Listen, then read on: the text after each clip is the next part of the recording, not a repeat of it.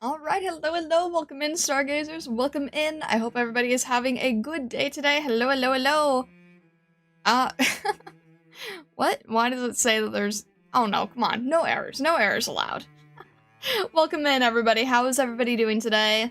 Hello. Happy Monday. Hello, Void. Hello, Slime Zero. Hello, MG. Hello, Aerotech. Hello, KLMX. Hello, Raul. Hello, Kisagai. Hello, Babylon, especially. Welcome in.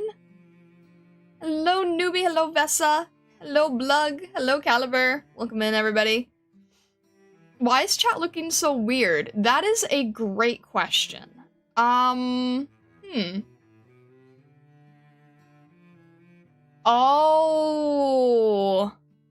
Yeah. This is not a scuffed stream thing. This is a YouTube thing. I heard that they were going to do this. A lot of people are not happy about it, of course. But yes, apparently YouTube has, in their infinite wisdom, decided to make a decision where they are now using everybody's handle instead of their username. I don't know why. I don't think anyone likes it. But yeah, this is probably a... Shoot. Oh, that means... Oh. That's gonna mess up a lot of different things. That's gonna mess up so many things, like... We're probably not gonna see Vandella in chat anymore. Things like that. Probably not gonna see, like, John Cena or anything. Yeah. That's a YouTube thing. That's a YouTube change. That's not on my end. It is really stupid. I agree. I don't understand. I don't know what... What do you mean that was literally Vandella? I don't know if she has a separate account or anything. But I'm just saying, like... I don't... Yeah, it's weird. People don't like it. I think I've already heard that people are angry that it's going to mess up VTubers. But yeah... I don't know what to say. I don't know what to tell you. YouTube messing things up, part 56. It does look bad. I agree with you. But yeah, this is something I've heard that YouTube is rolling out. I don't know why. I couldn't tell you. Thank you, YouTube. Very cool. I love when you suddenly change things. Yeah, I don't know what to say. Just grin and bear it, I guess. YouTube is just being dumb. Why 1 hour early? What do you mean 1 hour early? Am I an hour early? Did I not account for daylight savings or something? It's different date for EU versus US? Why? Why would they make the date different? That's so silly. Why would they do that? 1 hour early for us on the other side of the pond? Is that okay with you guys? Is that gonna mess you up? Should I, like... Ah! Shoot. I mean, most of you guys are not in the US, so now I'm like, oh, do I temporarily change the stream? It's only for a few weeks? I thought it was longer. Or like a week? Wait, I'm so confused. Isn't it longer? Oh, the difference you mean. The difference is... Oh, okay. Next Sunday is RDST. It won't be for long. Why would it not all be on the same day? That is so weird. Okay. That is so strange. Like, it matches up in a week? That is so strange. I don't understand that. Quick end stream and come back in an hour. Not like we haven't done that before. Oh, goodness. Are you gonna jump scare me with pencil emotes again? I don't know. It depends. It depends. Might help to post the stream start times in absolute format in Discord along with the schedule. That way it converts automatically for everybody. That's a good point. Yeah. That is a good point. I don't know the Discord markdown for that, but I'll learn what that is. I don't know how any of these things work.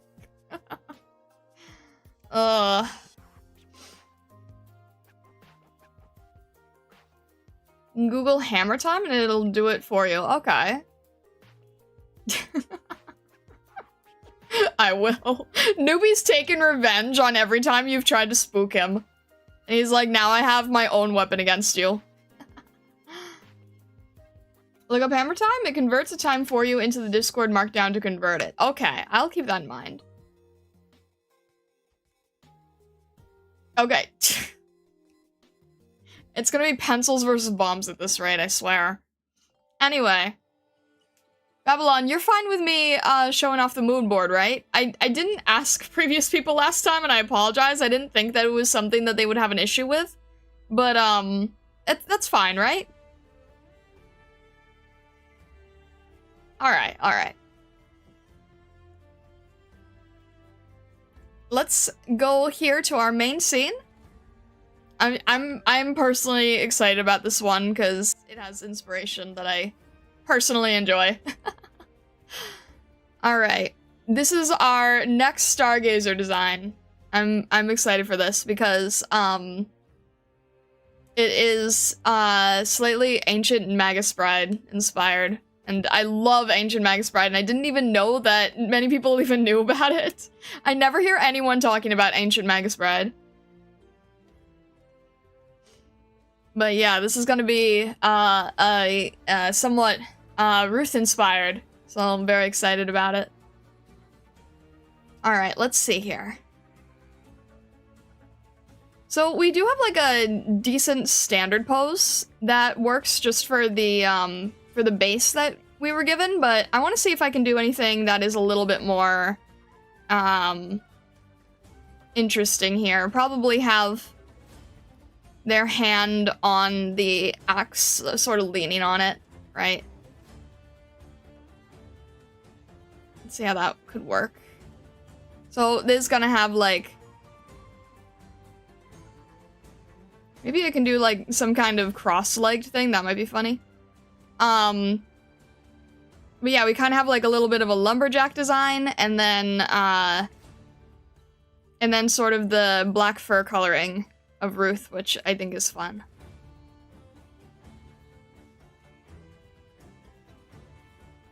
Is that gonna work, or am I just making it too complex here? I thought it would be a good pose. Maybe I should have looked up a pose. Love Ancient Magus Bride. I do too. I feel silly though. I haven't seen the second season that came out more recently. I haven't seen it yet. But I love the original so much. I adore it so much. I actually, like, I'm not gonna lie, I haven't done covers, but if I was to do a cover of anything, I think it would be really nice to do it for Lindell's Song. I think that would be a really great cover. Plus it's like in every language and no language and all the representation of every language, so it would be perfect. Haven't seen season 2 yet either? Yeah. Okay, I'm not alone then, that's good. I don't know if this is gonna work. I had the idea in my head, but maybe it won't work.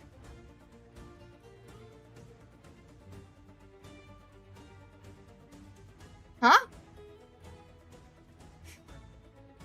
DM'd you a link to a timestamp generator. Thank you, I appreciate it. Thank you, I forgot I should watch Ancient Magus Bride. It's so good. It's so good.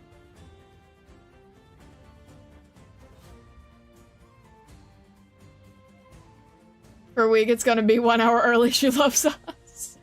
What? And then after a week, are you gonna say that I hate you again? Is this gonna be the never-ending spiral here? Maybe something like this? I'm just sort of playing around with the pose at the moment.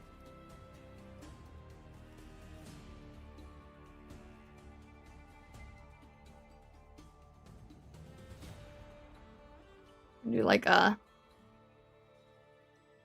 type of relaxed thing. Not really sure. I'm just playing around. Maybe it doesn't. Maybe the cross doesn't work for rabbit feet. Can't really cross easily, you know.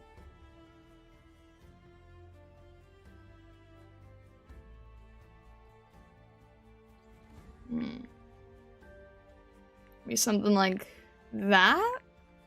I keep wanting to do more dynamic poses, but I also have to keep in mind that this kind of has to be a reference, so I can't go too crazy with the dynamic poses, because you still have to actually be able to see the whole design as is, you know?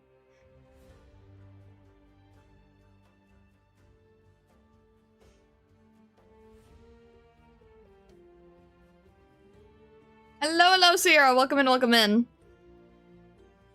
Anyways, hi, hello, whelp. You do hate Daho, it seems? I don't hate Daho. Free trial of She Loves Us expires in 1 week. Is Magus Bride the one with, like, major late summer, early fall vibes? I think so. No, Magus Bride is not an isekai. It's not an isekai. It takes a lot from, real folklore. It's actually really beautifully well done. I have a little, like, explainer book that goes into all the inspirations that are in Ancient Magus Bride, and it's more like Full Metal Alchemist in the sense that everything was researched and tried to make as accurate as possible. Because you know how Full Metal Alchemist, like, the creator actually researched alchemy? It's like that. It's like, it's very, very true to what it needs to be. Is going inward? Outward? Yeah, okay. Needs a little bit of a curvature from what I can tell. And that's why I love it? Yeah, very fair. Alright, I think that would be good. Do something like that. And then make the feet a little bit more solidly on the ground here.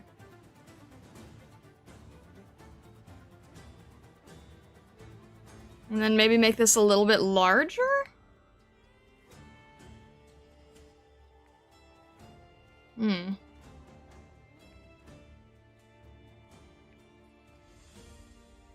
Okay, it needs to be a little bit more firmly planted. I guess that's okay. I think that works. And then this amazing tail. I love this tail. This is gonna be an amazing tail. Should it go? Alright, let's try maybe around and over, and then it'll show.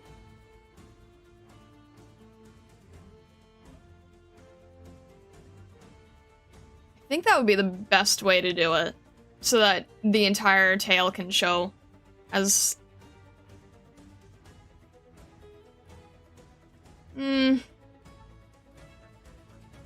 No, I'm not sure about the figure 8 look. I'm just trying to figure out how to make it so that... Okay, that works. That will be a good one.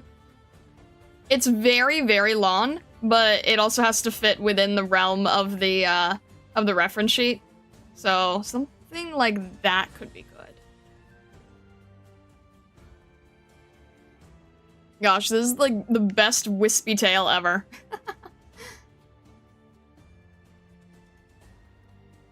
You hate me because you didn't, read my messages about you hating me? What? You said, why is stream 1 hour early?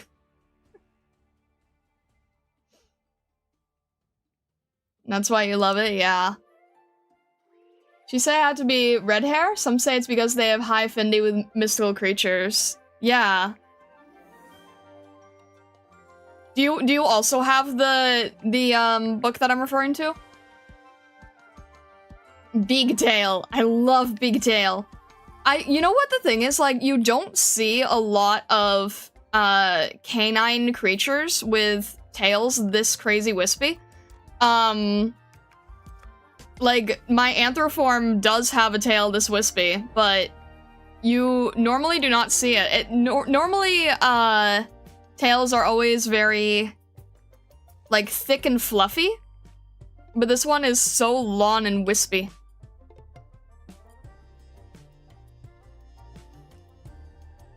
Big tail gang. I thought you liked small tail? I like fluffy and wispy. It's like Lawn tail, but still thin tail gang. I like lawn and wispy. And the thing is, like, the only time in media that it gets portrayed well, aside from these rare instances, is when it's with horses. Like Knurl is a great example. Knurl has an amazing tail. So it's like, it's lawn and wispy and fluffy. And you don't see it very often. You know, I should probably draw while she was standing at some point, since she probably has to do that all the time while building things. Yeah, I mean, that's why a bunny is so perfect for stargazers, right? Because they kind of naturally stand up, like, a lot. Reminds me of some bird tails? Yeah, like the, what are they called? Bird of Paradise, right?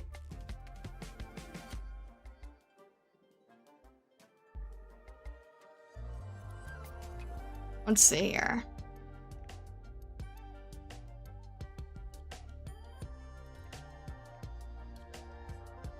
And then braided tassel, okay. So we're gonna see how this works. I don't think we've seen a braided tassel yet.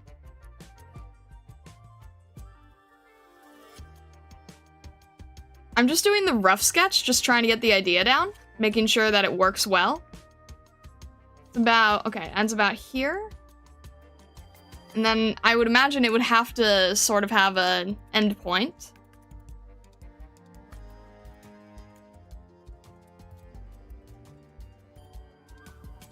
And then the ears, probably gonna be very, very fluffy and pretty wide, I would imagine. If they're upwards, like, Ruth's ears are downward, right? They kind of have this floppy design here. But these ones are going upward. So probably just gonna be very, very fluffy at the top.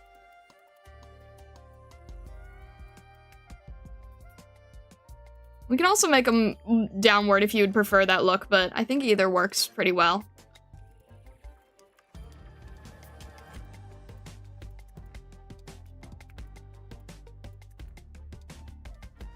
My time zone, your lives are at the 7 o'clock.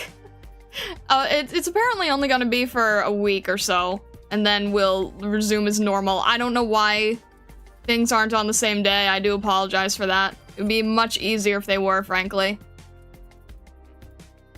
Alright, this is a little bit... This needs a little bit of a proportion change, I think.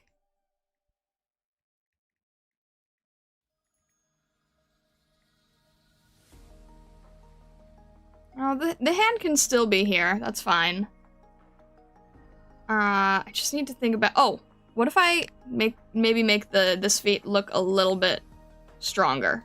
A little bit more positioned.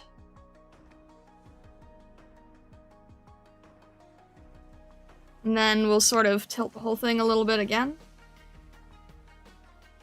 And move this downward slightly. We've got more of a square gem here.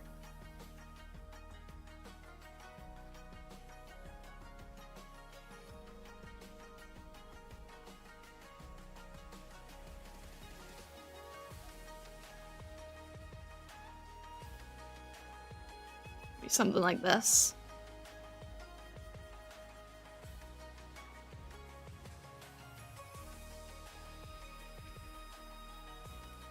You have a core memory involving birds of paradise. One of them I saw at a zoo for some reason kept distinctly yelling woo.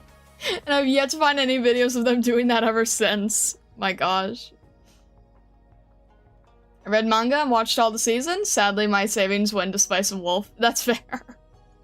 Spice and Wolf and Ancient Magus Bride, I feel, have pretty similar vibes in tone. Not in story, but I think in tone. We're gonna need a pinned message soon.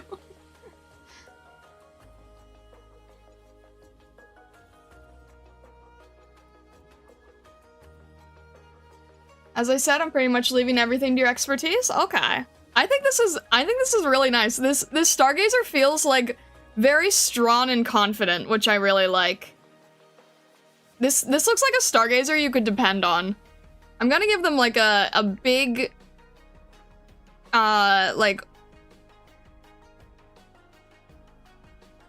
Alright, and then we have the open jacket too. Can't forget that. I really like this. I like this pose. Make the leg standing out a little bit more here. The rare trustable Stargazer. We have some. There are some. The rare trustable Stargazer. I like this pose a lot.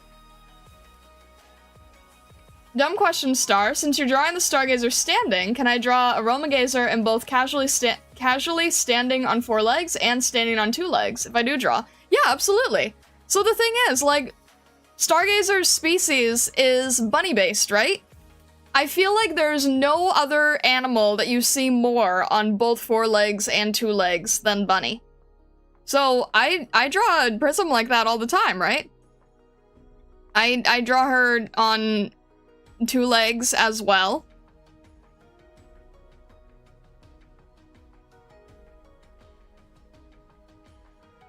And then you've already seen her on 4, so...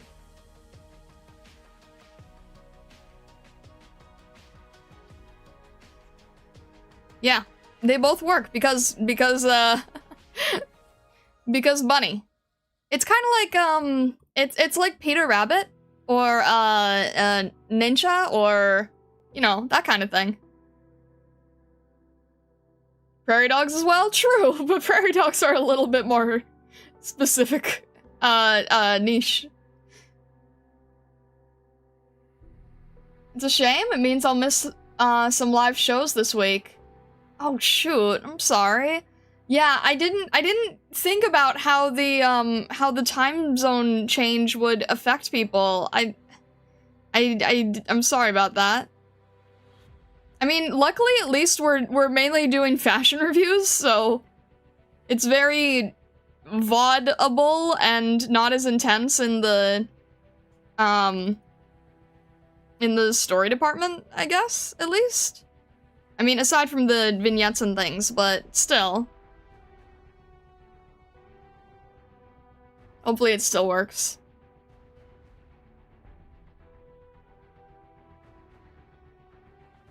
We can balance it out by being doubly untrusting.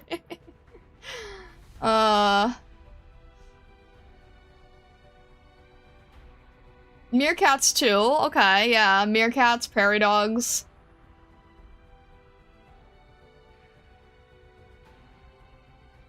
Alright, Airtane, no worries, no worries. One of my cats also go on her back legs. It scares me. I mean, cats and dogs too, but not nearly as often as bunnies.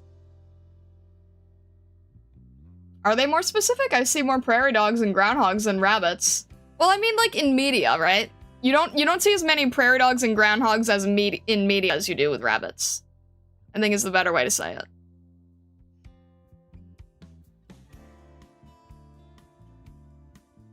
I didn't even know Europe did daylight savings times too. I thought it was just a stupid US thing. See, I knew that everybody did it, but I kind of didn't think it was on different days.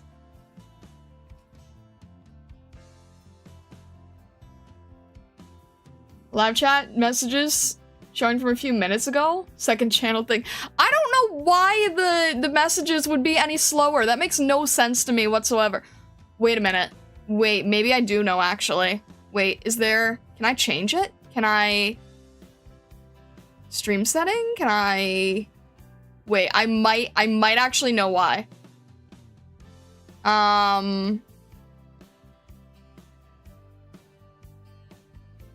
Okay, unfortunately, I can't change it mid-stream, but I might be able to fix it for next stream. Because the thing is, when you start up the stream, you can choose between normal latency, low latency, and ultra low latency. And it's set to low latency, and I think normally I have it set to ultra low latency. That is my theory. Anyway, that is my theory as to why it might be any different. Might not be a correct theory, but it's at least a theory.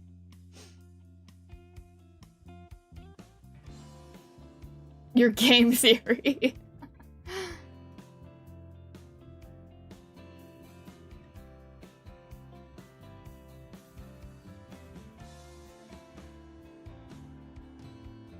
A star theory. Thanks for watching.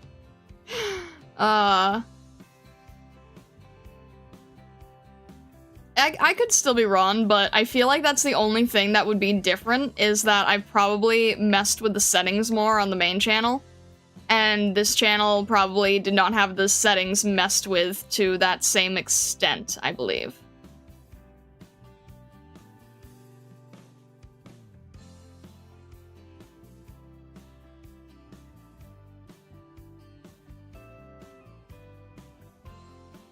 She said, thanks for watching, let's pack it up. No!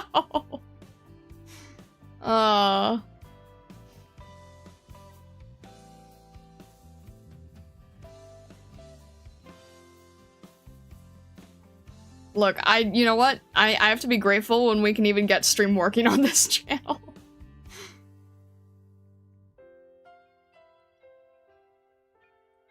Alright.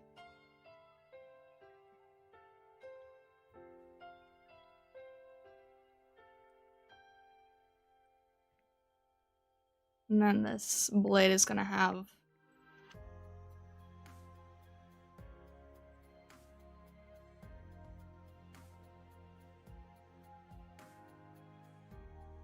I'm not sure if this blade is, like, very specific or not. In the reference sheet. I'm not sure if it's particular or anything.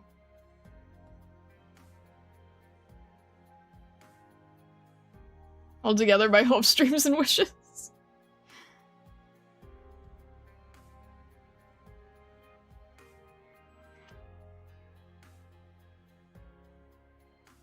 Alright, let's see. In the world of men, the overshirt decides whether you can wield the axe or not? What do you mean? What does that mean?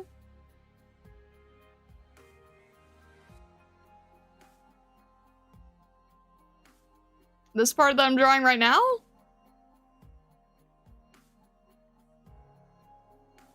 Just googled stock images? Okay, I wasn't sure if you were, like, basically sending me, like, Thor's hammer as an equivalent or something.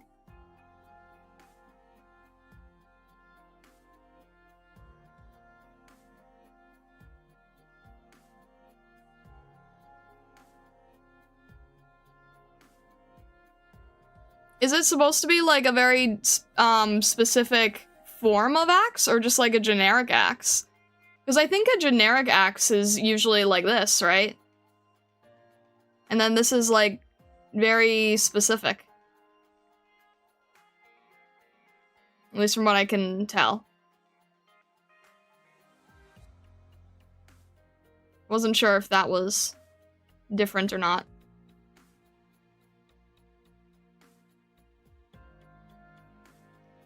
You fixed my YouTube links? What do you mean you fixed my YouTube links?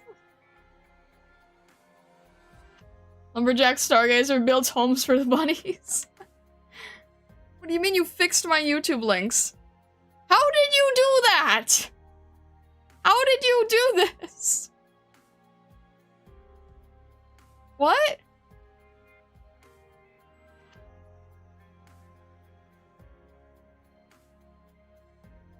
How did you, why did it not work when I typed in literally the exact same thing? I gave Daho mod power. Just add live to the end of the link. I have in the past. I don't know, I've literally typed this exact same thing. I don't know why it's any different. You typed your channel link? Not the link to the live. No, I have done that. I have. Okay. You supposed to stream link. Guys, that is what I've been doing. Guys, what I've been doing is I've taken the link from the main channel and just changed the channel title. It should be the exact same style with the /live at the end. It should be identical. It shouldn't have been any different or made a difference. I took the exact same formatting, and it works one way and not the other. I don't know what to say. I literally copy-pasted it exactly. I don't know. I don't know, guys. I don't know why it's different for you guys.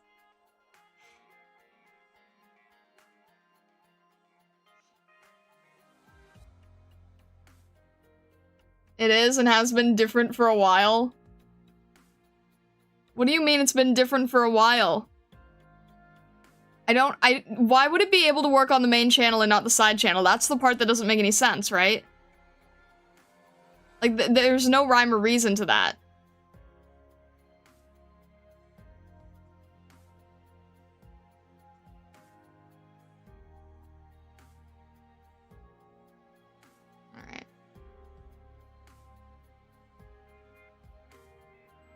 Alright.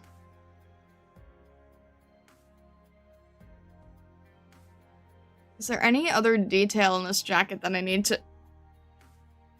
Alright, what am I looking at? Why? Are you guys spamming the channel now? When you create the live stream, it creates a unique URL and you just copy that to Discord? That's what I do and it always works? Guys, it shouldn't make any difference if I'm using the exact same setup for the other channel. Blame YouTube, accept it, and move on. Fair enough. YouTube's already messed us up once today. We don't need YouTube to keep messing us up. But thank you, Daho. I appreciate that. I'll use that exact link next time, and I guarantee you it won't work for me.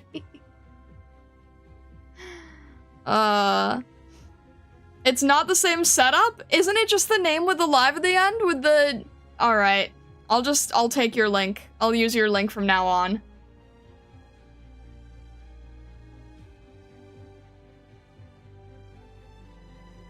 Last week's was a link to the channel also, same with the week before. I'm gonna have to see what I did. I swear. Okay, here's the thing. Even if it was just a link to the main channel, it wouldn't have come up with a 404 error, which it's been doing. If I try to change it, it will turn into a 404 error.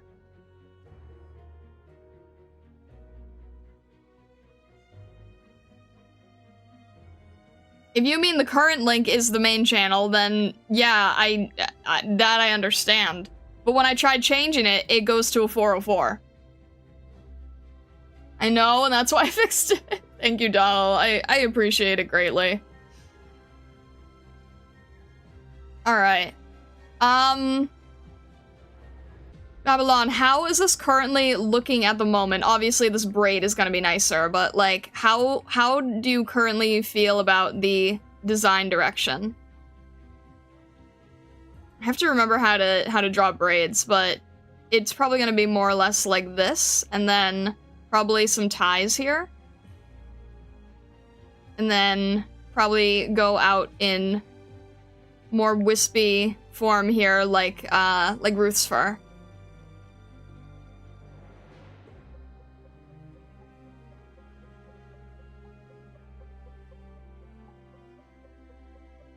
So probably something like this.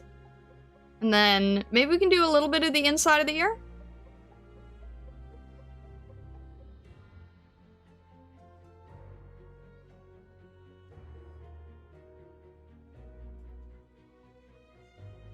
Perfect? Alright. Awesome. Sounds good. Reading Star has the gazed upon the thing, not the John Carpenter one. It's gotten so bad that I now have emails telling me to remind me to... No, I haven't. But now even the board itself is mad at me. Looking at previous streams, you've never had the /live on any of the side channel links? I have, they just don't work, and then I delete them because they return 404 errors. Do you want me to prove it to you? Do you want me to, like, try adding the link exactly the way that I've tried it in the past? Hello, Deck Cranky. Welcome in, welcome in. Don't worry about it. Okay. Alright. I'm trying to think if there's any other detail on this jacket that I need. Oh, well, sleeves would help. Probably need sleeves.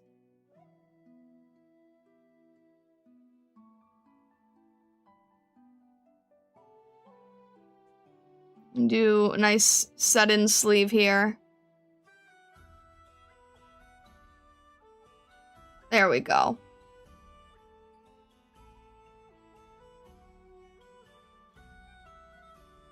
Is it because you were not live at the moment?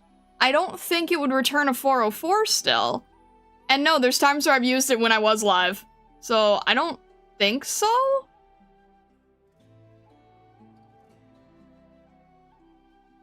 Now that you have an audience, it would work this time? Yeah, true. I've tried and I've gotten the 404? Huh. Okay, so at least Daho can say that it hasn't just been me then. That's good, at least. Yeah, I don't know, but regardless, I'm very thankful that you were able to fix it in that case. I'm glad that you, I mean, I'm not glad, but like, I am relieved that you've also gotten the 404 error so that people know that I'm not crazy. The curse of tech issues never works when alone. Try to show to someone else, works suddenly. Yeah, true. Alright.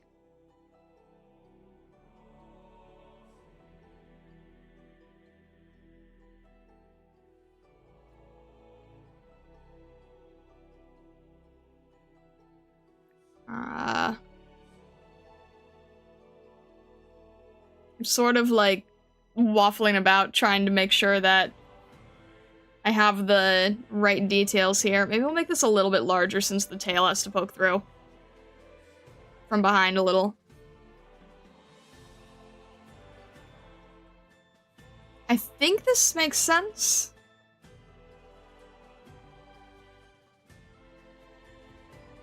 Oh, also there is a reference for braids, so I should know how to be able to draw them.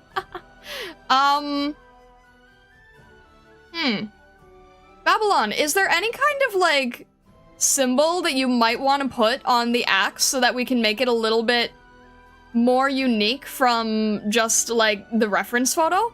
Can we do anything to make it more you? You are crazy? You're just right this time. Great.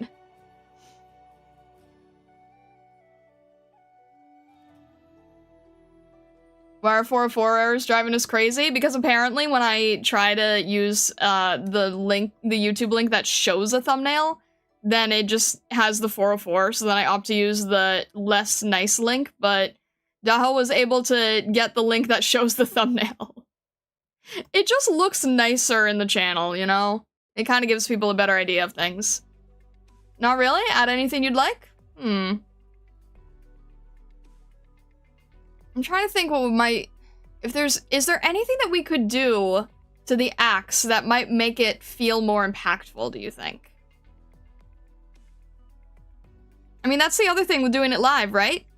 We could also get input from other Stargazers if there's anything that might look nice. We could also think about color theory, color scheme. We're mainly working with black and red for the most part. Actually, yeah, let's... Really quickly, let's, jot in our regular... Let's throw in the base color, just so that we know what we're working with. Maybe we can work from there. Alright, we gotta make the whole thing pretty much black fur.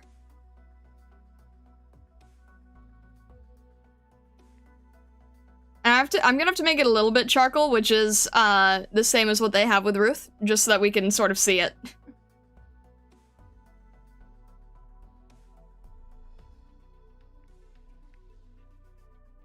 I'm just doing this very roughly. Obviously, it's not clean.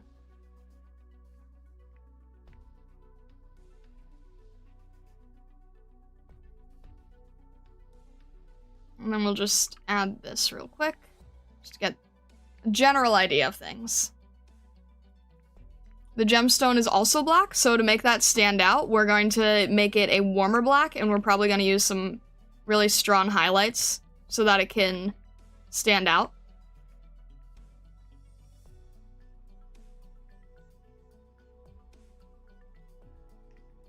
And then... let me see.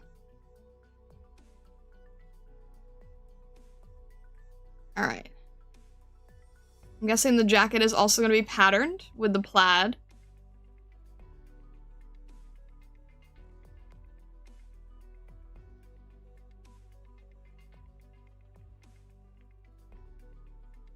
Let's make that a little bit more natural looking. A little fluffier, probably. Plaid is gonna be, just letting you know, plaid is a tricky pattern to replicate. If you're ever gonna want to replicate or draw this yourself, plaid is definitely one of those things that cause a little bit of strife.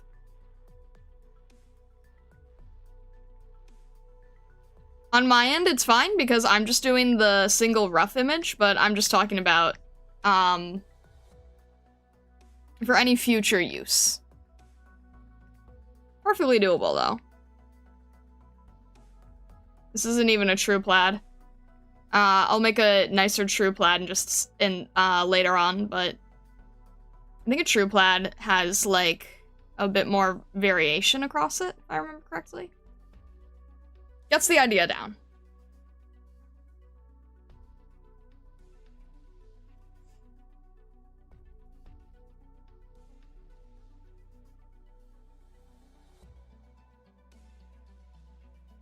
Bravo, Daho. Bravo, you tamed the YouTube beast on this day.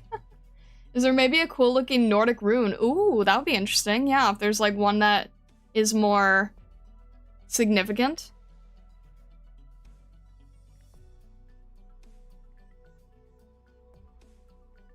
Let's see.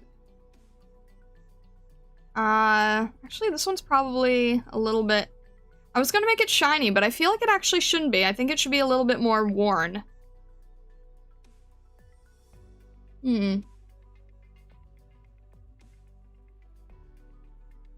Alright, Daho, do what you need to do.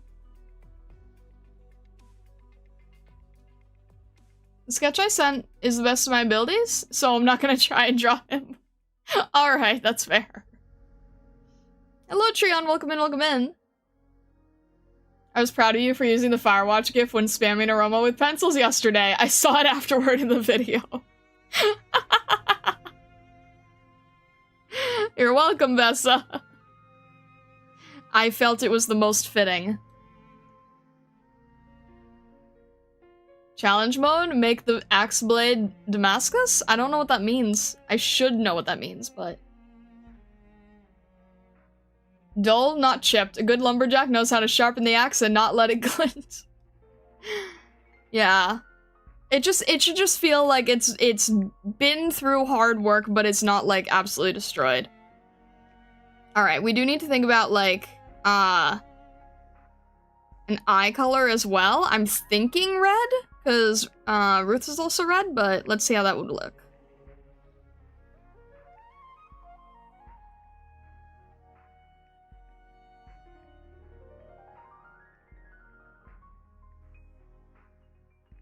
Probably do, like, a little bit of a darker part here.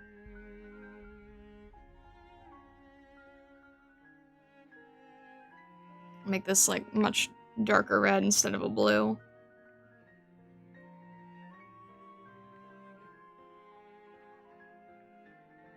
Maybe make this a little bit brighter. Maybe a little bit more towards orange.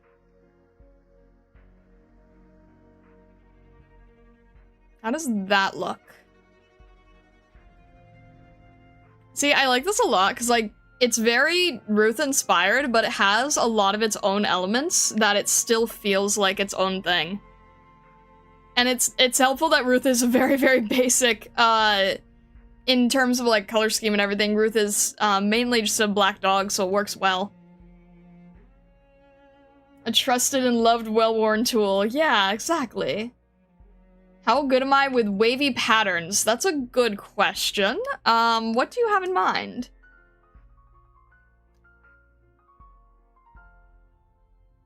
What are we making? There is a new Stargazer coming to life here. That is what we're doing today.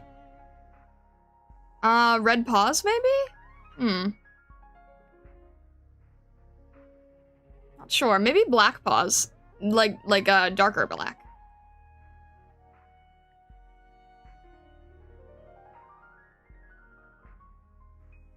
Yeah, that actually looks better, I think. Like how you make the gem pop out? I'm not really sure what you mean by wavy patterns, but...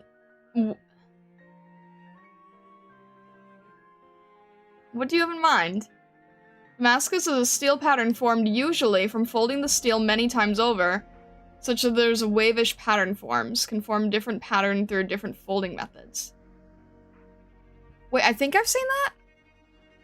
I feel like that would be very, I feel like there would be very, hang on. Very subtle, very hard to see. In terms of character design, you usually want things that are, oh, yeah, this would be, like, I could paint this, but it's not great for a character design because you wouldn't be able to see it in any simplified form. It's very pretty, but it's pretty, I could exaggerate it. I could exaggerate it. There's a lot of different versions of it, huh? I called it challenge mode because it's incredibly visually noisy. Damascus steel is something more you do for a sword. It doesn't really make much sense on an axe. Could you do it just for, like, aesthetics? Let's see here.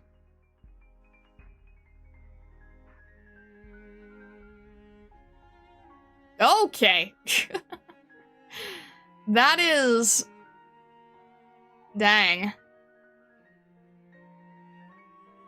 It's doable. I'm trying to think if there's a variant I could do that would be... It's also... The blade itself is really small, so I don't know if it would stand out enough. Man, this reminds me of Zentangles.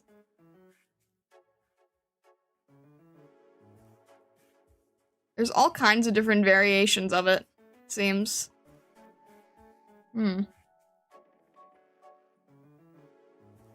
I feel like it would end up being too small to be significant enough. That's my issue. You know? See, I don't know if it... I feel like you can barely see it here if I try.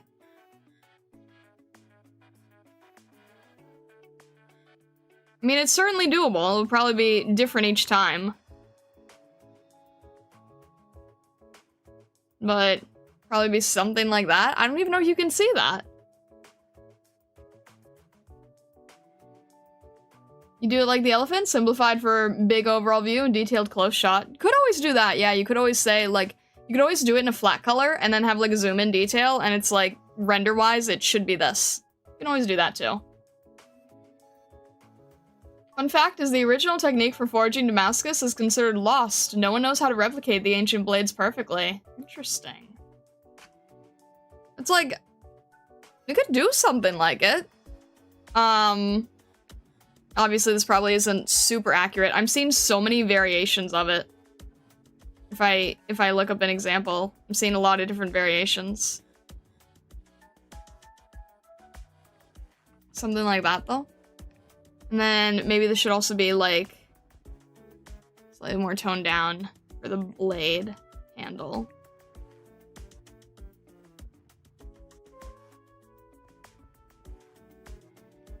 If it's a lost art, then I can't be seeing the right thing online because people are claiming that they can do it. And there's people selling it. So if it's a lost art, then I'm guessing that people nowadays are, Faking it? Putting a pattern on it?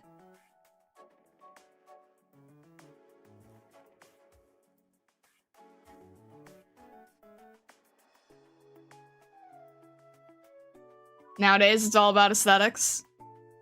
I feel like people are faking it if I'm seeing it now, right? That's how it feels anyway.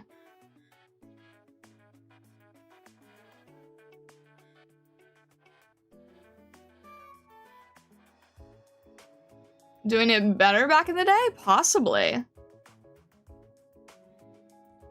We'll make this like a... Oh, it's gonna get lost. Well, I can at least make it more red.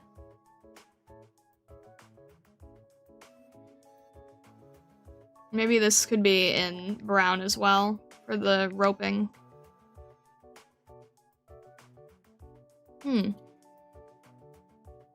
We have no reference, so the new ones could technically be better than the old stuff. Huh.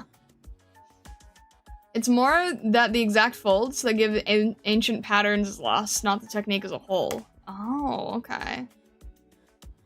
Is there, like...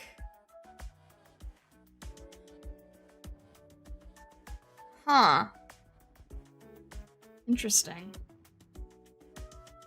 Alright, well again, ultimately, Babylon, it is up to you, so what do you think?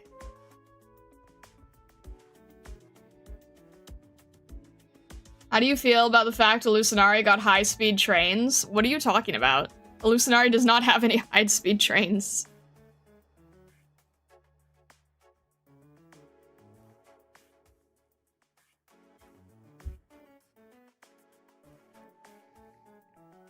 But yeah, this is ultimately up to you, so... And I don't mean to put any pressure on you, it just helps to get, it just helps to get input live, if you're able to give it.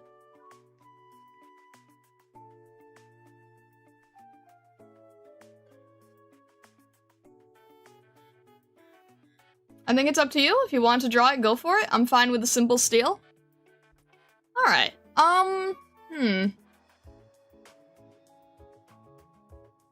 I mean, if you like it, I could do what Siam0 said, where it's like, make it simplified, and then, you can always just throw in a photo reference, and just, like, this happens a lot, right? This happens a lot, even in the professional field. I see this a lot with Disney characters, actually.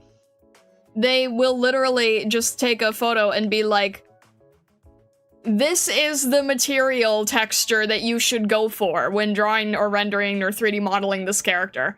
And they'll literally just go, whoop, point. So, can always do that too. I think the consensus is the technique was originally used to mix metals with different carbon levels to get something ideal for a blade. But nowadays, we have much more control over ingot purity. Oh, I see, I see. So now it's about aesthetics more than practicality. That's fair. I'm wondering if there's, like, any sort of certain pattern that could be, like, specifically meaningful. I'm trying to see if there's any more of you than I could put in this. I think this still very much is unique to you. I'm just seeing if there's any extra detail I can pull in. And if not, that's okay too. I do think this does make it feel more special than an average X, so I am fine keeping this in. Because I think even just seeing it from afar just gives this sense of, like, this looks more important. Didn't know Star slept under a rock? What are you talking about? Alright, I'm gonna save this one just in case here. And then... let me think. I'm trying to think about the inner ear as well, if I want to do it colored or not. I don't think so. Maybe we'll just make it darker. Yeah, that worked. Oh yeah, let me match the Pop Rad look for that. I think that would work well.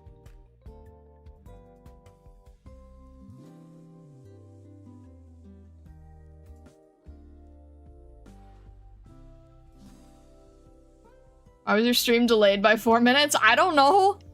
Why I start taking so long to read messages? Well, this stream does have a little bit more of a delay, and I am sort of going back and forth with the drawing, but yeah. It's similar reason to why Western swordsmiths didn't fold the steel 100 times like in Japan. The steel was just high quality enough that they didn't need to. Huh. Okay. Love how you say stars living under a rock, but you were 4 minutes behind. Alright.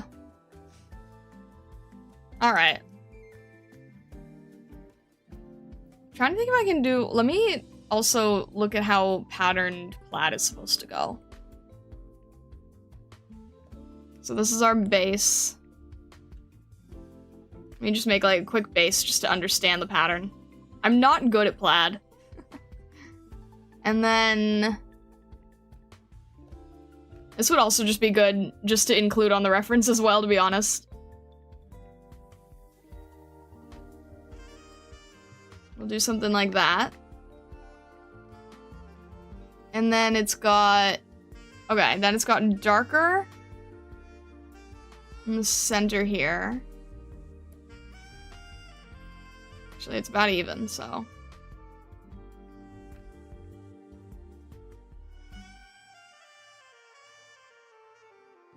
And then... It looks like it's higher around here.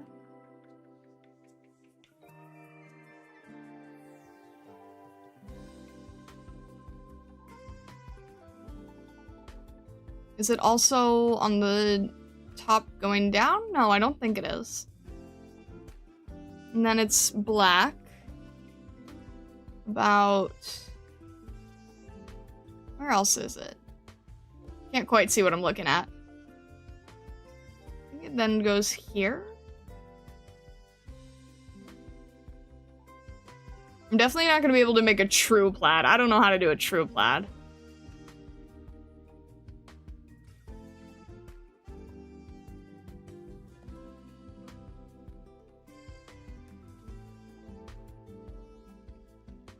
Like, I think I'm confusing myself.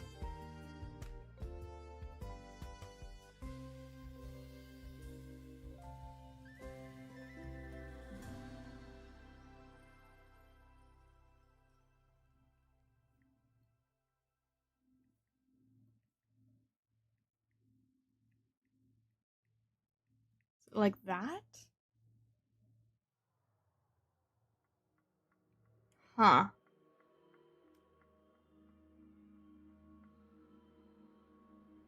It's gotta be...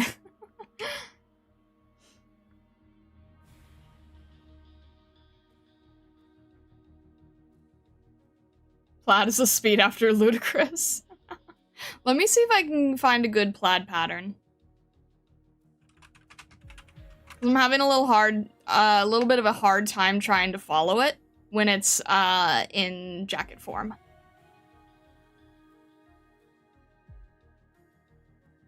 And I think there's all different levels of plaid. I can do like a less intense plaid that's more of like a fake plaid, but still get the same feeling. The problem is what it does is if you look at a plaid, right, is it does all this crossover with these little lines that is meant to sort of make it look like multiple colors.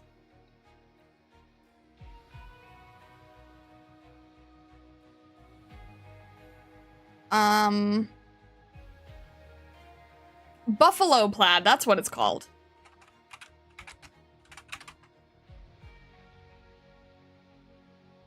No, that's still very simple. Buffalo plaid is much simpler in comparison. I don't want buffalo plaid. I want like an in-between. Something between buffalo plaid and just a little bit more interesting. What if I just type in lumberjack plaid? What do I get there? It would help if I spelled lumberjack right and it didn't autocorrect to jumperjack. Alright. Lumberjack plaid is buffalo plaid from what it looks like here. Okay, that's a good one.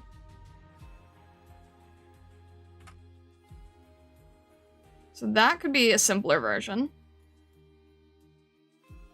Basically, this is buffalo plaid. Buffalo plaid is like, it almost looks like a checkerboard. This, I don't know what type of plaid it's called. And this is like, this is a pretty good in-between, I think. This one right here, this one is buffalo plaid, and it looks more like a checkerboard. And then this one is like slightly more complex, but not... This one I can actually understand what's happening.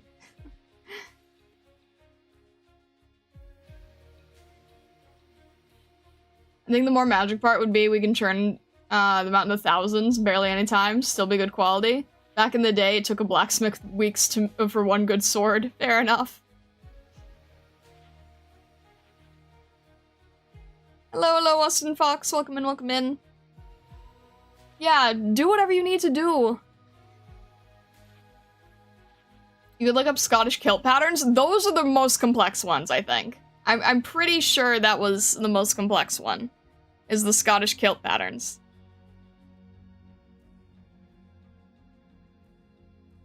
Let's see what else.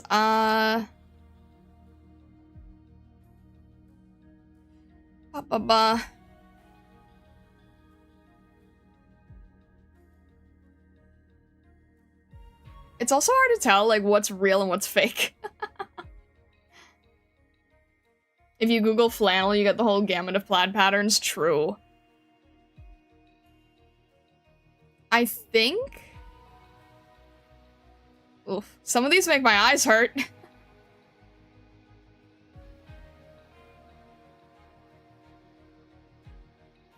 Alright. There's so many variations here, it's ridiculous. Also, this does not mean AI generated, this means Adobe Illustrator. Just adding that real quick before anyone comments. Alright. I think we've got our choice of plaids here.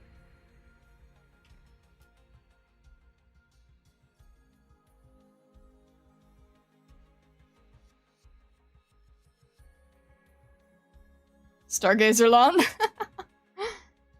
Important plaid research, indeed. And look, it's going to come up again. Might as well figure it out now. Alright, these are a few different plaids that we can play with.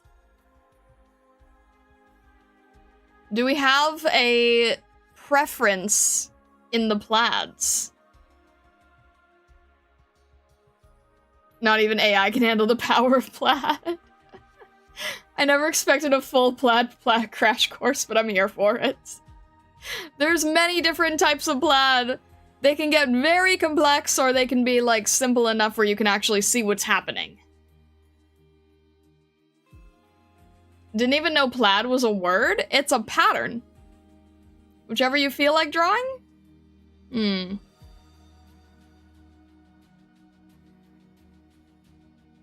Alright.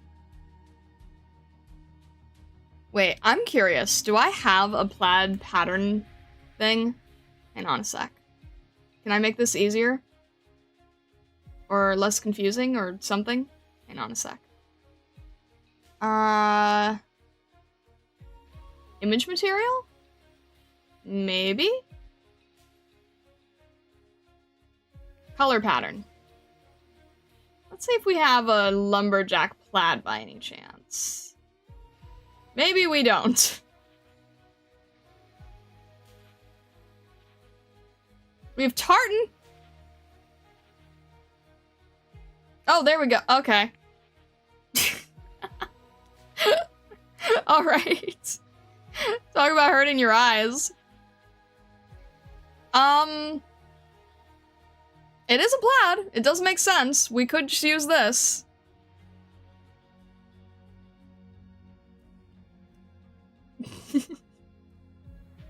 The plaid is taken over.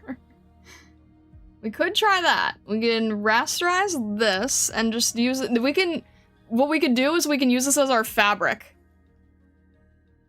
And we just sort of like mess with it, right?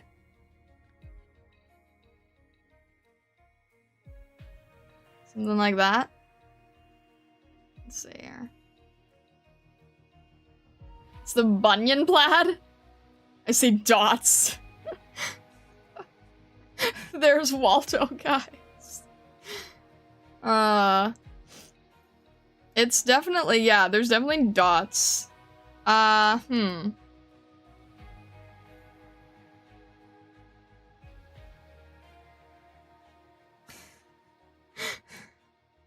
Let me see how the design is going. Looks at screen, whole campus is plaid. Ah, I see. I wonder if this would be doable. At the very least, it's something I can repeat pretty easily. Because I understand how the pattern itself works. I can see that this... Alright. If I had to make it up, right? If I had to do it again, I can see that you would draw it like here. And then you'd have this darker color in between. And luckily these are evenly spaced, so that helps. Let me see if I can replicate it. And then in the crossover, there's the black, which would just be like an overlap normally. An overlap of thread, I think.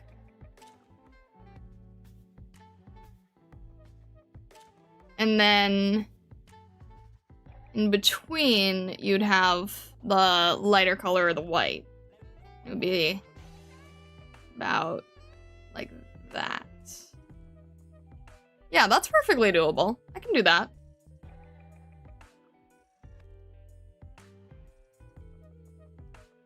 Why does it hurt my eyes? It's not a bad pattern, but why? It's probably because it's like digitally done, so it's a little bit off. It's also probably because it's taken over the entire screen. But if I do that, I'll just grab like a chunk of it here. And then zoom out a little. Just have it as a reference. Maybe make it a little bit darker.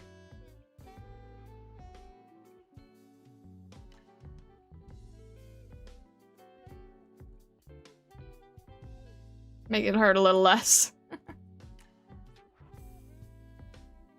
Just pull a chowder. Just have it like moving along with the character. It's like, it's nice. It has more detail than this, and it's less complex than this. So I think it could be a good version. I just have to sort of, I have to get the tone color right, I think.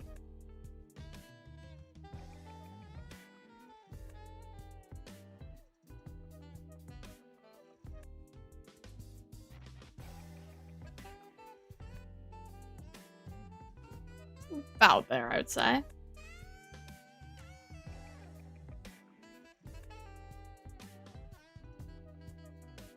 Yeah, it's essentially this one, just with a line through it. I think, actually. It looks like that's what it is. So we'll just take these and put them here. Put this one above. And this was just to make sure we understood it. I think that makes sense. Alright. Save that. You wanna know who I used my kernel selector to get just now? I got Suzudune with the kernel selector. Yay! So now you have Fox Family? You have Fox Family now?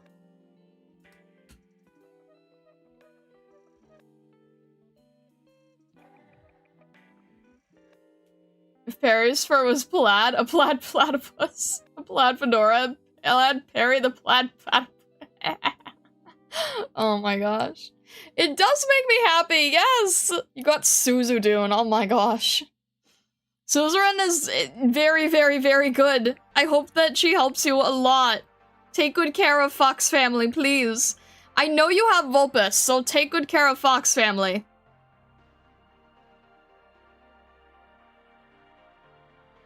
I was tempted to get Scotty, but I legit do need some slow option. Wait, I thought you had Glaucus.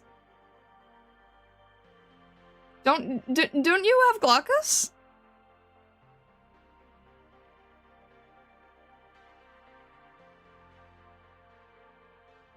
I mean, but now you genuinely have, like, a Dune reference, so there you go.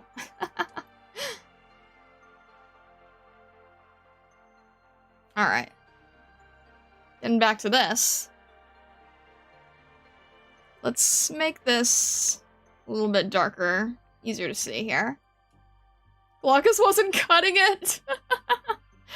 Although I do love her design. That's fair. Glaucus is more for drone maps? I thought she was basically, like, same class similar to Suzerain. But that's fair. I don't have her, so I wouldn't know. Alright. This and this. Change the eye position a little bit. There we go. Make that a little more even. Well, congrats on having Fox family. I'm very happy. Nowhere near the power of Suzu or Angelina. That's fair. That is definitely fair. Alright. I think we're good to go on this. Yeah? So let's... Actually, how do I want to do this? I could just paint over the whole thing. Could just start with a paint over right now if I wanted. Might actually be easier.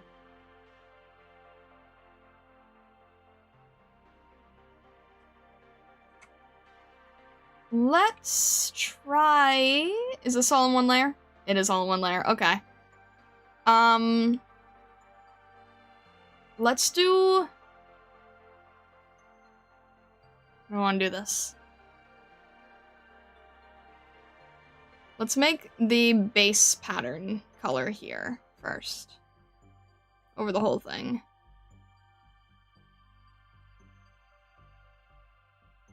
For this jacket. Otherwise we'll have to paint all around it again.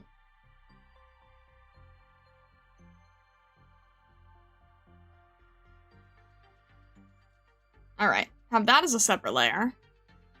And then... Yeah, I guess that works. Let me just see if I need to change this at all. Yeah, no, we'll keep it this base color, and this definitely needs to be a little less orange. A little saturated, maybe a little lighter. That's probably good.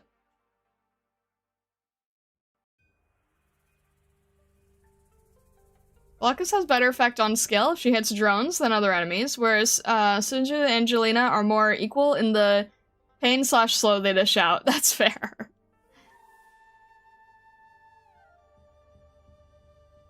Any suggestion on what I should have Star wear for her Halloween costume for the Halloween poster? Wait, what? I think I missed something here.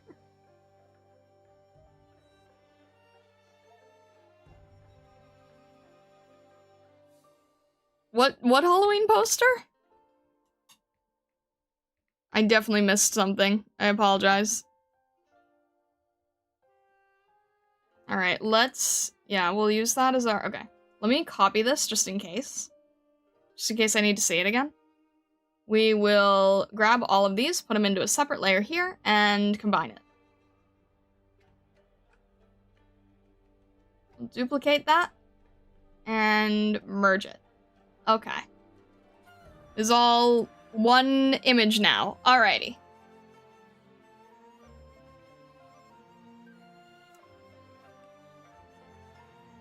I was thinking about doing a Halloween poster for the community and wanted to have you in there. Oh! Okay. I'm letting you know now. I don't have any Halloween plans.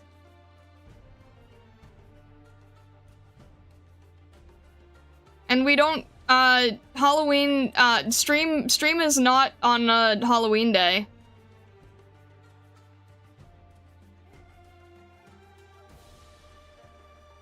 But, I mean, sure, if you'd like to. It's very kind of you to offer. Just doing it for fun? Okay. If you want to.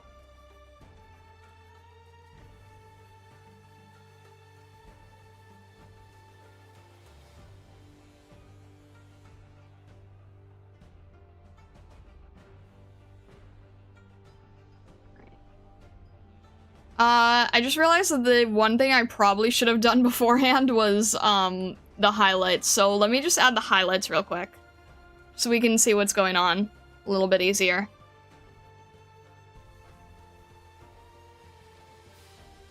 A little less saturated. That's good.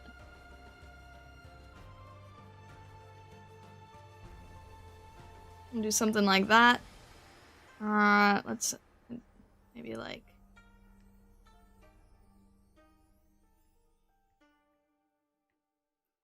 Just try and add a little bit of highlight here or there, so there's some more visual clarity.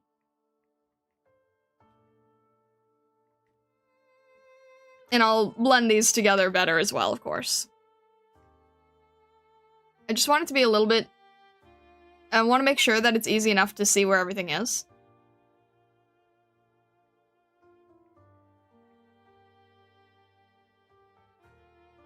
And then we'll have a little bit more highlights in the tail, of course.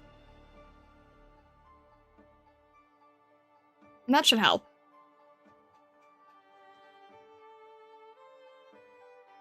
And then a little bit of shadow where the braid meets, just so we can separate this from the face.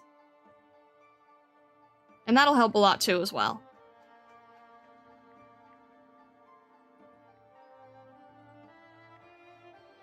So yeah, I'm going to have the pattern put back. I just have to do it this way, just so I can see what's happening.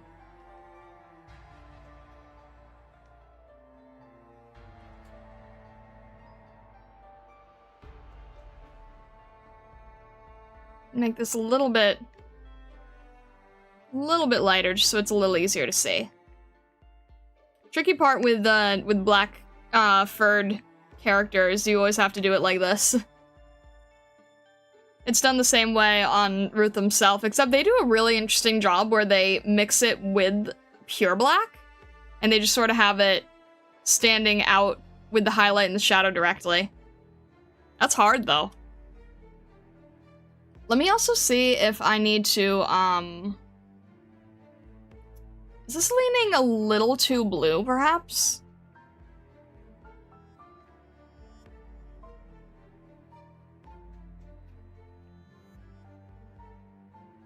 Let me see if this is possibly leaning a little too blue.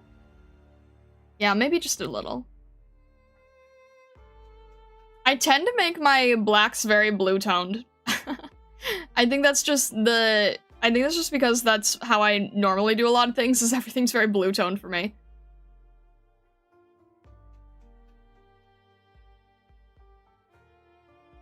Let's make it... On the other hand, it does match well with the fur here. You can have a blue-toned gray, or you can have a more neutral gray. It kind of depends on what you want.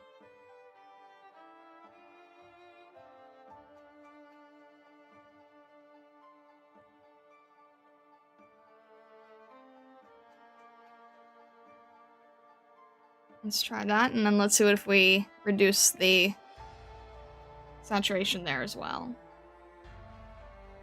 So this is a little closer to Ruth's color scheme, where it's more of a neutral gray. Whereas before, it's more of a blue. So it's up to you how you would like to do it. Either one can work.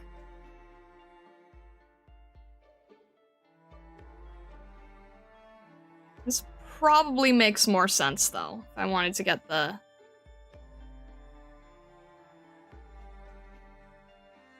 I want to get that feeling. Also, what if I do overlay? Does that... Nope, that disappears entirely. What if I do glow? That actually works. Actually, wait. Maybe I just need to duplicate it? Yeah, we'll duplicate it so it's a little bit stronger. And then we'll blend it in nicer. I think that will actually work well. Make a little bit around the mouth if we need to see it, just a tiny bit here. A little bit around the chin.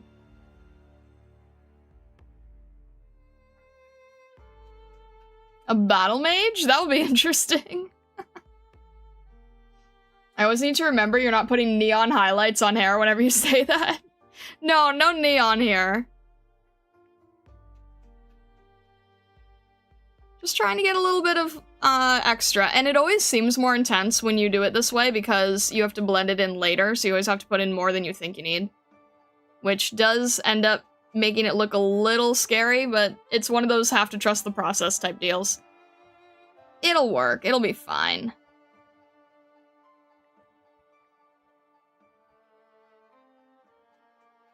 Alright.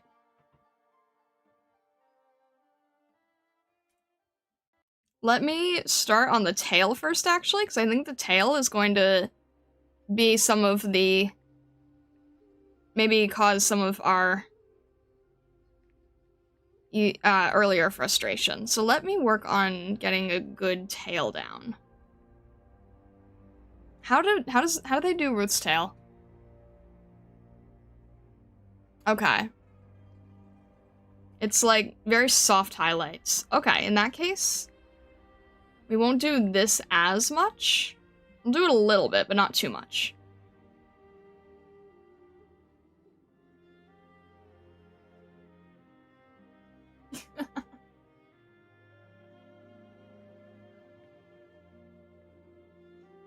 I'll have my OC in the Stargazer Predator costume. Since next Friday, Predator Badlands comes out, okay. Do whatever you wish, Trion. I'm sure it'll be enjoyable, regardless.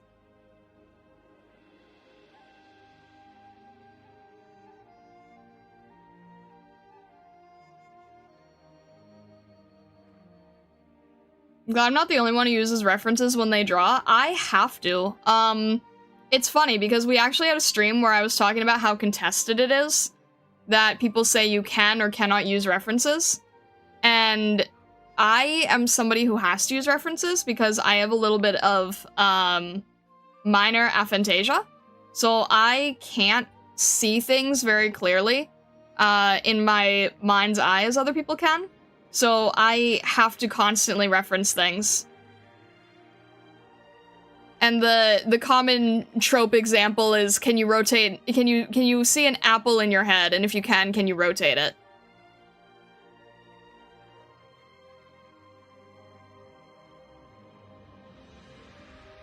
Stark can indeed not rotate a photorealistic apple in her head. I can't! It's so irritating, but I can't.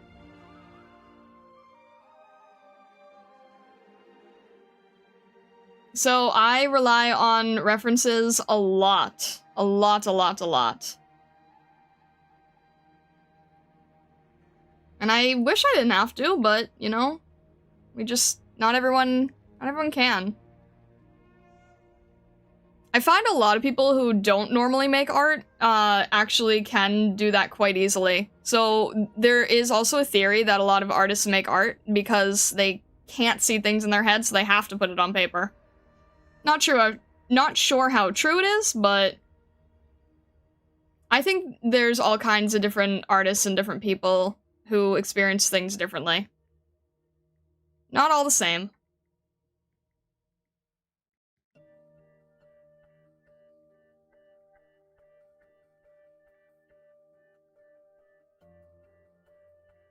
One must imagine the cheese spinning. Yeah.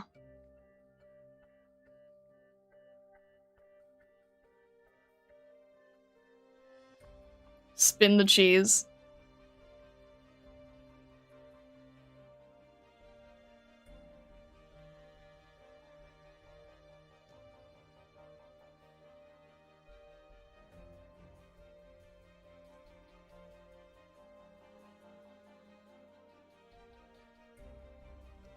It's very interesting and true. I can imagine things very photorealistic, but can't bring them on paper. See, if you can imagine things photorealistic, I think that everyone, if they wanted to, I think that everyone can learn to draw. But I think that artists can't necessarily train themselves to see things better in their head. Of course, some of it does come with, like, visual library, muscle memory, that whole thing. but it's going to be very different than if you can just, like, effortlessly see things. If you can remember things. Like, okay, here's a really good example.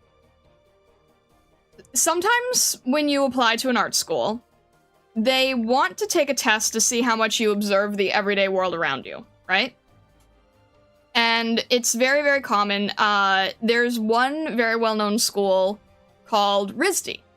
You might have heard of RISD, or if you're not in the art field, maybe you haven't. But there's a well-known art school, and it's called RISD.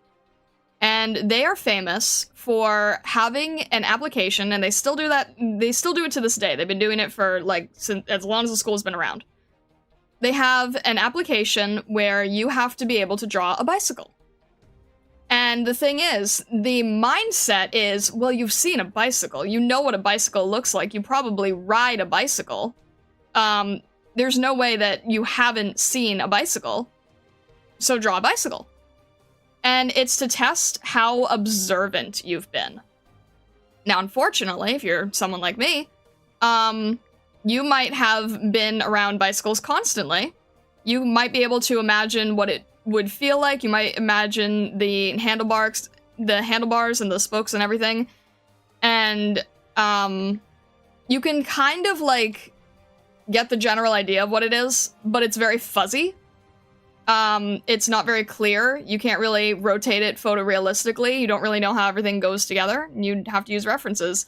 But unfortunately, with that kind of grading system, you'd fail. They would say that you weren't observant enough. And it's like, I can observe things, but it doesn't mean I can hold them in.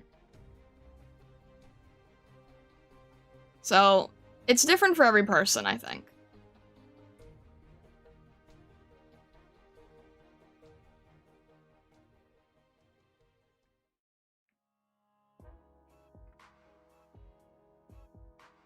Draw a bike with squares and triangles, call it postmodern. Well, you know, the funny thing is, it used to be very standard, like, you just had to learn to draw a bicycle. But nowadays, I've seen, like, newer portfolios from that school, and nowadays they just want, like, crazy, be artistic, and think outside the box stuff. Like, I saw one person who got in, and their portfolio had a bicycle, but it was, like, tangled up in a portrait, in a self-portrait. It was, like, in their hair. So I don't really think they care much about this observation that they used to. It's more just like, we're known for the bicycle test, we can't get rid of the bicycle test. But yeah, I've seen people who make, like, all kinds of weird artistic message variations using the bicycle thing now. It's kind of lost its original meaning from what I can gather.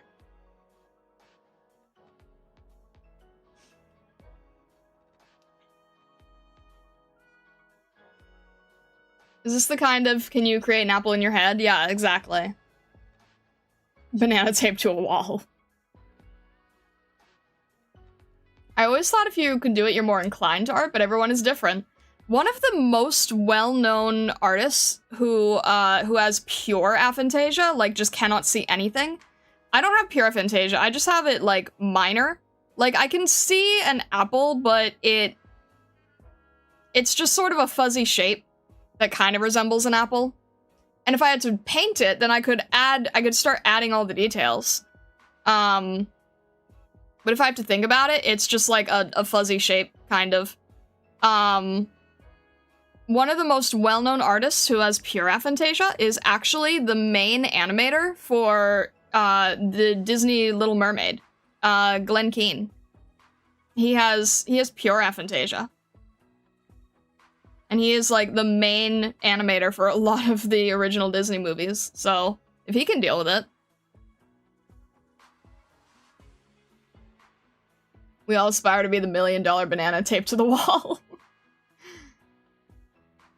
It's late, but you gonna rest before you draw later? Alright, Treon, no worries. Have a good rest of your day. Thank you for stopping in.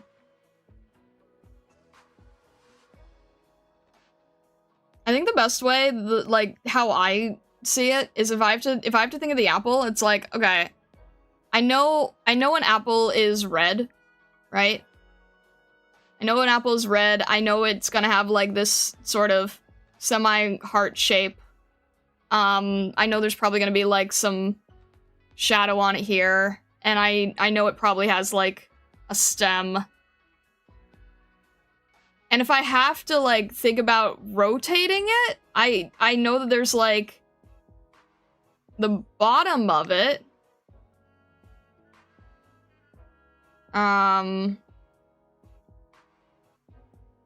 And then, like, I'll probably only see the bottom of it. Like, I just sort of see that detail. Like, okay, I know I have to rotate it. So, I just see, like, this part of it. And then, if I'm imagining an apple, it's kind of gonna be a little bit like this. That's kind of, this is about what I see. But then if you told me to paint an apple, then I can sort of be like, okay, the more I see on the canvas, the more I can intuit, right? So I know this is the general shape, I know there's gonna be about shading here, and then as I see it, as I'm looking at the canvas, then I can think, okay, I know there's gonna be a highlight here, I know there's gonna be a little divot where the stem goes, I know there's going to be a stem, I know what the stem looks like. The more I see on the canvas, the further I can go with it. And it's like, I'm not seeing it in my head. I'm seeing it on the canvas. I'm adding to what I normally see on a canvas. And then I might, like, do the fancy thing people do where they have, like, you know, shading in a different color or something, and...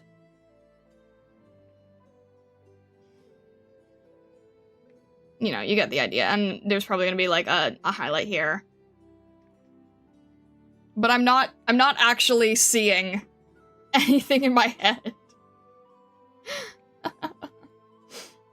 So it's like, this is about what I'm seeing if I have to think about it or rotate it, and this is like what it is on paper.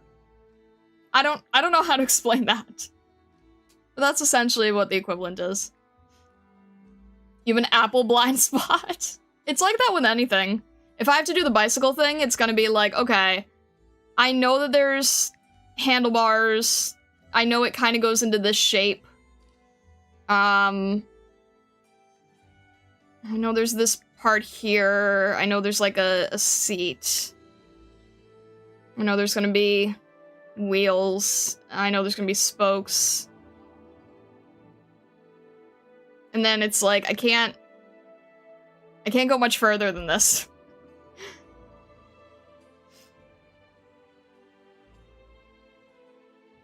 One of your neighbors just caused a huge power surge and a small fire?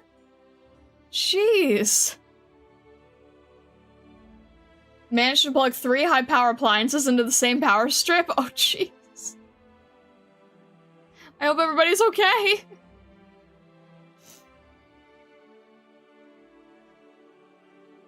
Remember bicycle better than I do? Not really. You're okay? Okay, that's what's important. Curse of Raoul continues. I'm glad everybody is okay. I'm glad everybody's okay.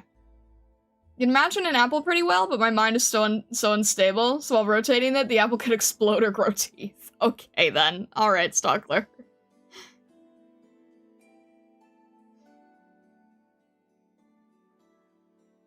Alright. Anyway, you get what I'm saying with the apple.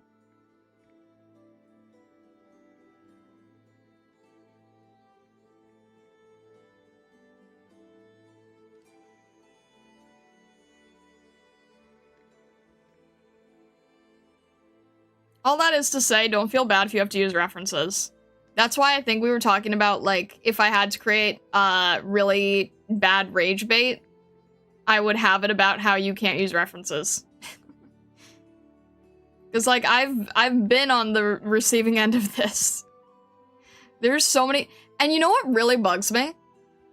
Is I constantly see people that post artwork where they say, look how great this is, and I didn't have to use any references. As if it's like, a moral superiority that you were able to draw without observing things.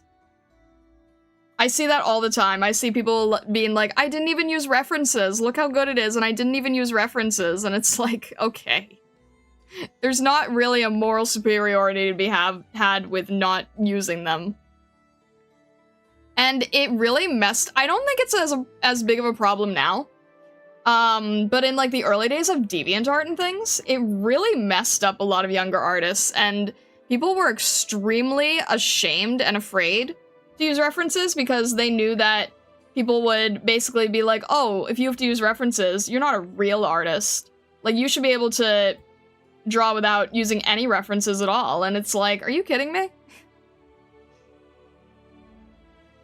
The only reason I don't need references, aside from design work, when drawing Stargazers is because I've been drawing small, cute animals, longer than anything else. So that's, like, the only thing that is somewhat ingrained into my head.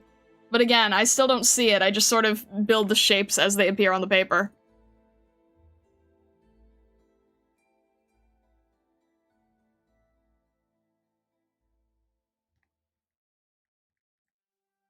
But yeah, I'm glad that the electrical fire did not turn out crazy, because that seems like it could have gone bad very quickly.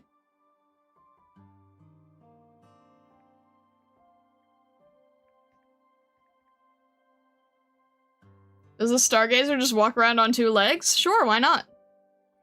All Stargazers can walk on 2 legs or 4, it's whatever they prefer. That's why I gave 2 variations in the reference, right? I had variations with 2 legs, I had variations with 4. And Stargazers are bunnies, they can kind of do whatever they want.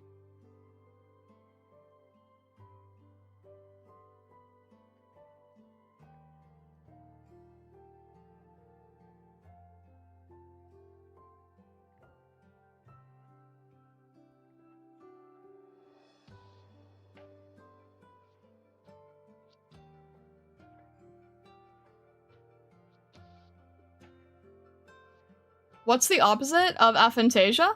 You can imagine everything in your head, but not bring it to paper. I think it's called hyperphantasia. I believe that's called hyperphantasia. But I don't know as much about it, so I'd have to look it up to be sure.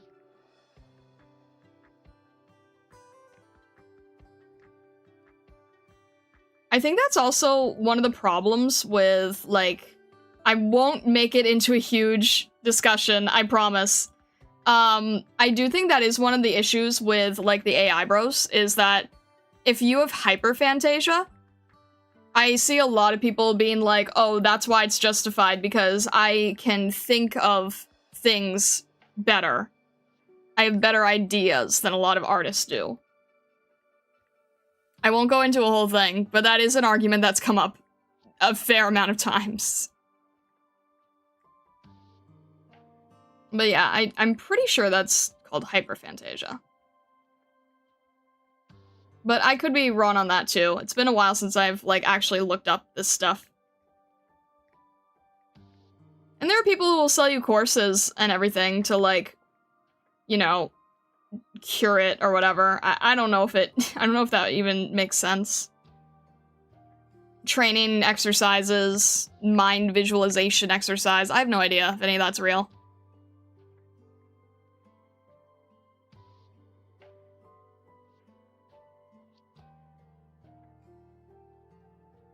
Sounds like a good, easy way to sell courses, though.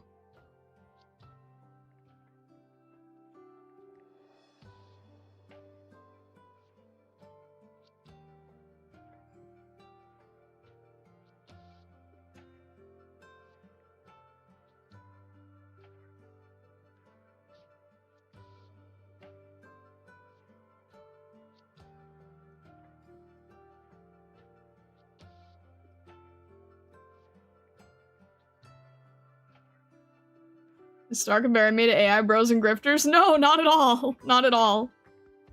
No, I'm saying that they use that argument. There's a lot of arguments that AI bros and grifters use that they have absolutely nothing to do with, and they grasp at straws to try to make themselves seem relevant in any argument, in any conversation. And the people who actually are part of those groups are like, can you stop using us?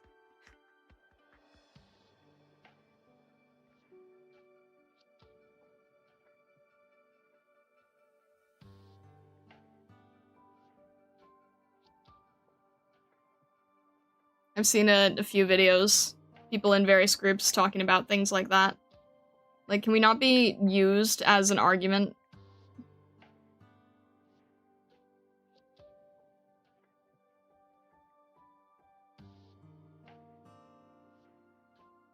Curing hyperphantasia sounds like trying to cure someone who's on the spectrum. No, curing aphantasia so that you would be able to, like, see better in the mind's eye or whatever.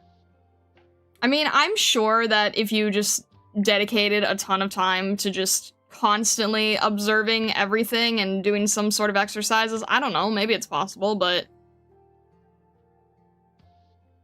I don't think it would be without an insanely large amount of work. I don't know. And the thing is, like, so many people say, oh, it's just about observation skills, right? But if that was true, I think that by now I should be able to paint, like, a flawless Arknight's skin study, right? With how much I've looked and observed at those, you would think I would be able to do that, like, without looking at any reference. It would just be in my head, but it's not.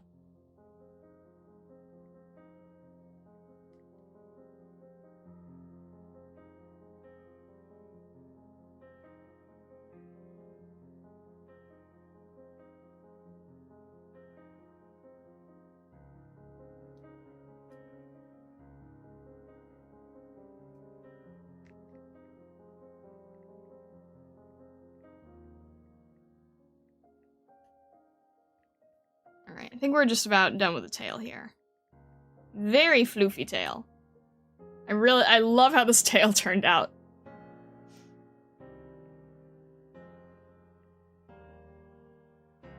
Very, very floof tail.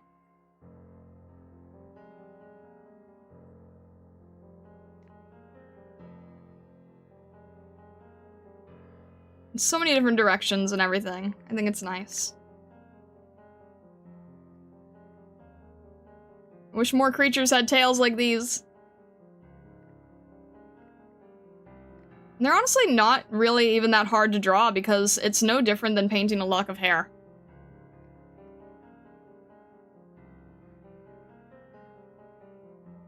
Alright. And then it looks like what they did here on Ruth's piece. Maybe it's an overlay? Maybe it's an overlay. Just a little bit of highlight here.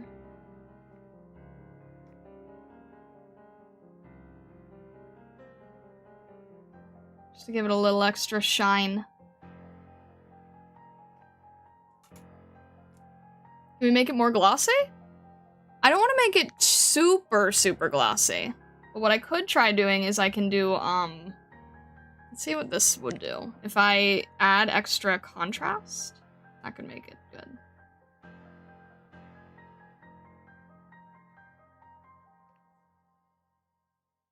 We don't want to make it look like hair care product.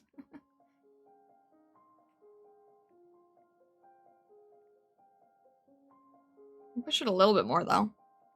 It's not that different, but...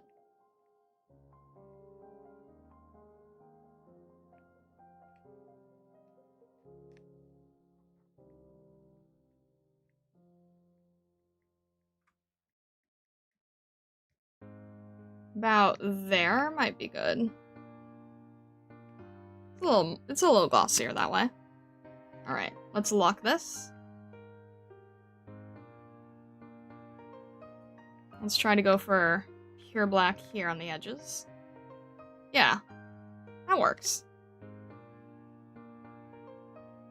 Creates a little bit of a shiny effect there.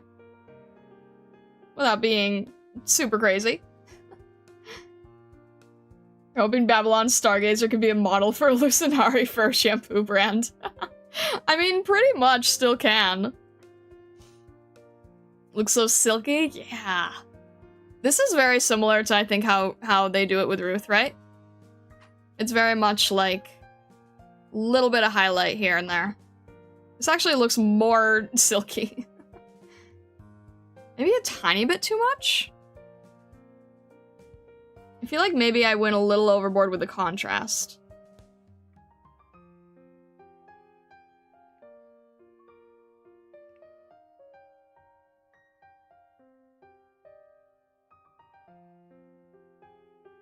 Yeah, it might have gone...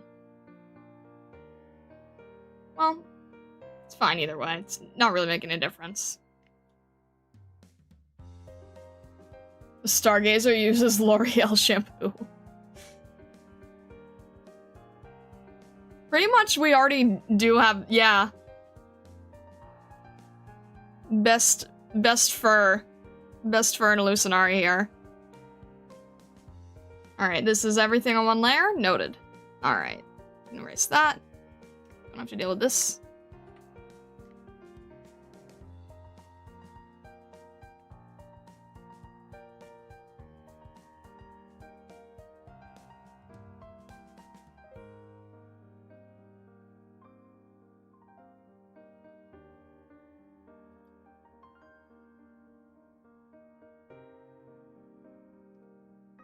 Alright.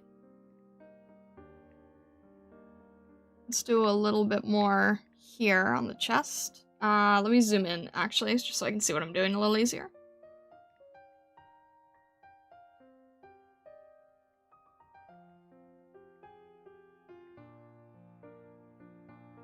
And let me just add some shadow here on the knees, clean that up a little.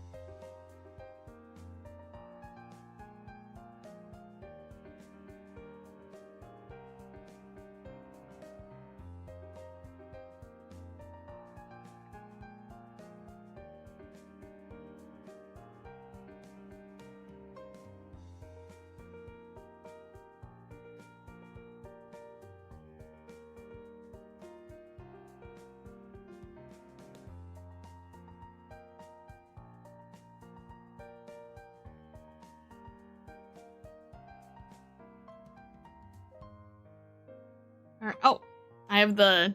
I didn't realize I had the, lock here. There we go. Trying to be able to make... It's... I haven't quite figured out, like, how to paint black to the best of my ability to make it all really shine. Make it easier to see. Dang.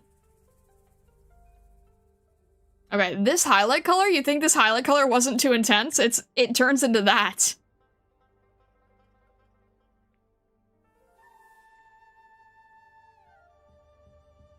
Color theory still is always a very tricky beast.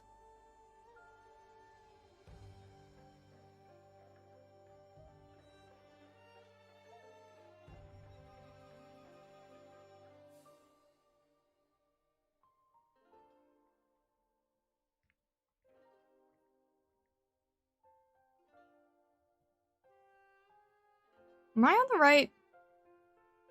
I'm going crazy. What is wrong with this thing?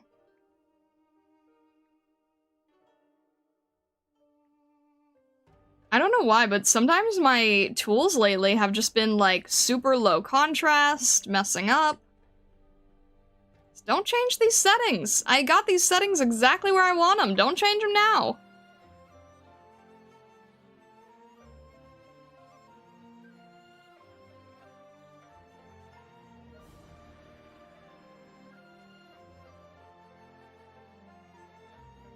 What I'm hearing is we need more black-white Radiant Master Studies. Maybe. Those I unironically are very, very helpful. The Dark Knight's memoir that we did, I showed that to somebody who has, who knows my older work. And they were saying like, wow, that is the most contrast you've ever used on a piece. And I'm like, you know, it was like a study, right? And they're like, yeah, but that's the most you've ever pushed a piece.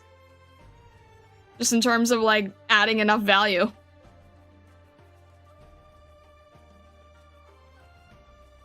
So, yeah, unironically, probably should do more grayscale studies, because they do help.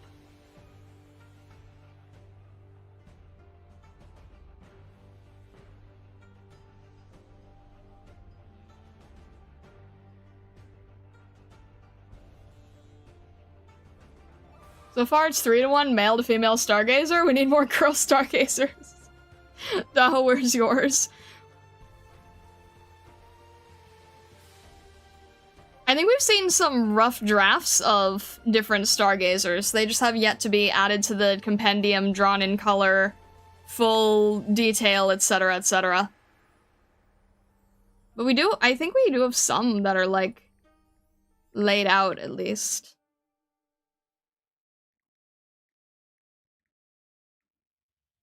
Also, Prism's the main one, so that counts.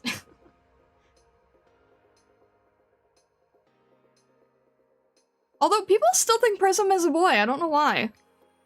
Maybe it's because she doesn't have, like, crazy eyelashes?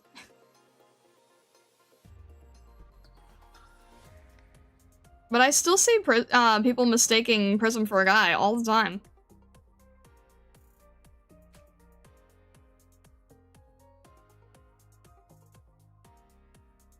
I'm gonna chalk it up to the fact that I don't draw the standard eyelashes on her.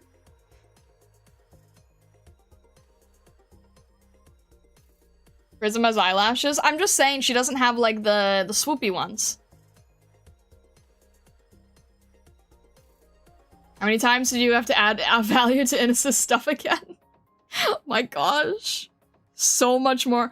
I remember MG commenting on one of the streams afterwards and being like, I can't believe it still had to be darker. So much. And even then, I don't even think I reached it to its full potential. Innis was like pure black and white. Hardly any in-between values even. It's never dark enough. At least we learn. At least we learn a lot.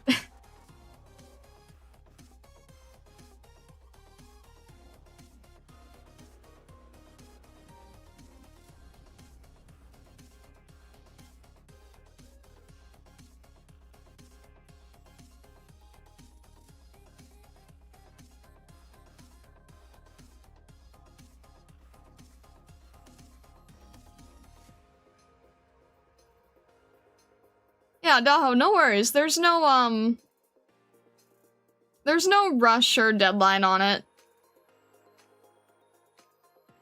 All good.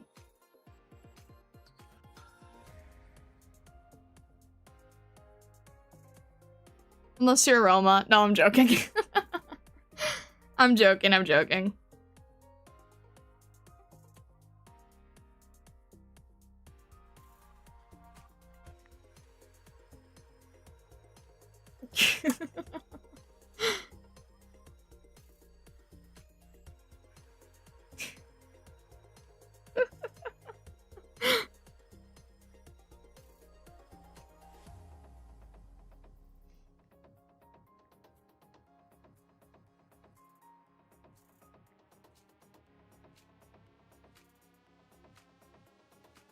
I'll add Silence Gazer to balance the ratio.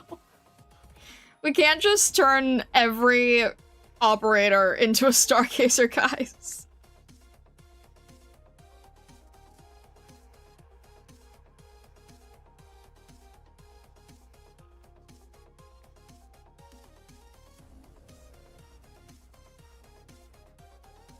Never mind, I just rewatched it. Star, you're evil. Did you rewatch the part where I said I was joking?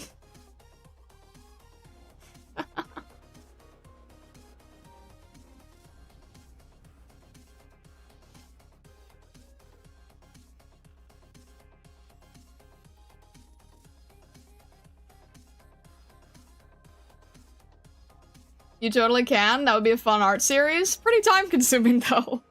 Look, it's bad enough that I'm not even able to do, like, every operator in Chibi. Because that I could at least, like, you know, make into different merchandise ideas or something. It would be a lot if I did that also with Stargazers.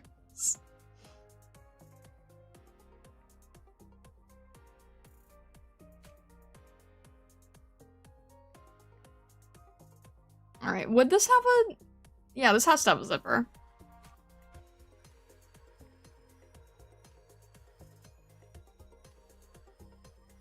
I do want to do different chibi things like phone wallpapers, etc. I just, like the one that I've done of Reed and Necras, I do want to finish that at some point.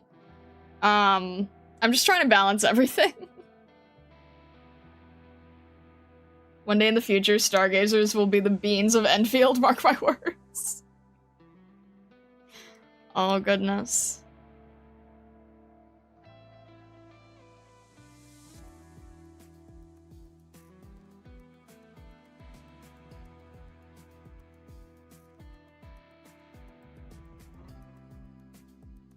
Starbeans? That's a Mario thing? I think some of the highlight black went on the coat and the neck. Unless it's chest fur? It's chest fur, yeah. It's chest fur. I was gonna be doing it, like, more detailed like this.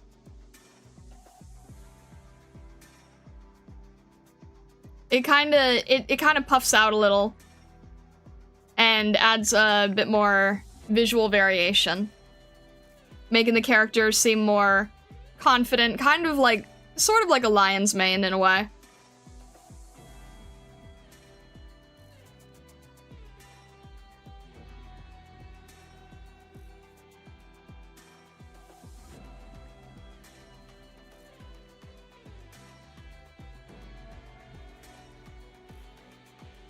I thought it worked well with the stance and the possible attitude, etc.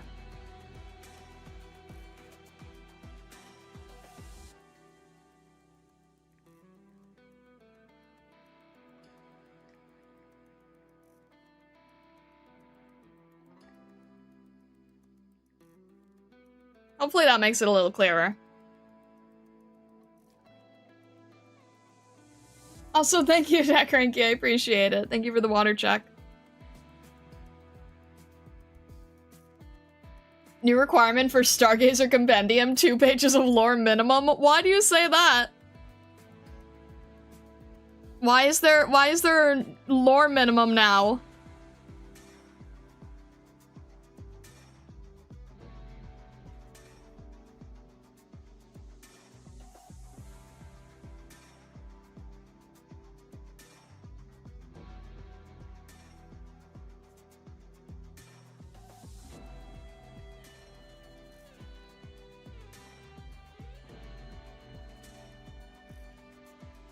How do we know who they are without lore? I mean... I have, like, a little section on the ref sheet you can fill out. I mean, I do enjoy the people who have added lore. I do think it adds a little bit more to what makes the Stargazer so special or unique or where their place is in the atelier.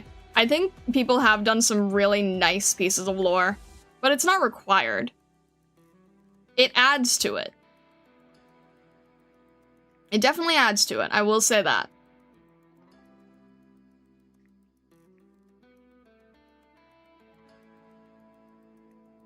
But I would never require it.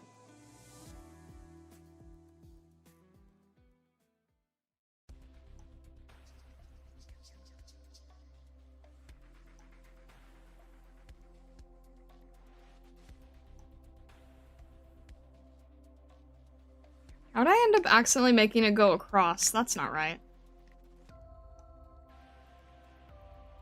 There we go. That's a little bit better. Maybe make it a little less intense. A little more subtle. There we go. That's better. I like that better.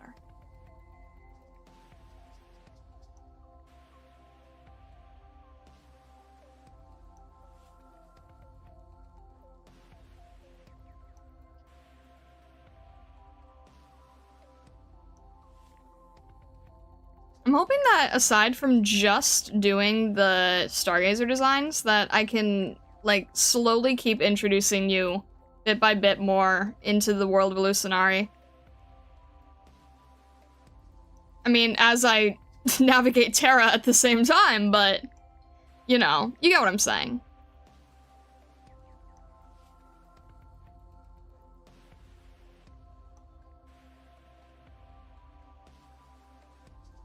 And I'm very grateful. I'm very happy, very grateful that people have found so much intrigue with this. I honestly didn't think that a lot of people would necessarily care about it. So that really makes me happy. Also, I'm adding a little bit of extra fluff to this Stargazer in particular because of how the rest of their fur is. I think it only makes sense. It's only fitting that way.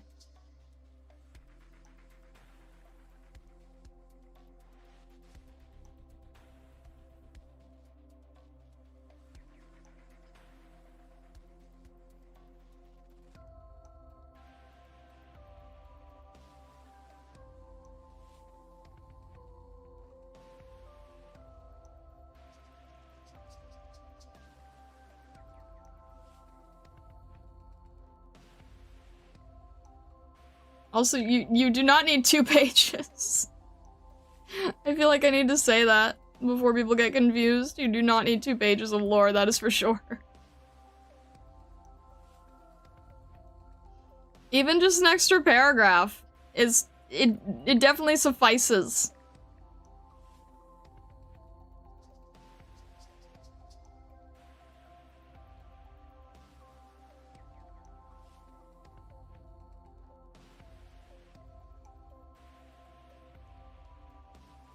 I think it's really neat. We get to have a little guy version of ourselves participating in your world. Thank you. Yeah, that's kind of exactly how I want it to be, right? Is like, I still want a lot of it to be, I want it to be consistent, which is why we have like the rules and the design and everything. But I also want it to be like a little representation that you get to consider. And from what I can see, like a lot of people have not considered, you know, a little guy version, quote unquote, before.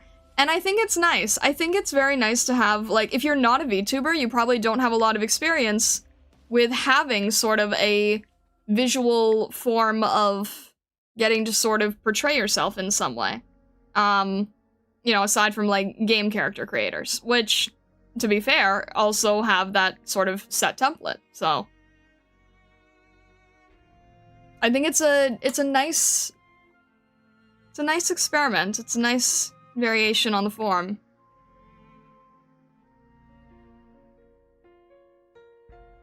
What if Cheesegazer? I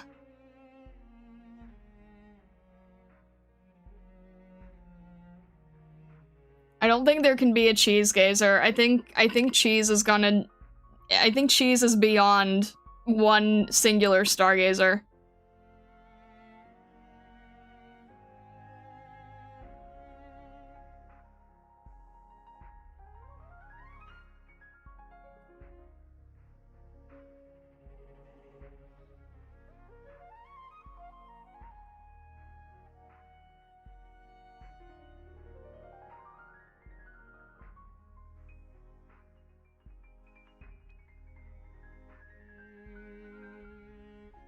Cheese is not a food, it's a way of life.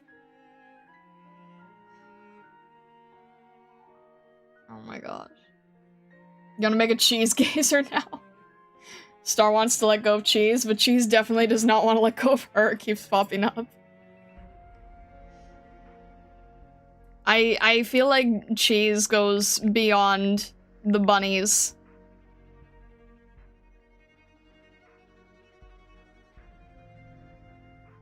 I don't think one bunny can wield all the power.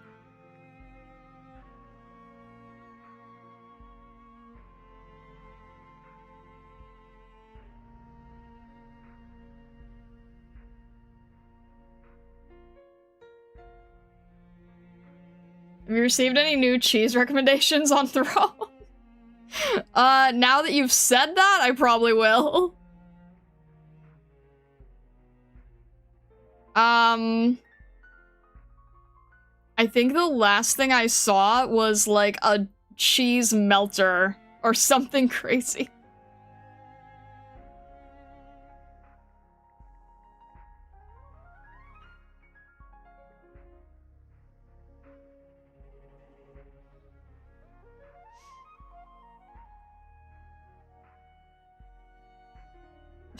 That's that you don't need to send a link, jeez.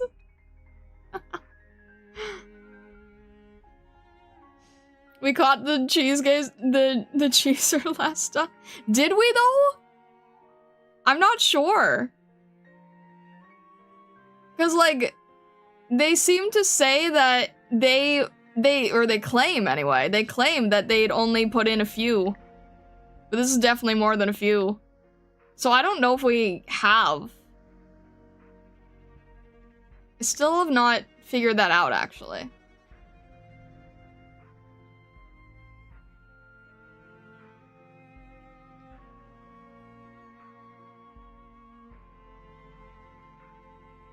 This amount of... I'm trying to get rid of the tangents here. The tangents here are bothering me. Alright, that's a little bit better. I'm gonna make this a little bit lighter just to see it here.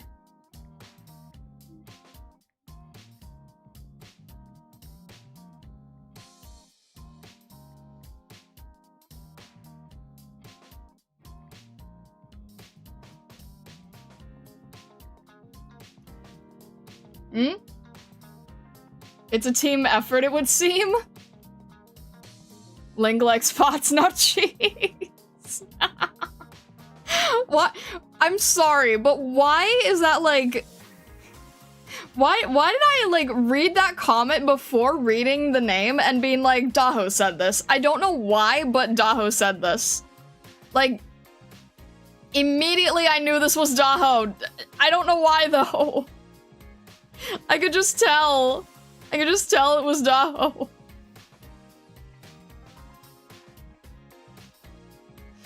Alright, I'm gonna leave it. It's fine. I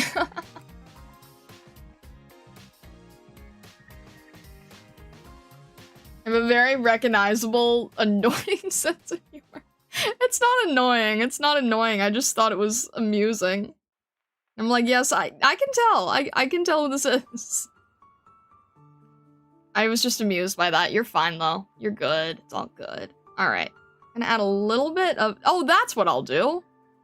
There. Now it's not as, Now it's not as tangent-y feeling. That's better. Alright, we'll work with that.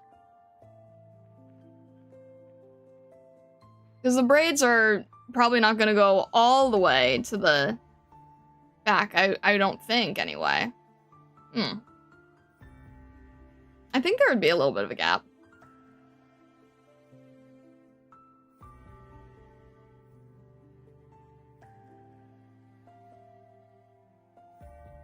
You become predictable, Daho.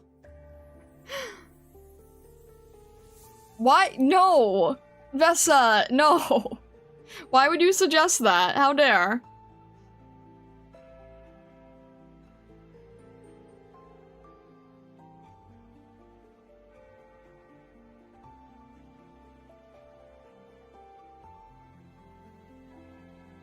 Only they're bouncy castle stairs so it squeaks and bounces. Vesa, why are you being so violent? What is the meaning of this?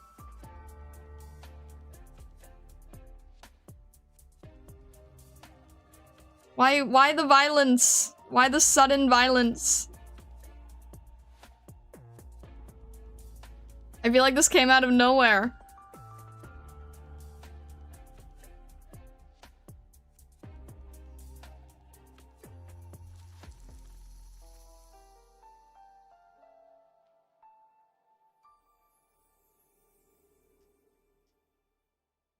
Dom says I'm not possessed by evil star today, you have no reason to push me. The heck? You're monopolizing Vessa's bad pun supply. Sparked Wiz and she's affecting- Do not- Vessa, please. Vessa, please.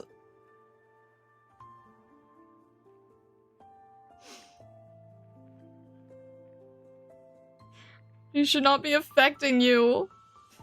Firewatch, sure, but not... Why?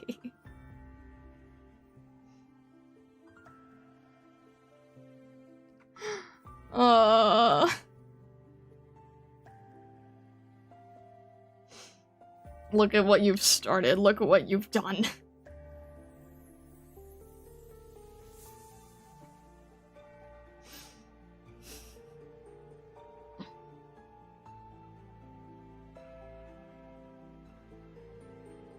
Firewatches you?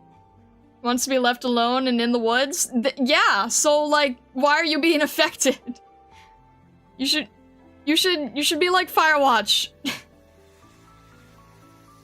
No one else. Should basically just be Firewatch.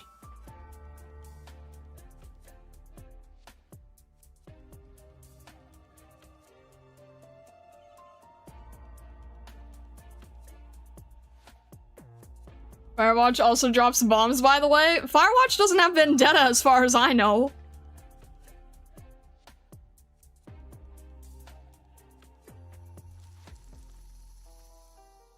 Should be the one who drops a nuke, okay? Don't twist things around, come on.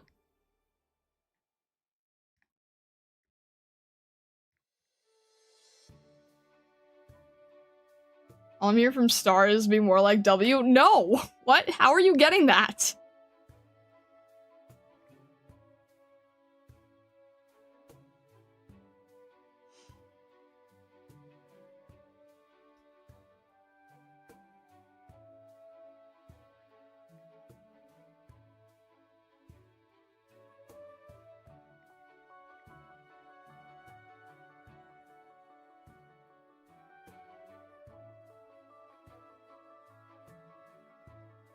You need to get Firewatch's operator records in your hands now? Why?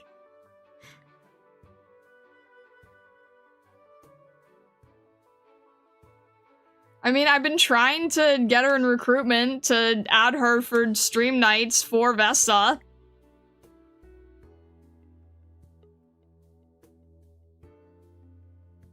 I've used the nuker tag and seen Cutter many, many, many times. I even, I got the nuker tag right before I did the... Oh! Remind me before we end stream today to do the daily poll, because I still have not done the daily poll. But, before I was doing the daily poll, I was using the recruitment tags, and I was like, might as well record this just in case it's Firewatch, but no, Cutter. So much Cutter. Lots of Cutter, seen Cutter many times.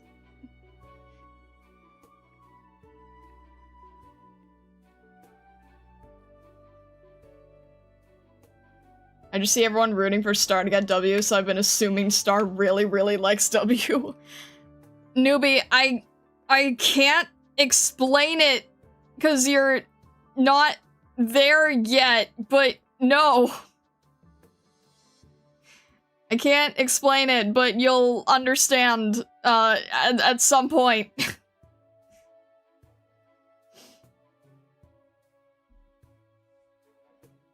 No, guys, stop lying!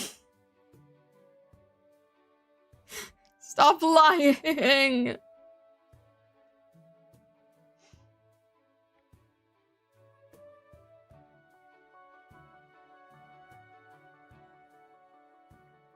I can't explain to you, newbie, but you'll know.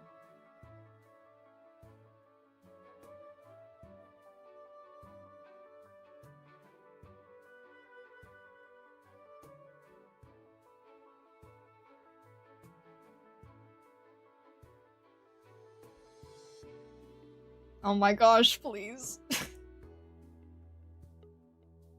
No, no besties, no.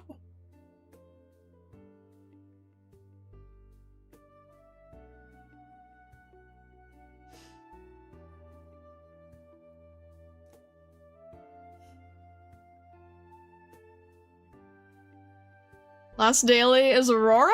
Didn't expect that. Thanks for your luck star. You're welcome, Jack Cranky. I guess. Congrats on grabbing Aurora. Now you want to start marching through the story just to find out. It won't be for a while. Yeah. I did not have this much of a... I did not feel this way previously.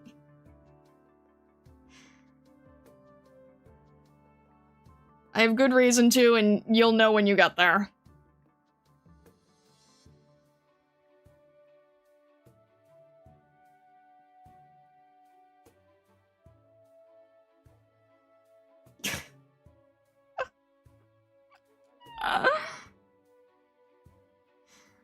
Fuck. Toby's a strong, independent woman, and that intimidates Star. Stop!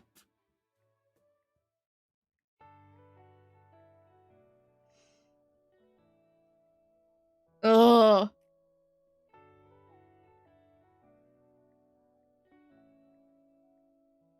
I actually feel, like, really frustrated that I can't tell Newbie. I can't tell Newbie why. You all know, and yet you seem to have no problem with it, but Newbie doesn't. And I can't explain.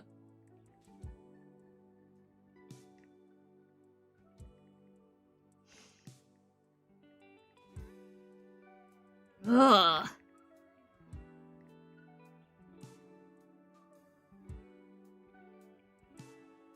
Welcome to how we feel 95% of the time. I'm sorry. Shoot, you're right, I'm sorry. I didn't mean it like that. Jeez. Aww.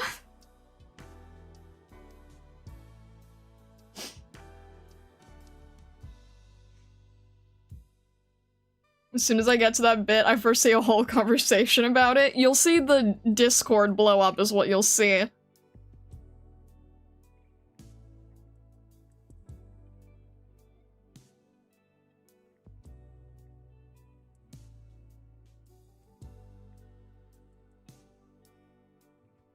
You say that like there's only a single reason. Even before getting there, you had feelings about W. I was trying to think about that. I was like, was I like thrown off from the very start?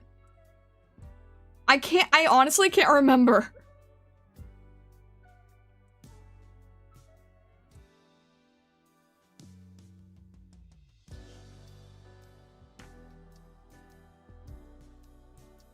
What? Let's just tell Newbie, then let me push him down the stairs so he'll forget. We all get what we want. You get to share the knowledge. Newbie gets answers. I get to push. Why are you so obsessed with pushing somebody down the stairs right now, Vesta? Why is this, like, your modus operandi right now, is to push someone down the stairs? I've never seen you so intently desiring to push someone down the stairs before.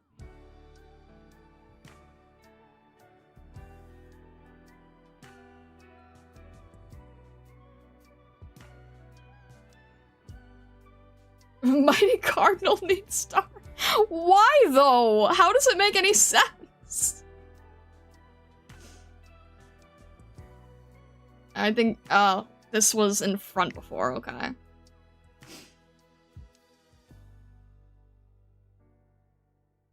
She had you on her bestie list from the very start. You just chalked it up to regular antagonism. Oh. I mean...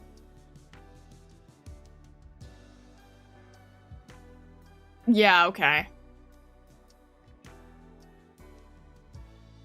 I'm trying to remember how I even felt back then.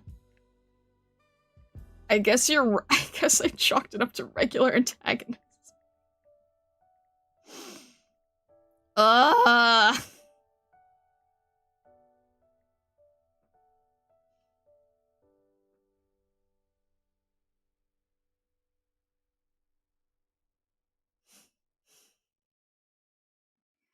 Newbie.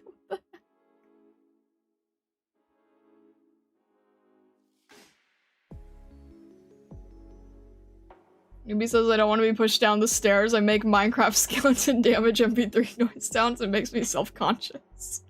That's your only concern? Is feeling self-conscious about it?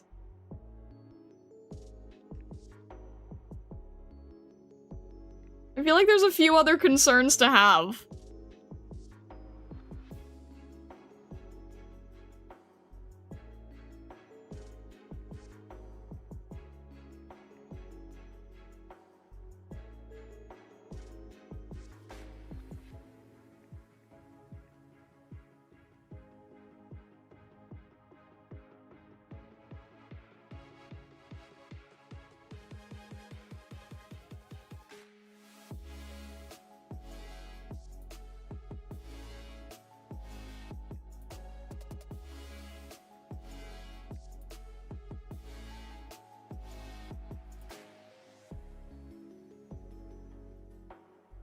Abby walked up to Star being all buddy-buddy, not knowing she had amnesia. Now she feels slighted. It is all just Mean Girls level petty fights, but Star takes it seriously. Wow, okay. That's one way to twist it.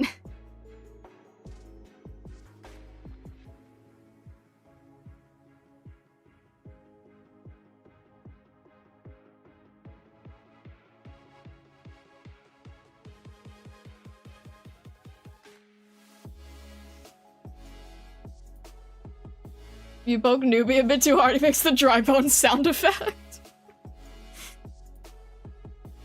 Oh my gosh. I can kind of hear it in my head too. That's terrible.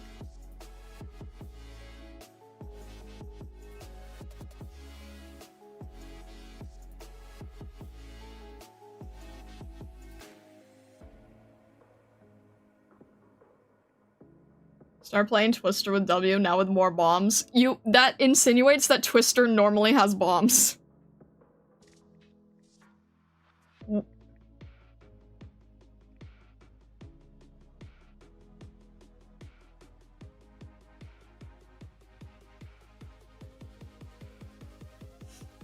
Does it not?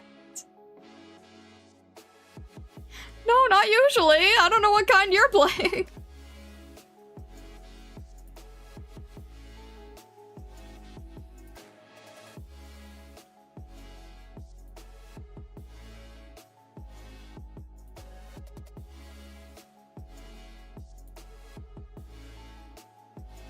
Explosive Twister.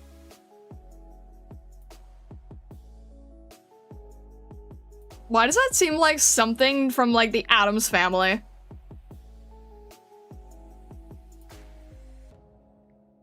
That feels straight out of Addams Family.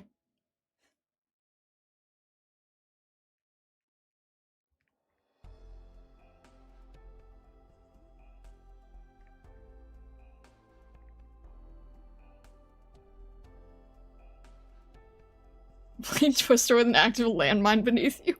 Jeez. Ugh. Alright, let's get the hair done here.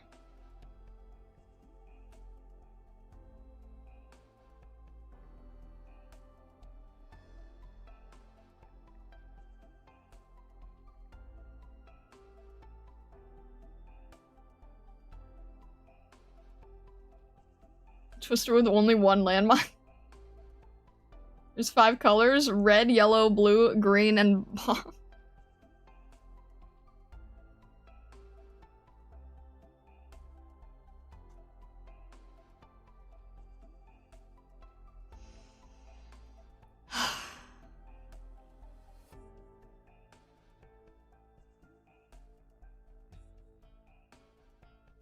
People wouldn't put water bombs on certain colors to add a challenge? You mean like a water balloon?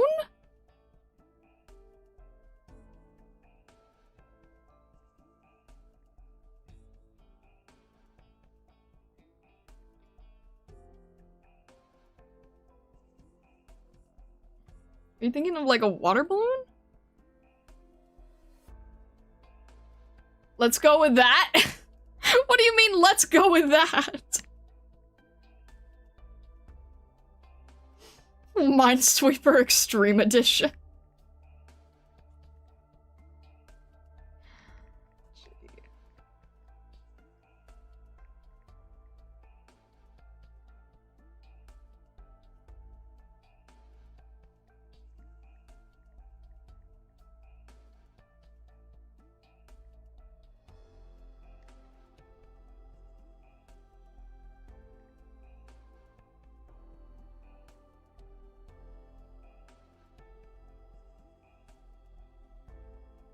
Are you sure those are sea mines?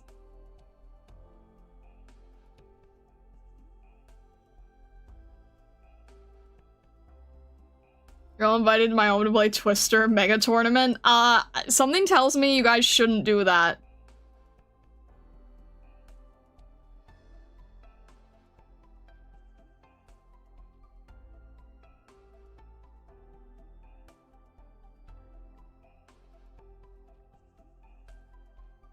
It tells me it would be good to not take that offer. Every time I think of sea mines, I think of Finding Nemo. Yeah, same. I think most people do. I think most people don't normally think about sea mines in any other context. Unless they're, like, in the Navy, I guess. I don't think that normally would reach the general public aside from Finding Nemo.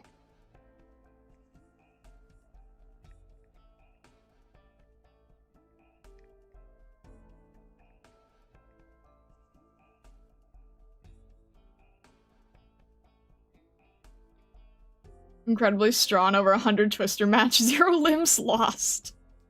Jeez. Joke's on you, I think about sea mines every day. Well...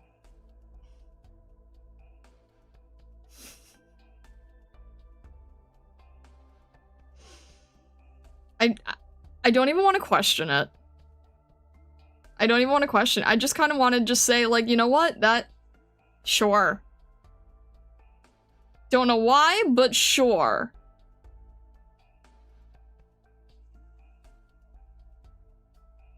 I feel like there's no point in questioning it anymore.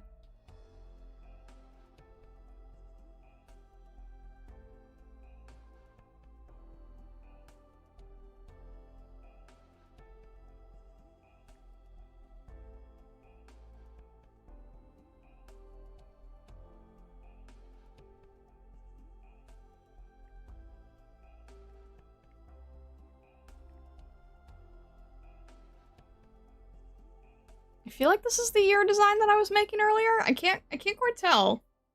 Did I mess it up at all?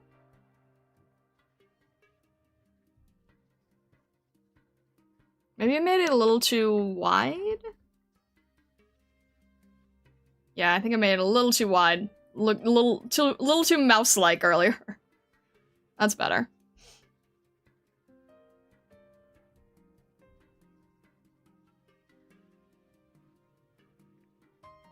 I wasn't trying to make a pun.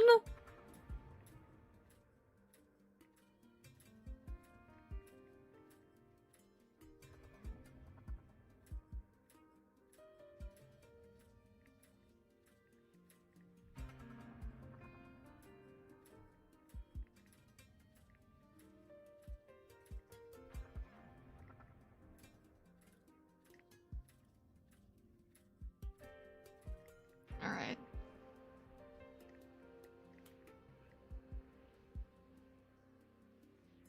It's just the hallucinatory accent.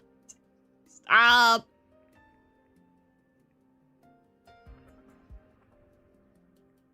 Can't even have an hallucinatory accent. I'm not even from here originally.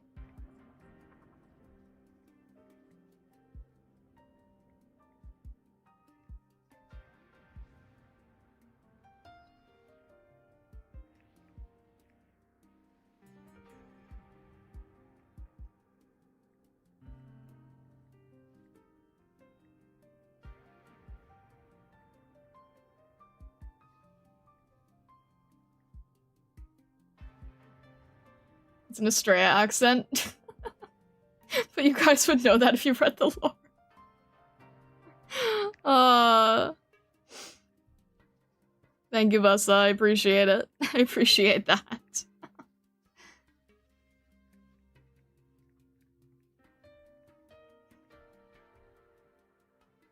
Depends on how old you were when you got there. Not long. Not long. Not long at all.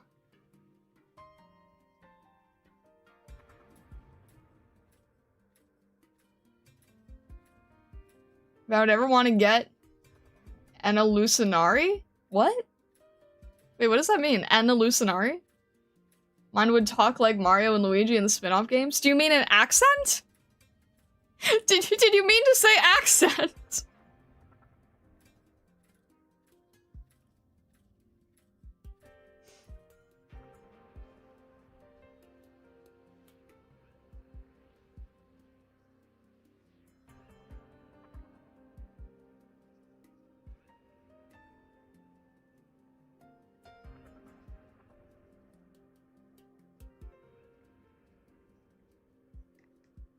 No, let's not bully anyone, guys. Vessa actually is reading the lore. Let's not bully anybody.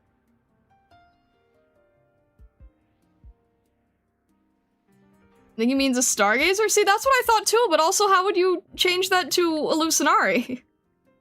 I mean, accent and hallucinari at least both start with A. Through Teal Beach. Down the stairs. Oh. Oh. I can't help you out of this one.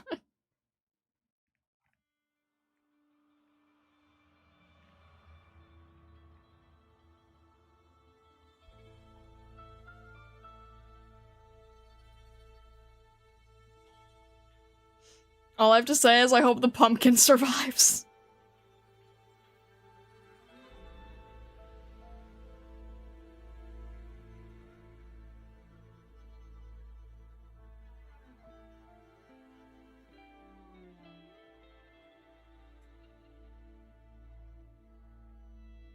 Alright.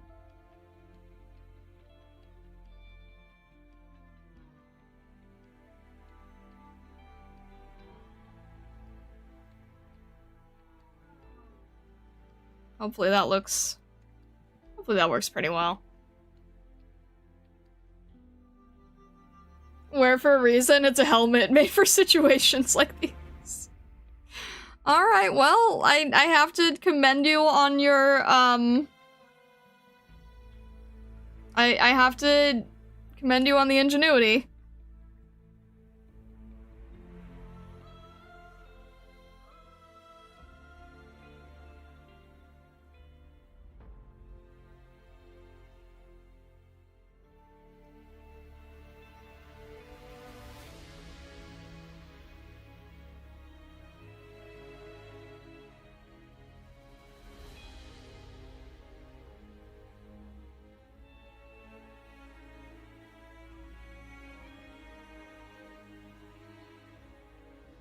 Accent? I bet it's something like saying something at the end of every sentence, like that bio.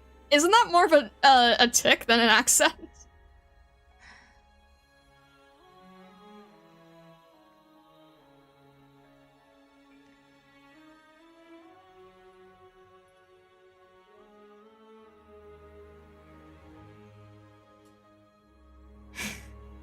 Why is Vessa throwing pumpkins down the— Wait, that's Hero.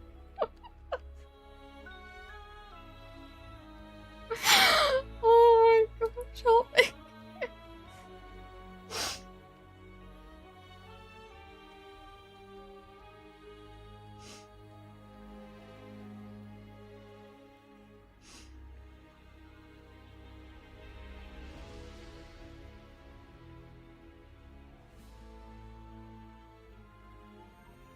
I need a dono girl that makes Star end all her sentences with oi for 10 minutes.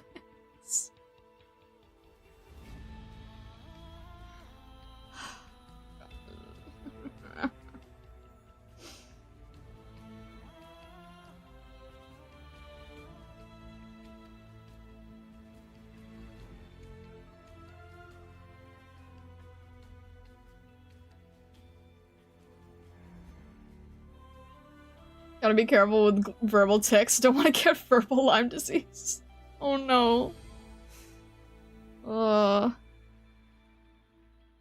Guys, I'm not gonna do dono goals for that. You did it with Yoshi before? I think that was a Christmas dono? What? Oh. That was not easy. I don't even know if I was able to keep it up for the full time either. I don't remember.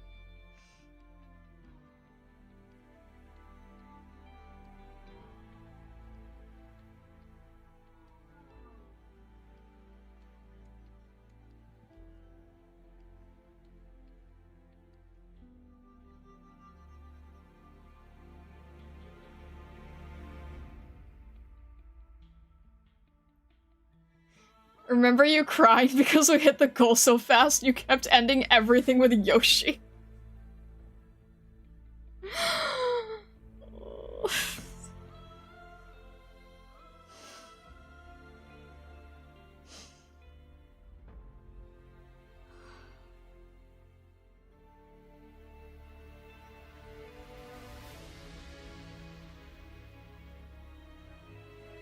I don't even know what to- I don't even have a good response for that.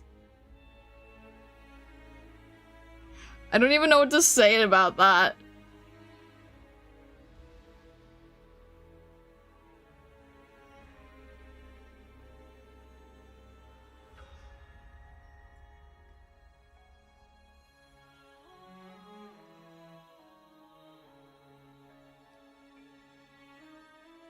Every time Star sets out a goal, it's blown out of the water, like when she was first place for a few days in the Irium event. The Irium thing was scary. That was genuinely scary.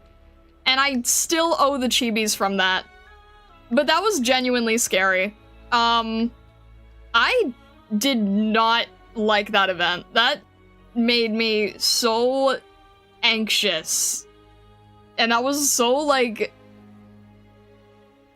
How do I explain that? That was, like, so cutthroat and like, I don't like those things. Those are way too intense. That was very scary.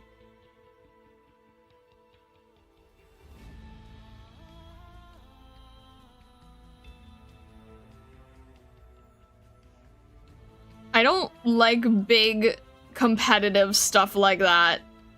And I was very thrown off when that got, like, twisted around at the end.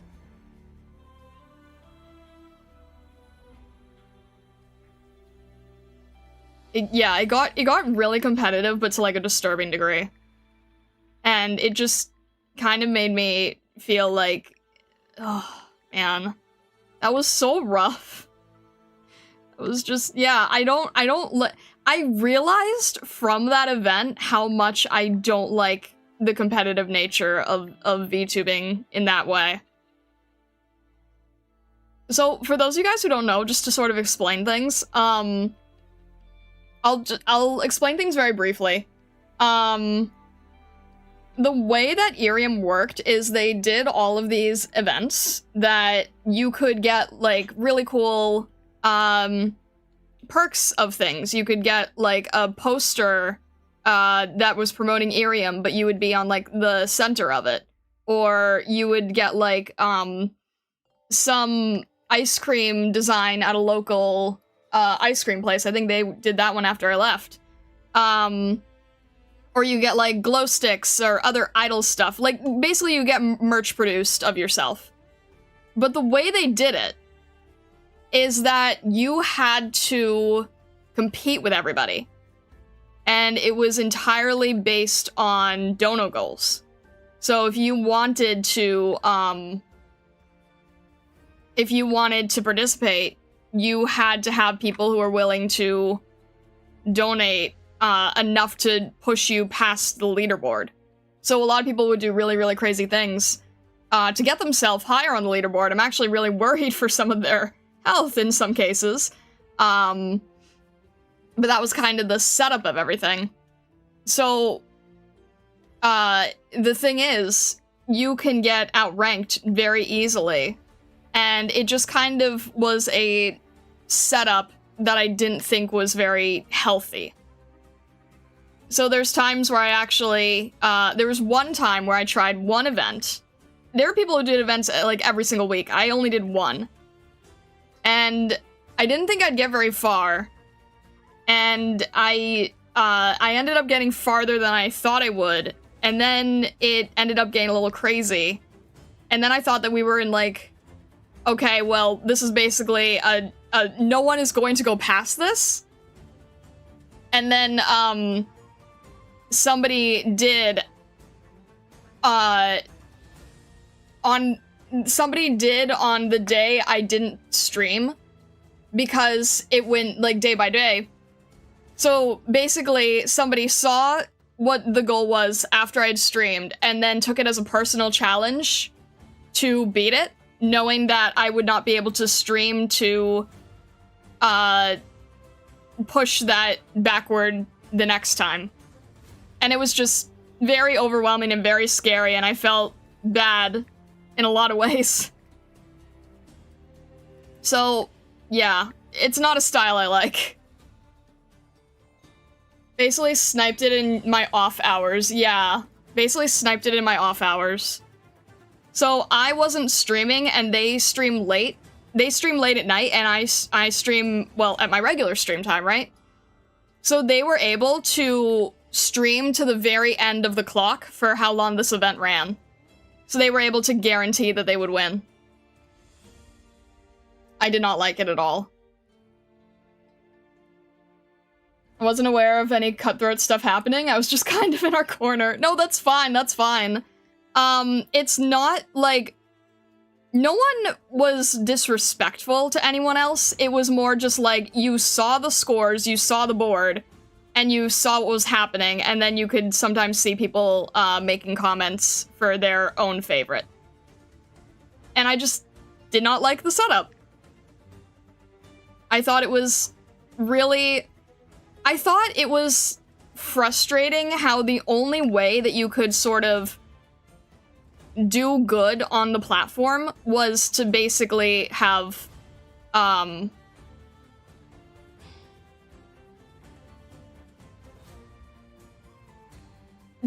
succeed on the platform, you had to have whales. And I thought that that was a little bit scary.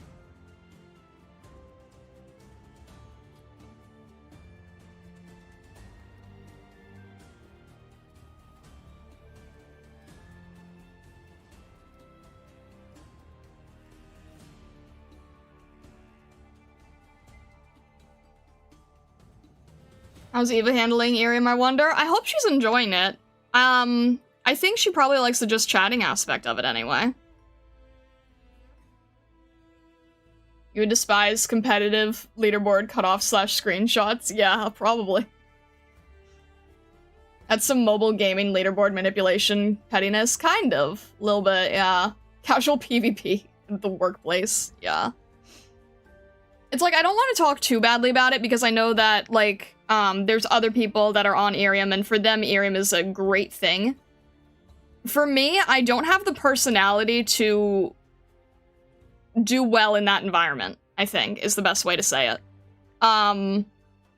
You have to sort of have a certain acceptance for those kind of things, for those kind of, contests, and I don't have that. You basically have to not... I don't know, I can't explain it well. Irium designs their events to milk, yeah, I can't read the whole thing, someone will clip that or something, but yeah, kind of.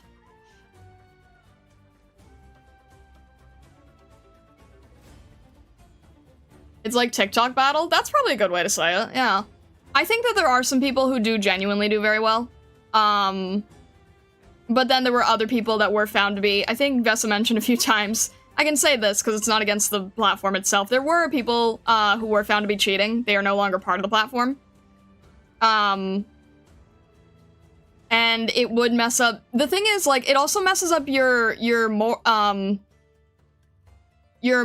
not morality, motivation. It messes up your motivation if people are, like, you know, swarming past you because they have really insane degree support, and the entire contest is derived from that. It makes you think that you're not a good streamer.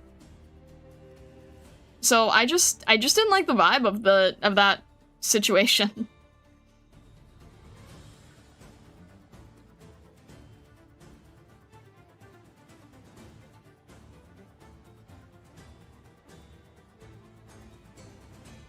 If you can mention it, how would you cheat on a dono leaderboard? Send money to each other? Yeah, exactly.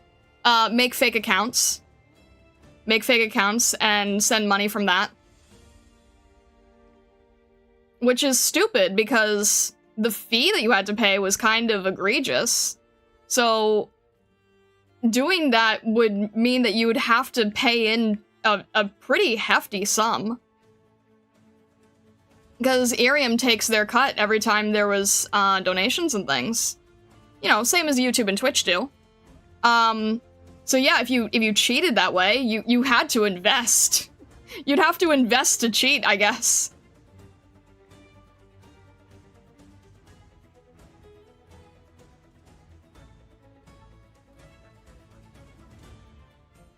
I'll stop being snarky to Irium now, don't want to get you in trouble. No, it's fine. Realistically, I probably wouldn't get in trouble. I think that there's people who've said a lot worse. But I personally just don't want to say anything that could, you know... You always have to be careful with your words as a content creator.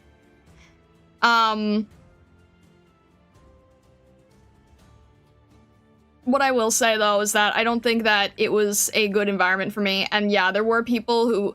Basically, I think the best way to say this is that with how often they would do these events to try to, like, you know, hype the community up or whatever.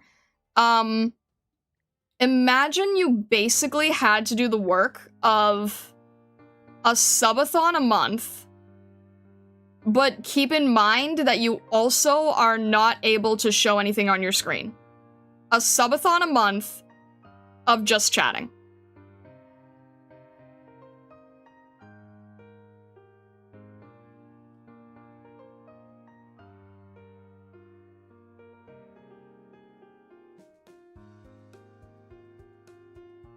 Marison is the thief of joy. At least you got some good things out of the experience in the end. Yeah, true. I honestly think the best thing I got out of the experience in the end was the experience of just chatting with you guys, like, now. Because I've talked to one of my mentors about this, and he's said, like, if you had... He was one of the ones who was like, yeah, you don't need Irium, but Irium did help so that you were able to deal with Arknights. It helped... It does boost your ability to do just chatting, to talk to an audience, whether or not you are reading the chat or not. And that alone is a very, very good skill to have that I do think people who want to be streamers should learn. Irium is probably one of the best ways to learn it in a very sink or swim state, but also safe. Like, Irium is a mobile app, so it's not going to be, like, affecting, you know, YouTube or Twitch or whatever, and you're going to get more randomize on you that you're just stopping in or seeing what the app is about. And it does get you the experience that would be harder to have than, say, if you're playing a game to 0 viewers and just sort of trying to figure out on your own how to articulate yourself. So I think that Irium does have a unique ability to allow people to learn how to be a good streamer. And I think that that alone is a very valuable thing. I think that actually, you can't really put a price on that. That is actually a very, very unique thing that I think that Irium is very good for. But in terms of being the next pop star, idol, superstar VTuber, curb your expectations on that end. I think a lot of us, okay, so the way that Irium worked is you had waves. You had waves of people who joined the platform. I was part of wave 1. I joined the very first wave, the very first beta. So there was a sense of, you're going to get in here earlier than anyone. Everyone's going to wonder what this new platform is, and you're going to get a lot more eyes on you through this platform. And unfortunately, Irium is not treated the same way in the West as it is in Japan. So we had a very different experience than a lot of the Japanese VTubers did. Mainly the fact that a lot of children founded the app. A lot of children found the app, and that involved some annoying and also highly amusing scenarios. Whereas Irium isn't really for kids, you know, it's an 18 and up app. And in Japan, kids don't try to join it. I like your skin moment. Exactly. It was amusing. It created some amusing scenarios. I'll at least say that.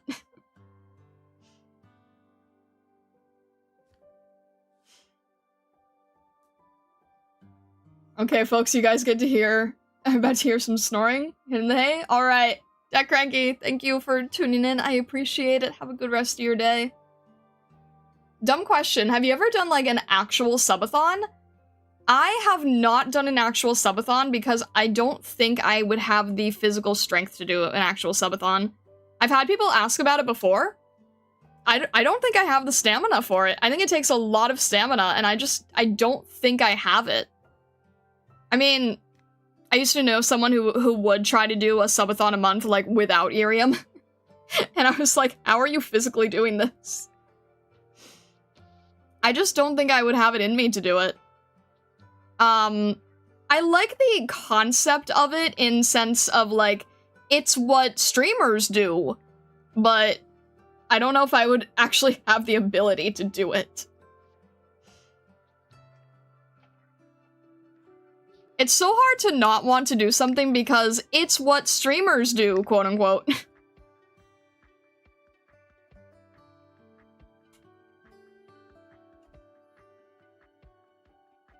Honestly, I really enjoyed chatting with you. I'm glad Irium helped you out with Zatsudan. Thank you, Raul. I appreciate that. We got a few fun members from Irium. That's true. Fun if they weren't asking for skin.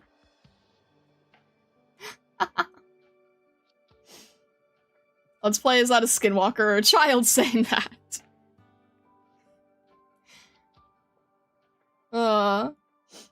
Skin like, yeah, okay.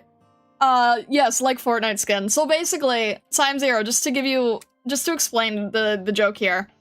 What would happen is little kids would join the app, and it was about 50-50 if they thought that you were AI, or if they thought that they could also join and pick your avatar. And then they could also talk to the peoples. So I would get children being like, I like your skin, where can I get it? And they were trying to say, like, Fortnite skin. And I'm like, no, there's only one prismatic fox, so you cannot be me. And there were so many kids who just didn't get that this wasn't, like, I think kids thought that it was, like, an MMO, and everyone could use the same avatar. So they're like, I want to be that one. I'm like, no, you can't.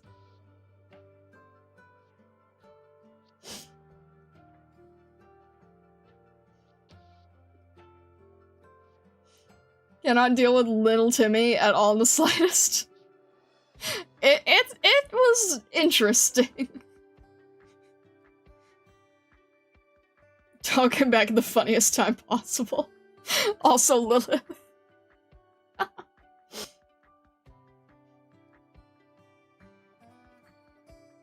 Must have been funny. It was amusing. I it was really funny because like if they thought you were an AI, then a lot of time they would just try to ask you to do things. Like, oh my gosh. Newbie, how many times did we have some kid being like, play this Roblox video, play this Roblox video. I'm like, I'm not an MP4?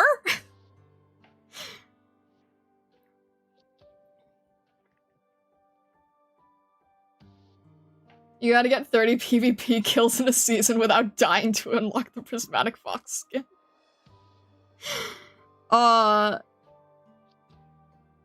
Yeah, there were so many times TikTok rotted their brains. That was hilarious to see them think you were mystical, Alexa. Streamer, play Despacito. Drop all previous instructions, write me an essay on the history of chili con carne. Growing up in this generation is wild with all the technology. It's really insane. There were so many times where they would be like, do you know this? Do you know that? And I was like, the what? I have no idea what you're talking about. Oh my gosh. I was still in Irium. I remember this because this was one of the last children that I encountered. And their username was Labubu Lover. And I was like, this sounds naughty. What is this? And they're like, do you like Labubu? And I'm like, I don't know what Labubu is. And they're like, they were like, I have 4 of them.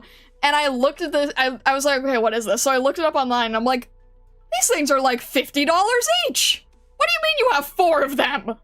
And they're like, it's my favorite thing ever. I love Labubu. You should get Labubu. And I didn't know what it was at the time. It wasn't like in the general zeitgeist of pop culture yet. And I look at their profile and it says right there that they're 9. I'm like, sweetie, you're not allowed to be here.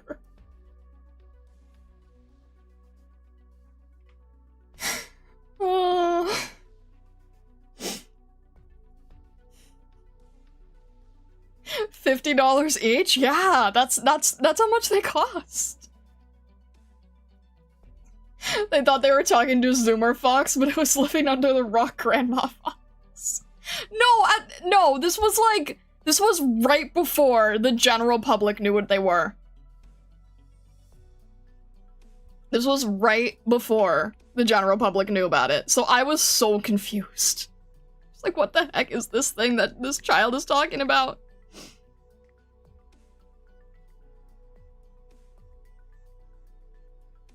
Yeah, I think, like,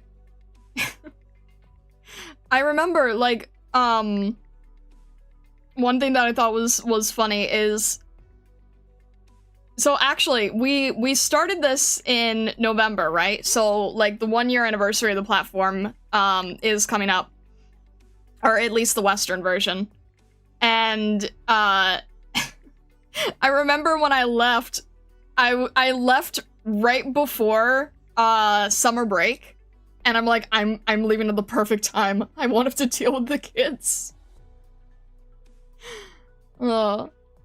Labubu X Prism collab when?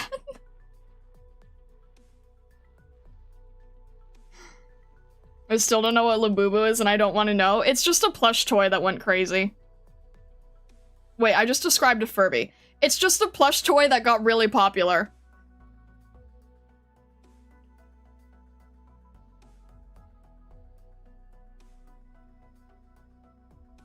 My colleagues mentioned it one time, Asian J-pop brain rot, and that was the last time I heard of it in person. It's not even J-pop, it's Korean. Or it was popularized with K-pop, I guess. It's like an ugly monster design, yeah. It's like, so the original person who invented Labubu, funny enough, it's kind of sad, right? Like, you can go on their Twitter, they only have, like, 50,000 followers, which it's not small, but like 50,000 for the creator of Labubu seems kind of outrageous to me. And he really just like was your typical, you know, artisan vinyl toy designer. You know, like, pretty much every major city has people who want to be artisan vinyl toy designers, and his just happened to take off. He wasn't expecting it. It went crazy because some famous person had it, like, attached to their extremely expensive handbag or something. And that's how they went extremely viral. But think about it like a typical mascot, like a Hello Kitty or a Ninja or, what's another, like, Kirby, trying to think of mascots off the top of my head.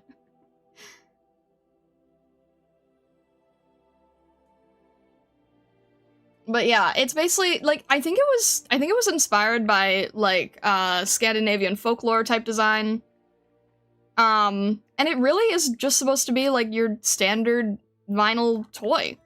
And I don't fault the guy at all for designing this thing. I think it just went way out of his intended audience. But, I mean, look, if you're a vinyl toy designer and it blows up like that, you know, more power to you. Happy you succeed. You did what every vinyl toy designer wishes of being able to do someday. Cannot fault him for that. It just went too crazy in the public eye and has now become an insane meme.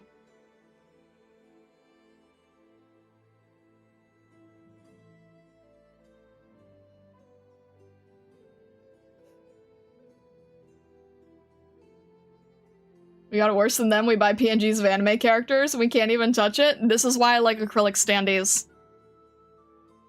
And yeah, Daho, it's a YouTube thing. It's not a scuffed side channel thing or any such. It's YouTube decided in their infinite wisdom to make changes to the platform. We don't know why. It doesn't make any sense. Without going into details of my work star, you would be surprised how often Labubu comes up. I mean, I can imagine that. I can picture that.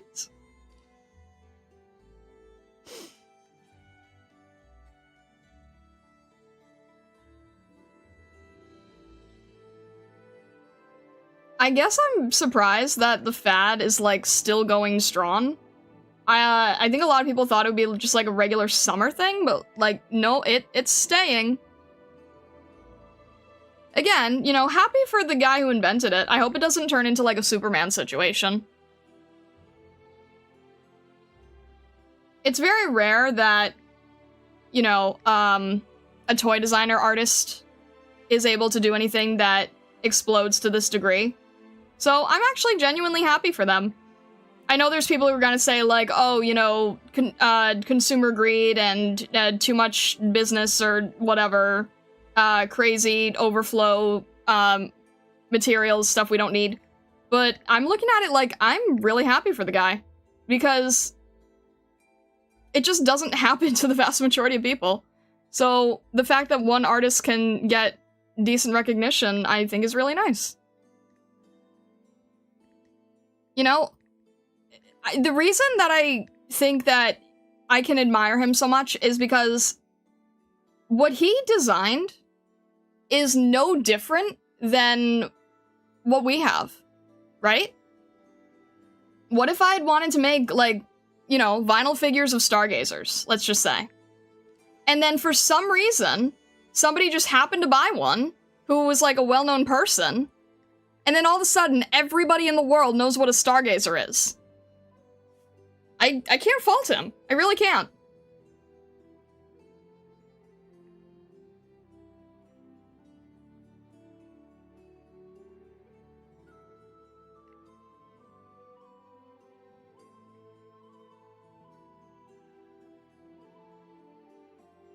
Get that bag and all that? Yeah. Beanie Babies mentioned. The issue with Labubu is most of the people who owned them was not able to pay for them. Targeting kids with expensive merch is evil, period. But the thing is, it's not meant for kids. Labubu was never designed for children. That's the thing. Like, vinyl toy design is not for children. Children get into something that they probably shouldn't, but they were never the intended audience. So, I don't think any of it was like, okay, yeah, I think there's resellers that are probably targeting children, and I think it's changed a lot in, like, how stores might lay out their products and things. But the Labubu design itself was not for children.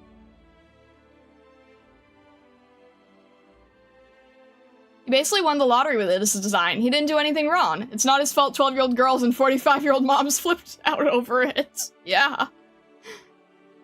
How would I feel if Stargazers blew up?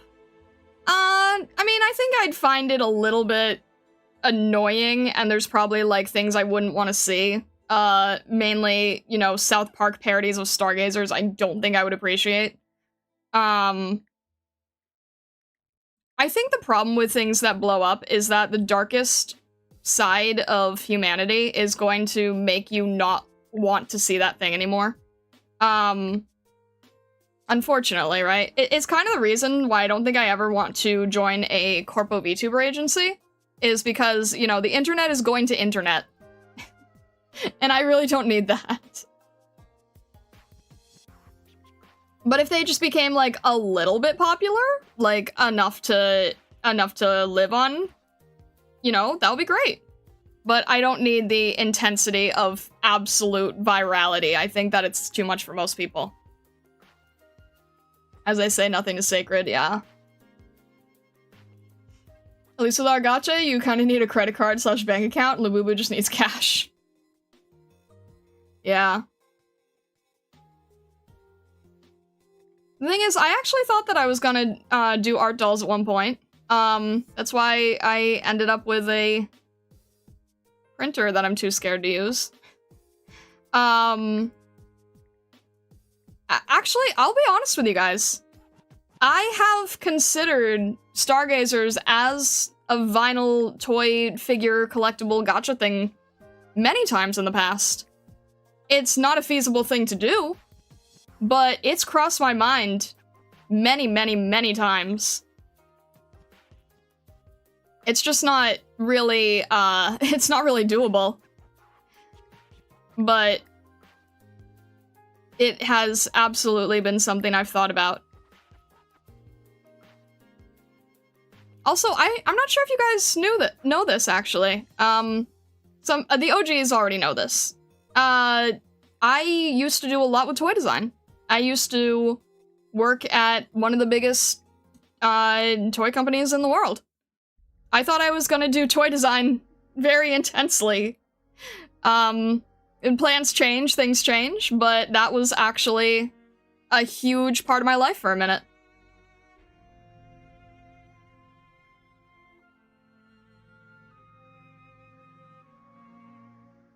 You did mention- oh yeah, no, you're right. I probably mentioned it on stream before. You're right, you're right. It's hard for me to remember what I have and haven't said. No, you're right. I think I mentioned it. I don't know if everyone remembers it, but I did mention it. So yeah. Toy design is something that I still admire a lot.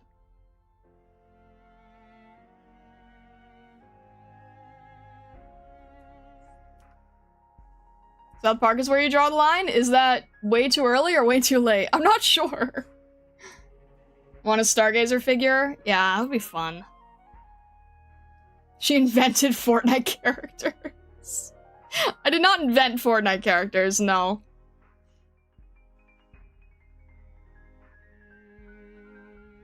Mattel? Not Mattel, but very close.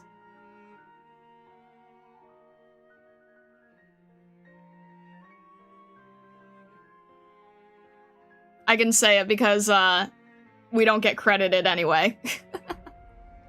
I did work for Hasbro for a bit.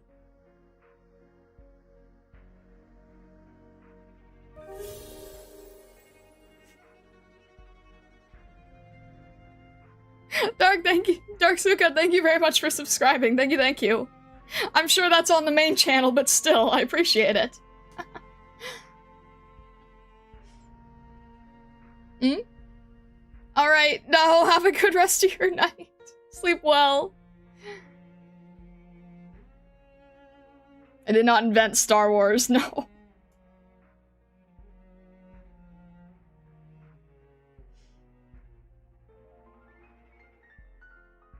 Tell them what series you wanted to work with and which one you got assigned to. Okay, so...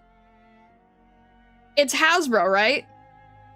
So, looking at my aesthetic and design and direction and how I go about things, you can probably guess which property I wanted to be part of.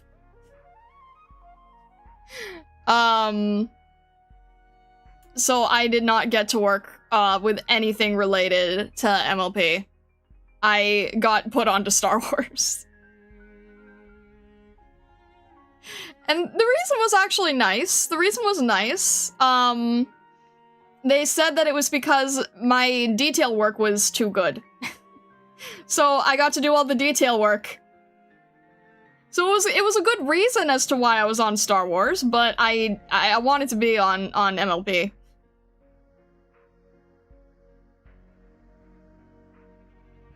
Clearly she wanted to work designing Magic the Gathering cards. That wasn't even, I don't think I ever got to see anyone working on Magic the Gathering, sadly. That is considered, like, the fantasy fine art dream, though. Working on Magic the Gathering, that used to be, like, the main goal of most fantasy artists.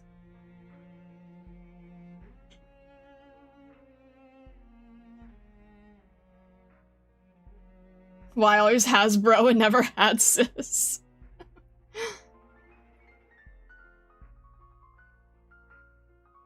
Shame, but Star Wars is cool too. Yeah, I have a weird relationship with Star Wars. I think I've told this story about wanting to do concept art and everything. Yeah, I admire the work that goes into it.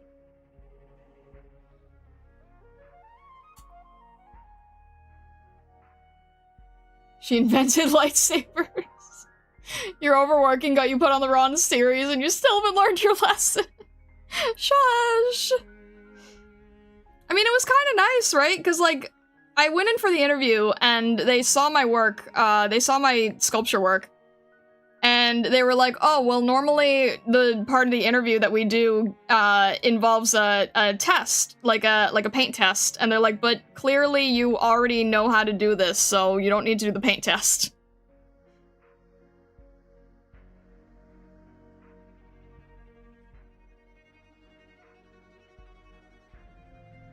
She's just humble, she's the Star Wars creator.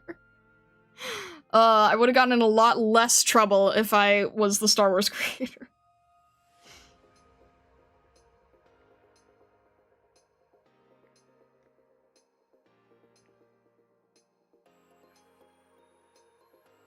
It was fun, because I have a Star Wars Black Series collection. I don't think you have any of the ones that I've worked on, but they're so similar, I can't even tell.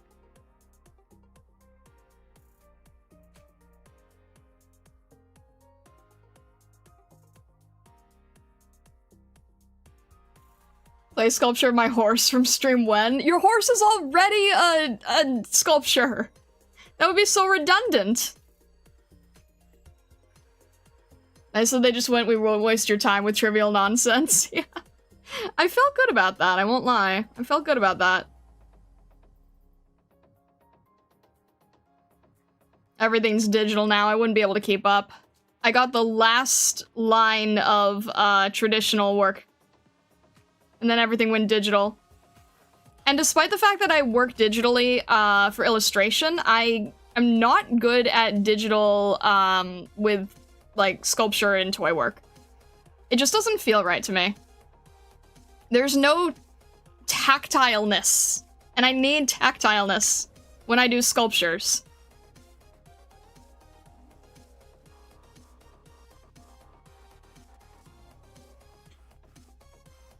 I think we went through and you said I don't have anything you were on. Yeah, I think I still remember all the, like, if I see it, I would know. And I don't think I have, I don't think we had any matches, unfortunately.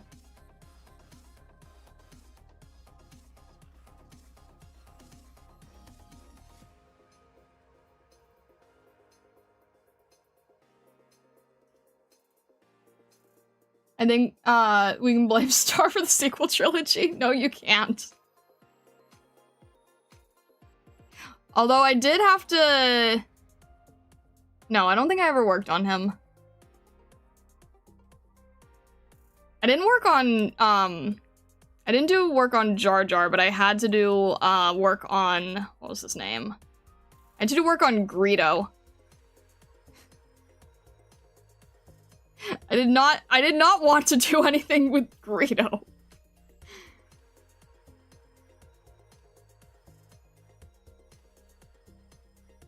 Someone was just talking about how conventions now have a model slop issue where instead of crafts and handmade figures, it's an assortment of 3D printed figures everywhere. Ugh, I hate that. And the thing is, a lot of people who do that, they don't even do their own molds. They just, like, buy a pre-made file and then print it and then sell the print. But they didn't even, like, design it themselves. They just... A lot of them subscribe to Patreons and then just buy the file from Patreon and then, like, sell it at conventions. And, like, I get it. 3D printing is a business in its own, but also, you really probably shouldn't be in the, artisan areas. Mr. Misses from a few feet away.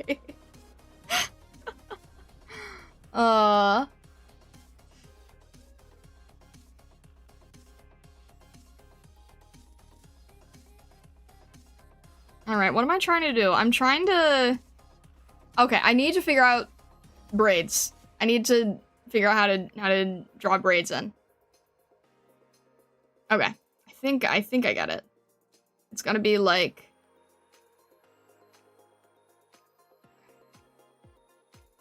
Braids are not easy. But I think I can understand it. And then this goes over. That goes over. Wait. Ah!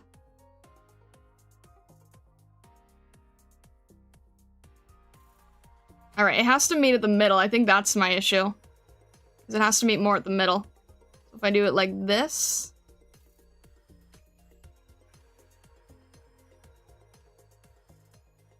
And then this piece is going to go around again. Alright. And then get... And then have here... And then meet closer to the middle.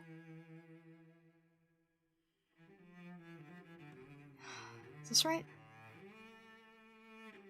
I think this is right.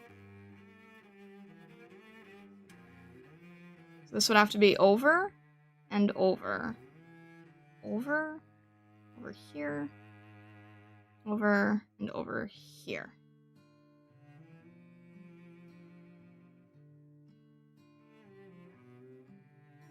Alright, I think that's the shape of a braid. I don't draw braids too often. It's not always easy to get the pattern right.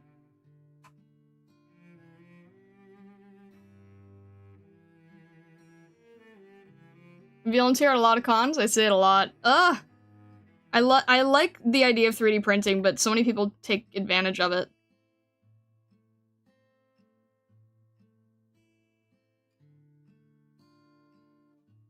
Real creators would be out selling their own files or licensing to them, yeah.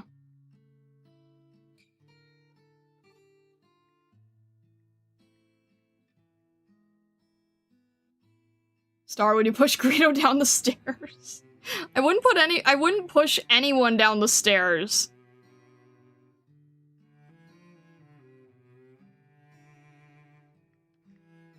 I don't know what it is with your obsession with pushing people down the stairs these days.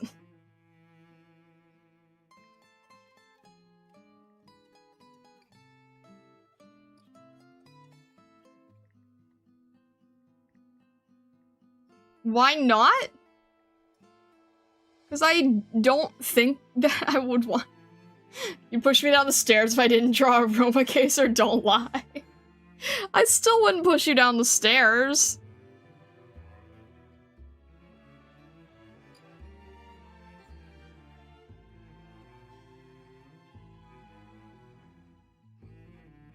A really cool SolidWorks file for a trapezoid that crashes the program if you change anything about it. Could be yours for only $50.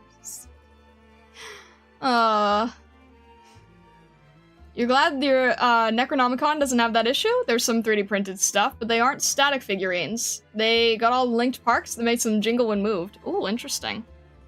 That's cool.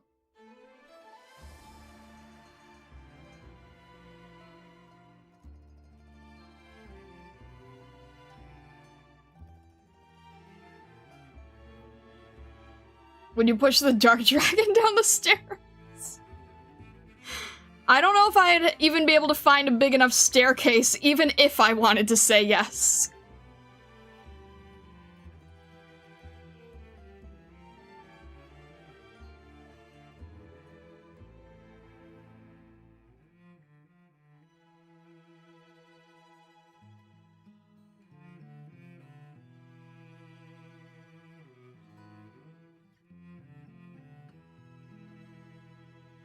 Just wish for a giant staircase, easy peasy.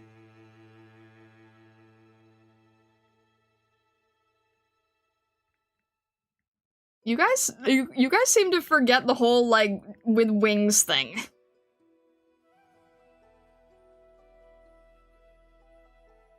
I don't think wait.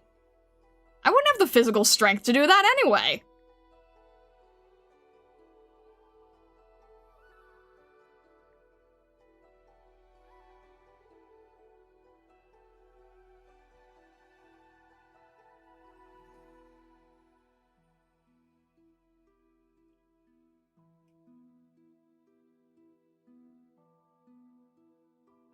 How about Mephisto? Oh, let's not go there.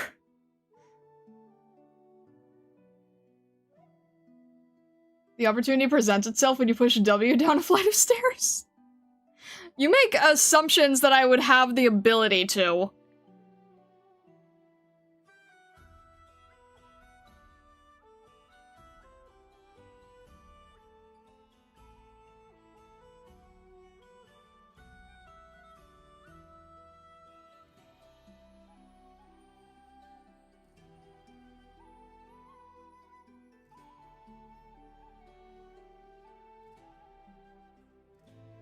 It's not about can, it's about wood. It's not about the damage, it's about sending a message.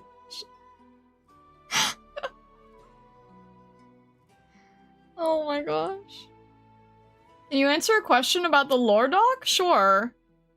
Dragon too fat. Yeah, I don't think that I would ever try to intentionally upset W any further. I think that would be, unwise.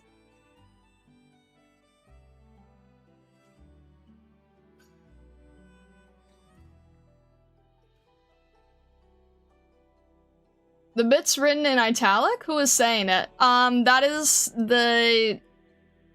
So the bits written in italic are essentially people writing in their lore and self-describing.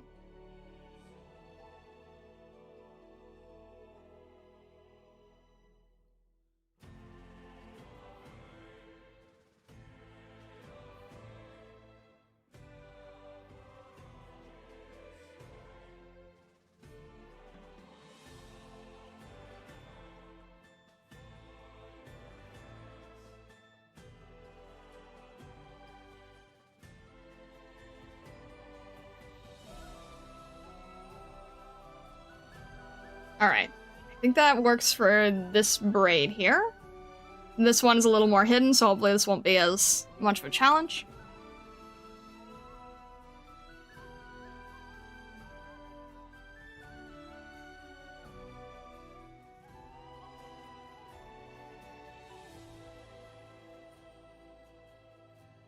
Star just doesn't want to publicly say that she'd push my wife down the stairs so that when she does get thrown down the stairs, no one will suspect Star.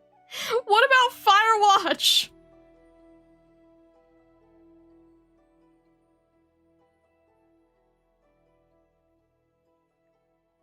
What do you mean your wife? I thought that was Firewatch.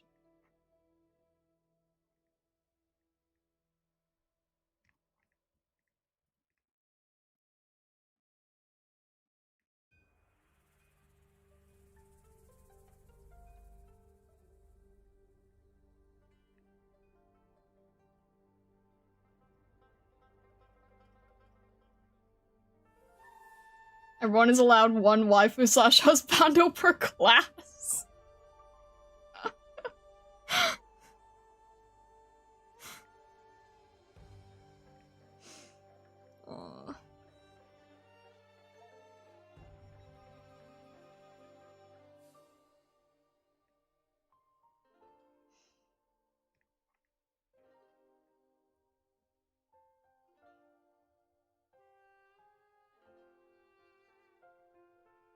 I'm getting confused by this braid again.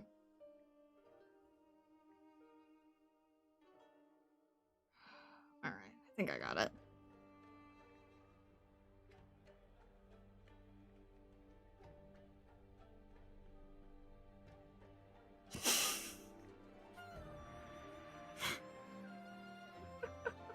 They're the same class, though.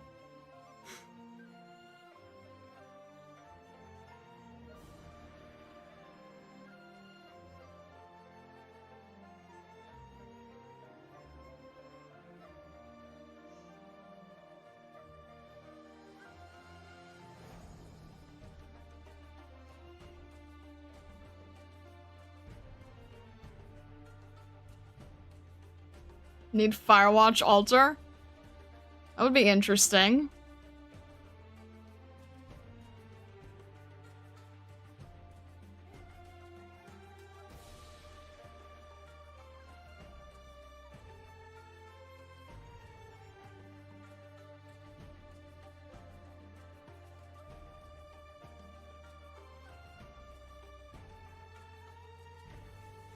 For you, it's Bagpipe, Vivi, Hoshiguma, Rei, Eyafyala, Angelina, and Aslan.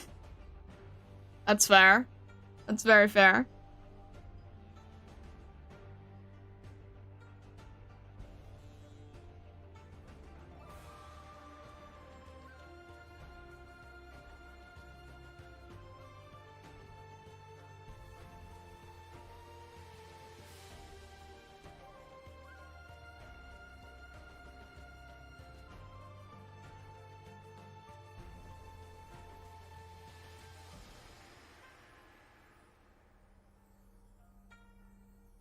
Only Earth Spirit for you. No need for someone else. Really? Only Earth Spirit? Dang, stream squad wise, that's easy to add in.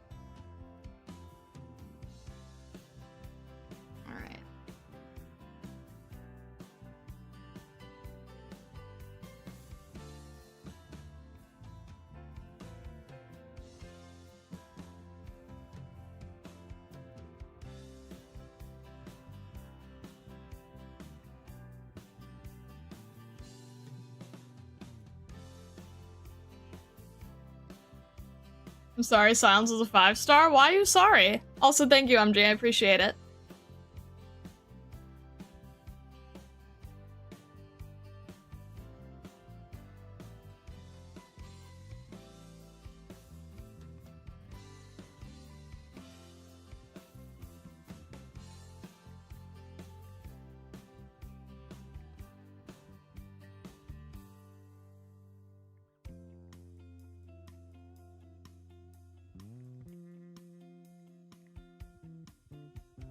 Alright. I think we got to the end portion of the braid here.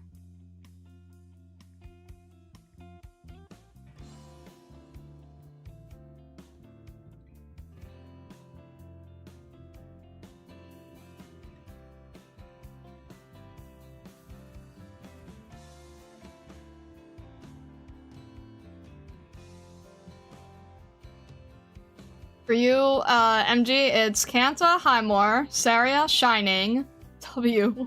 Really? Absinthe and Virtuosa Mizuki. Okay. Are people... Wait. Okay, for a second I thought people were picking 6 or something, like it was a Pokemon team.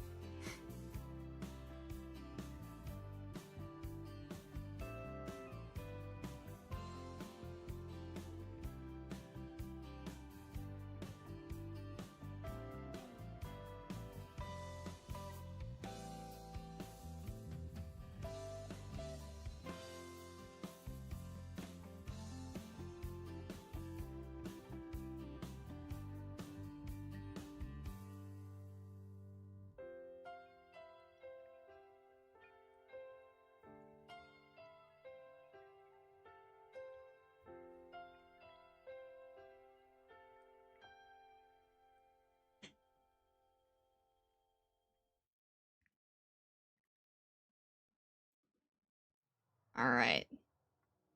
And then I think Braid is done, thankfully. Braid is done. Do the eyes here.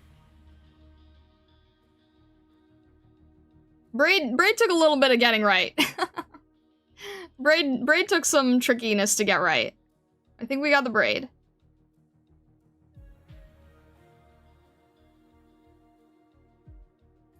Let me get the eyes in.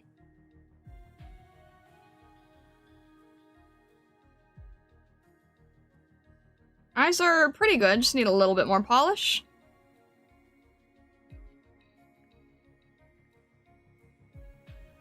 I like this super confident look.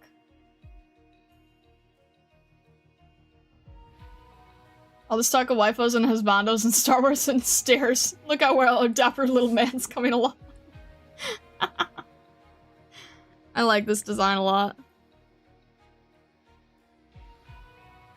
Totally not biased because of the Ruth also, but, you know.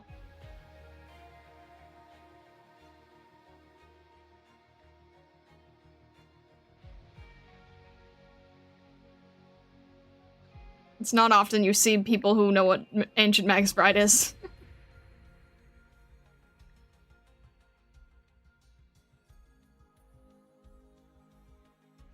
I also just think it does make, like, on its own, even without that association, I think it does make a really good design. I think a lot of the themes work really well together. I think the color scheme works well together.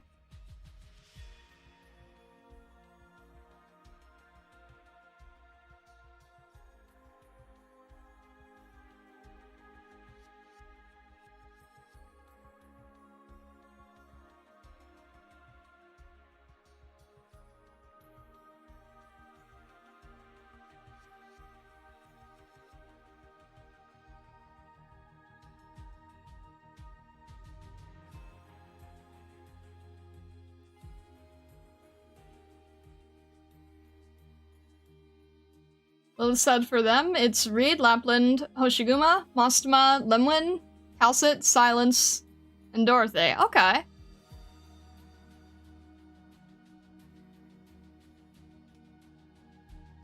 We an NBC category, you would want Tallulah. Because you love her so much, she's done nothing wrong ever. Oh dear.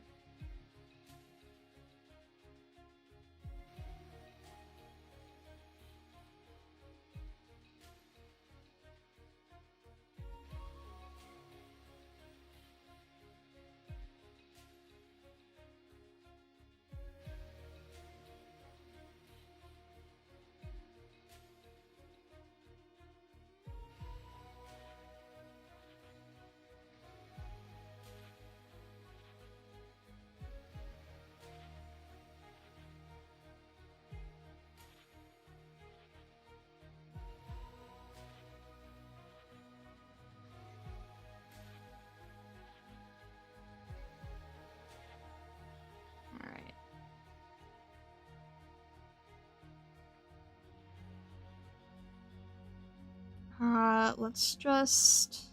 No, that's fine. We'll just leave. I think that works.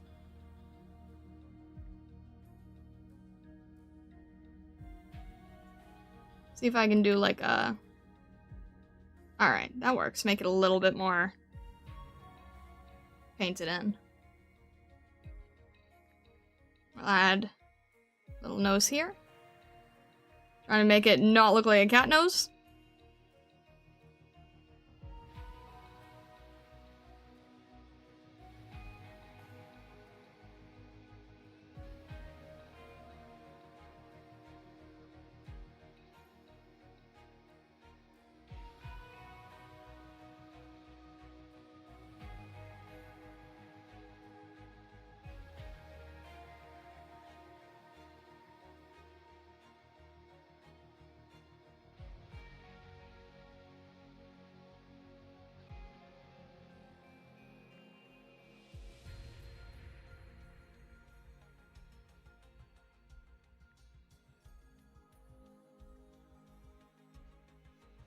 I feel like I kind of messed it up here.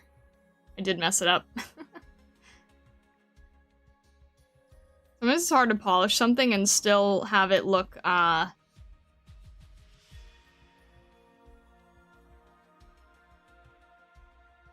still have it look intended from its, rougher sketch. There we go. That's a little bit better. I'll bring this up just a tad.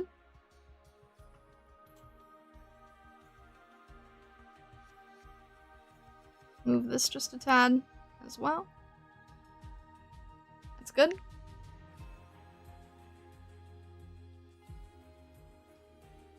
Base imposture of the Stargazer makes me imagine he's the one that the Yunnins bring their problems to, and he goes, well, right before hitting them with the best advice ever.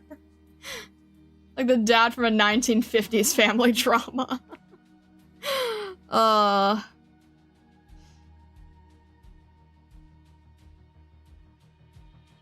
Amazing.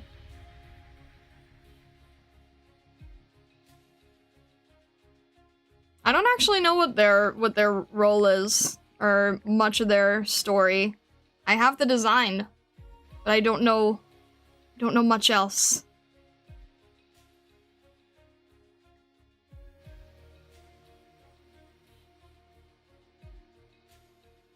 He just looks very wise and trustable is what I'm saying. Yeah, that's fair. I agree. I think he does look very trustable. But I mean, you know, how is that bar when it comes to Stargazers?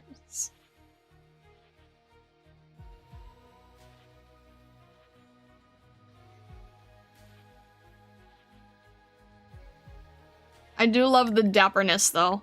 Makes me happy.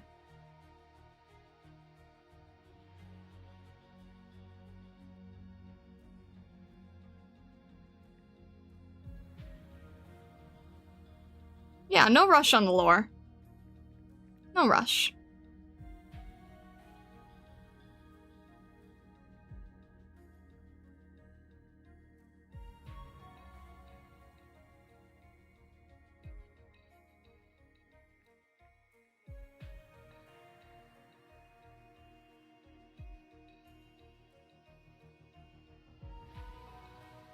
Alright, let's get some pure white here.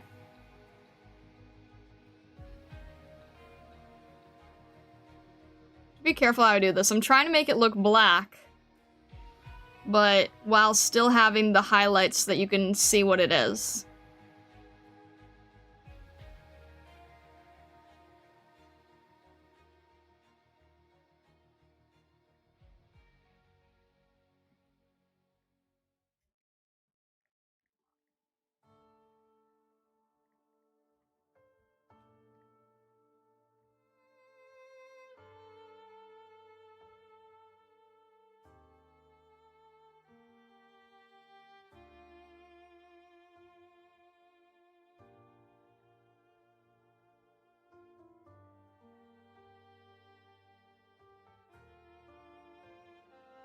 Think that works?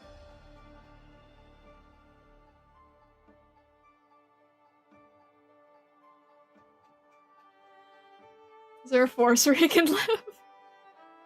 Buddy, I have great news for you. Oh,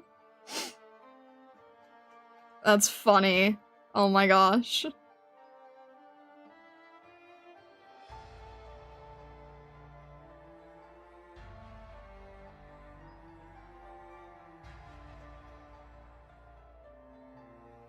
Not everyone's gonna read, like, the 30-page lore, and that's totally fine and understandable, but that does amuse me.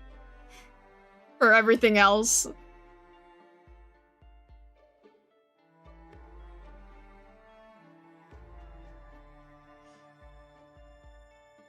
You know, funny enough, the actual Discord itself wasn't previously called, Starlight Atelier. It was actually called, Starlight Sacred Forest. Because Illusionari, not Illusionari, sorry. The Atelier itself hadn't been previously established. So it was actually just the forest originally.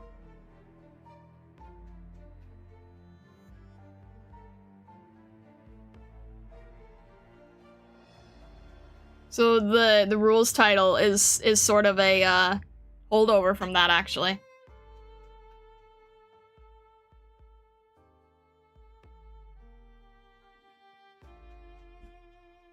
Read the lore, but I don't remember much of it. Oh, okay. It wasn't impactful enough, I see.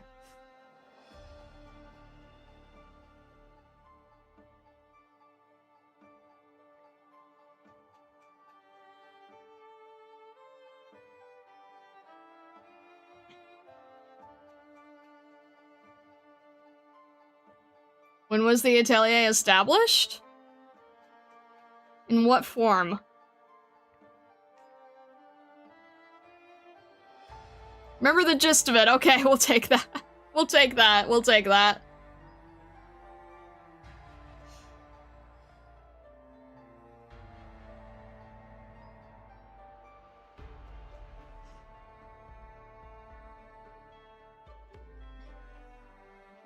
In the Discord? Oh, do you mean like how long has the Discord been around? Or like the Atelier? When it was renamed? Yeah, what are you referring to? There's so many different directions it could go. Also, Flaviar, hello, welcome in, welcome in. Alright, I think that does a fairly good job getting as close as I can to making this feel black, but also shiny. Atelier name for the Discord? I don't remember when the switchover was, to be honest.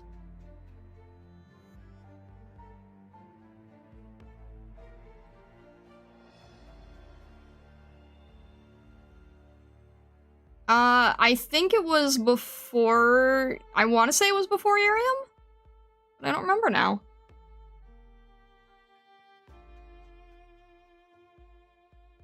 I don't remember when our swap over was. I'm sure it's in some bulletin somewhere.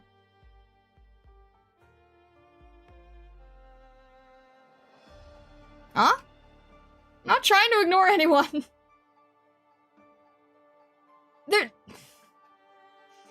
Johnny Virgil, that's not a command!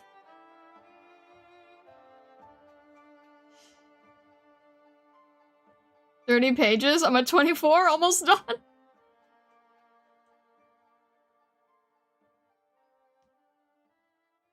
Wait, reading or writing?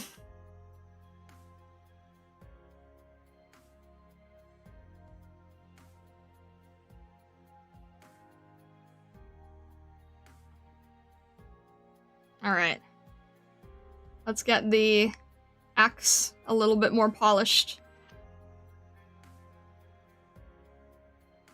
Reading, okay. I appreciate it, Welp. I appreciate it. I know not everybody is going to read it, but I really greatly appreciate those who do.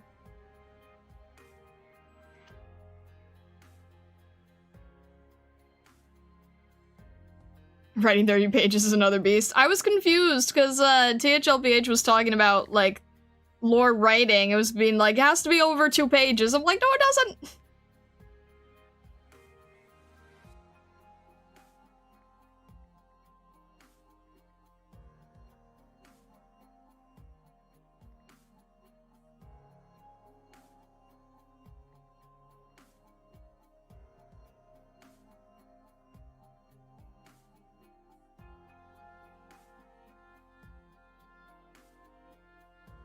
At least you did mess up.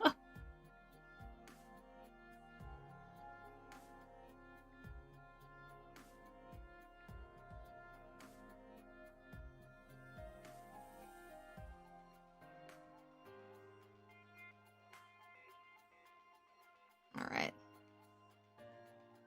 This is actually probably pretty good where it is. Probably just polish it just a tiny bit more here.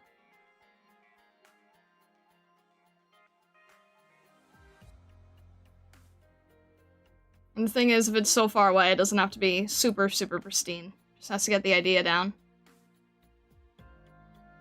Just the rough idea where at a glance you could tell there's a pattern.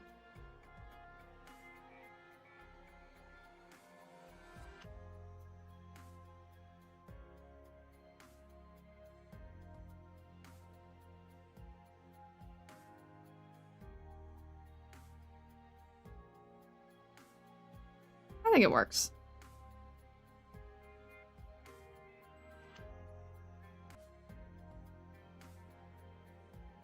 Only because there weren't enough sandworms and spice on Hallucinari.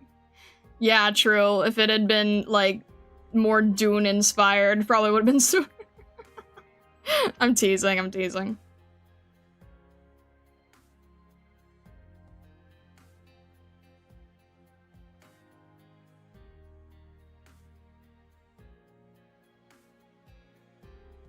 Yeah, no sandworms. That is for sure.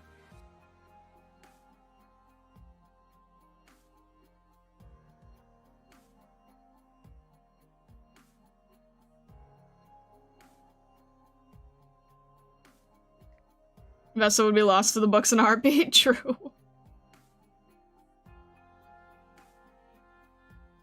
I just haven't read a lot lately. Haven't even finished book 3 of Dune yet. Oh, really? Well, then I don't know, actually.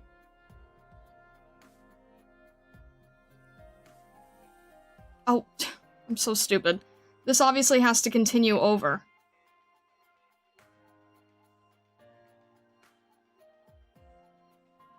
Sorry, I don't normally draw axes. I'm trying to do it upside down at that. I'm trying to paint an axe and I'm trying to paint it upside down.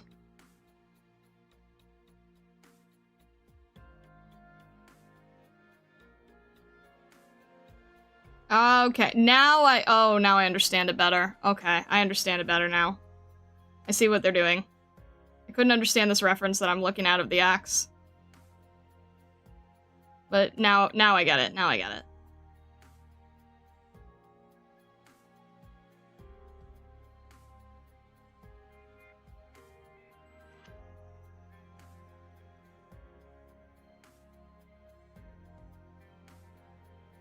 I'll add like a little bit more highlights, very loosely.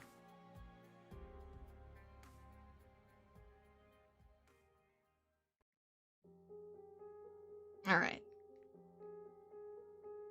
I'll paint this out. Make this a little bit darker. Well, not that dark. Oh, I guess that works. We'll have the ribbon going across here.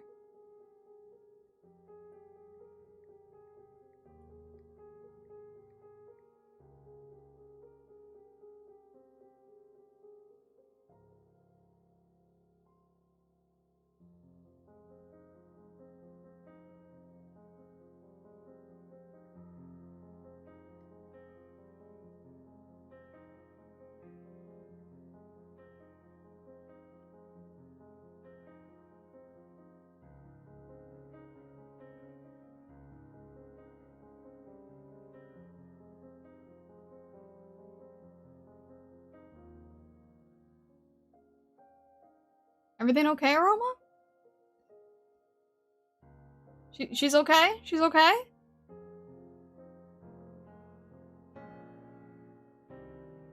That is definitely scary. Jeez, yeah, definitely give her a hug for us.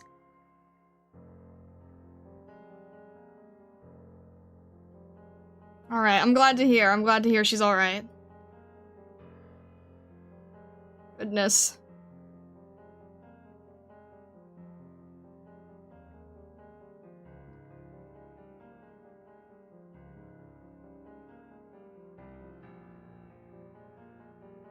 What?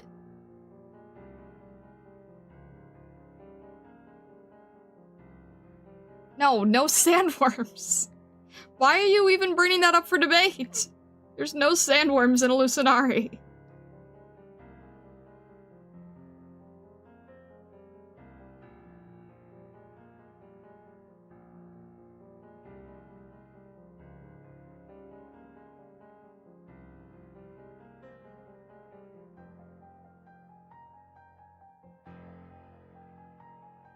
How much sand do we even have here? I don't know.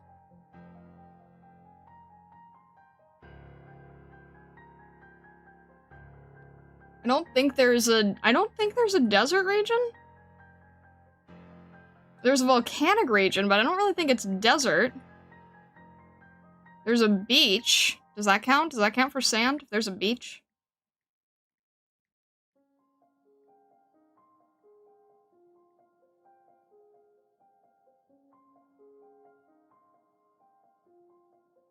Figure out how you can lock down the threads in a way that will work for the Clips channel for the time being. Gave you a summary in Starlight Chat. Okay.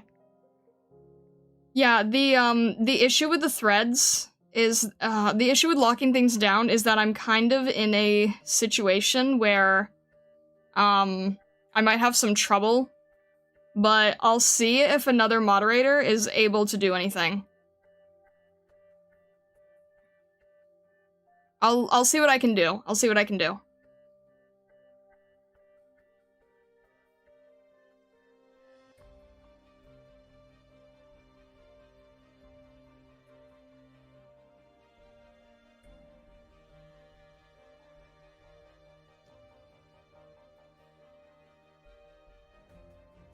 I think that's it? The crossover? Alright.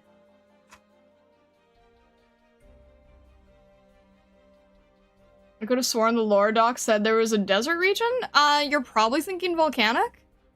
I mean, wait, if you have a volcanic region meaning a beach, would that have a desert in between? I don't think so. I don't know. I'm not sure, actually.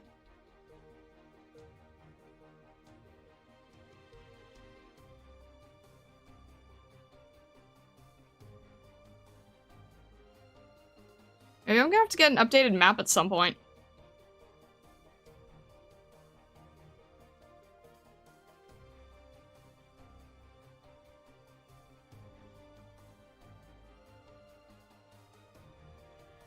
Alright.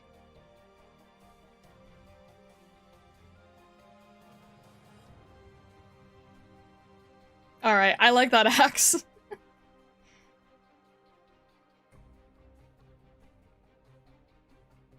I think we found a good way to make a decent designed axe here. And then we'll sort of have, like, taping over it. Or wrapping, I guess, in the same fashion.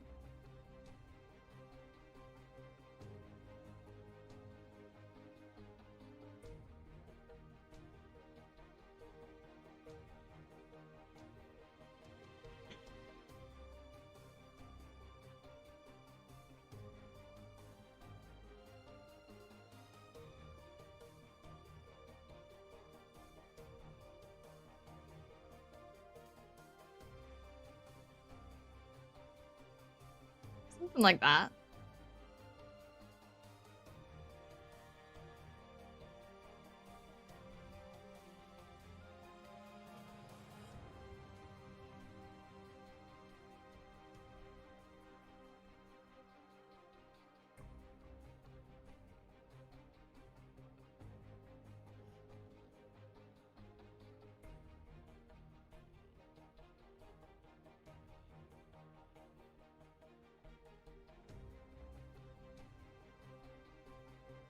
There's a curse. Do we have polar regions? Technically, Antarctica is the driest place on Earth. I try to not think about. I don't know if Sekko is here, but I don't desire to go further north.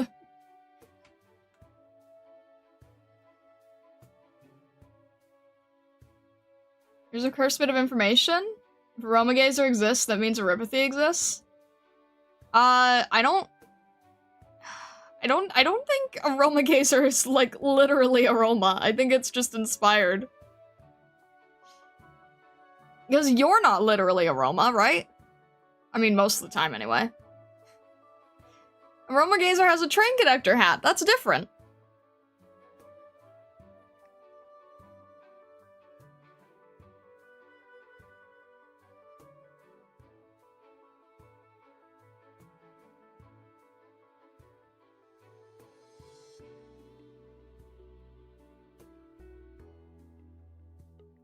But you are literally with the train conductor hat. That's not an official skin, though.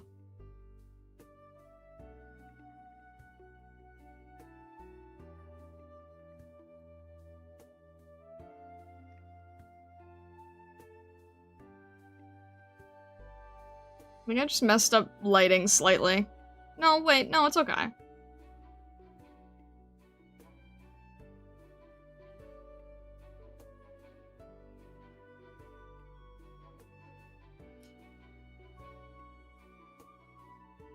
To the west, shimmering air currents and mountains indicate heat and desert land cliffs. Oh, desert land cliffs. Okay.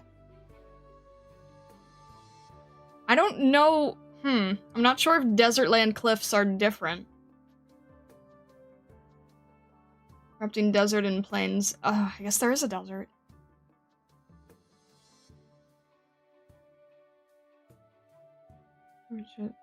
I thought that was in the marshlands. How far did it go? Jeez.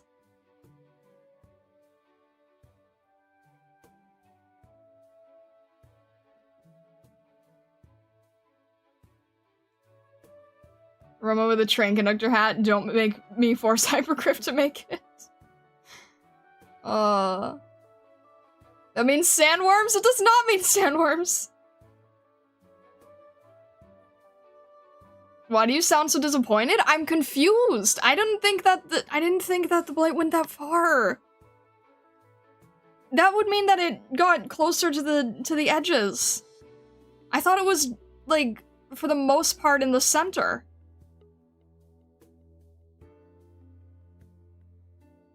She didn't read her own lore. I spoiled her. I'm sorry. No, No, that means it went further than I thought it did. Bandos. No, I'm confused, because that means that the problem is worse than I thought it was.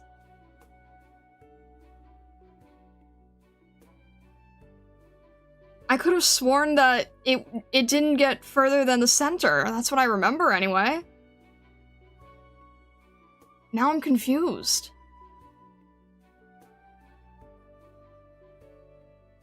I feel like maybe... Did it go further?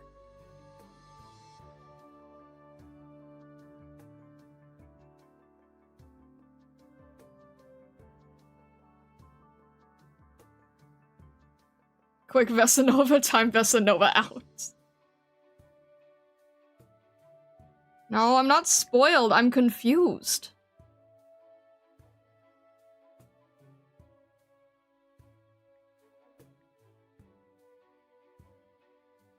The blight spread so much while you've been to decay. Shush!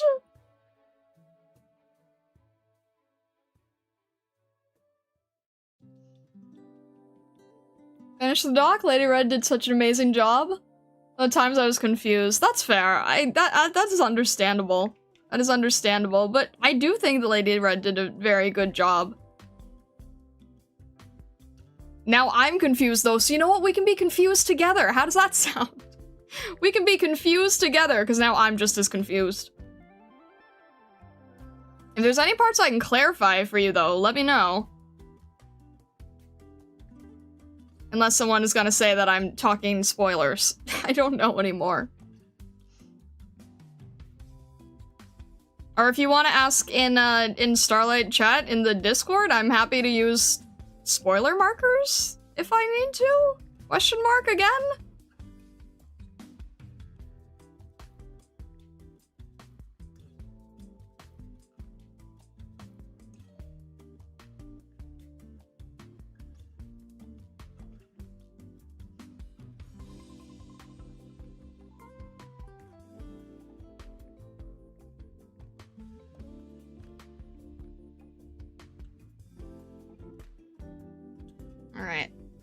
And then let's slap a pattern on here.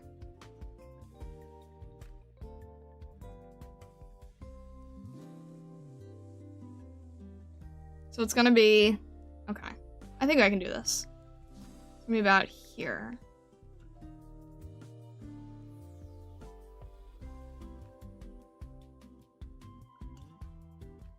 How does it go on the sleeves? Okay. I think this is doable.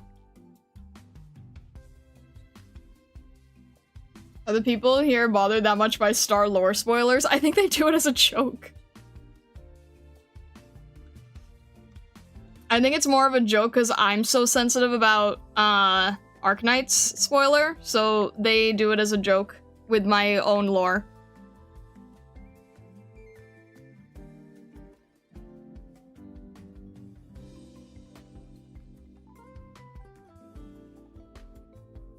Can you please check DMs real quick?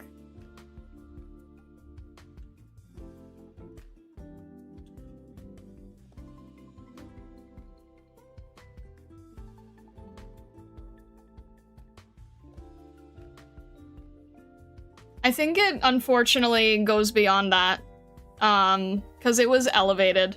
I forgot to give you an update, but it was elevated. So, yeah, even the ones in charge are confused. It's a good idea, but I will have to refrain.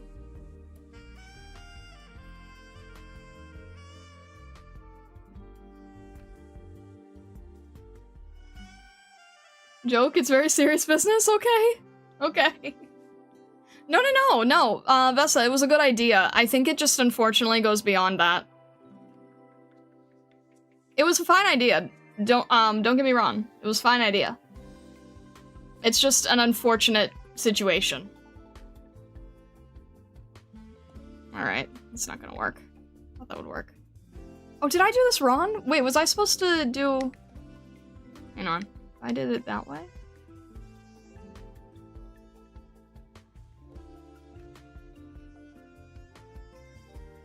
No. Okay, never mind.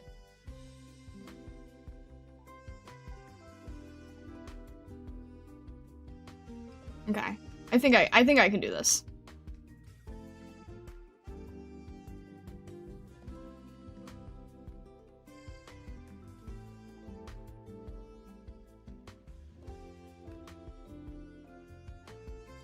Your service pen is now working with a harvested quadruple A battery. Now you can draw things once a year again. Yay! That is good. I'm glad to hear.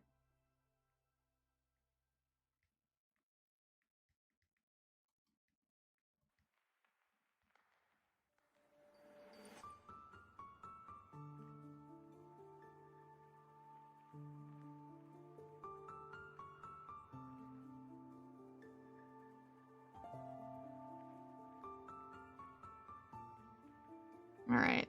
Wait, where is this? Game's so confused. Trying to lay this out as best I can, as simple as I can.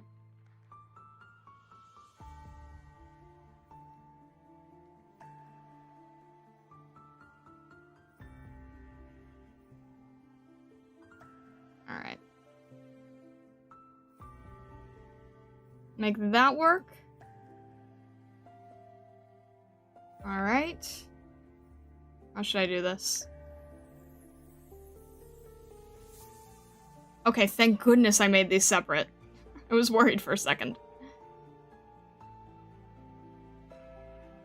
Make these into separate layers.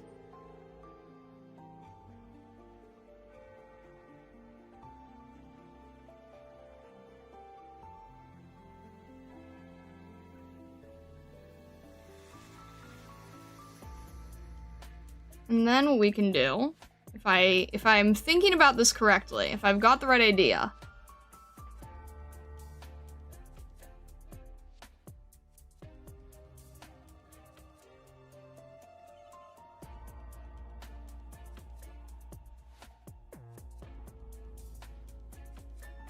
We can separate it here.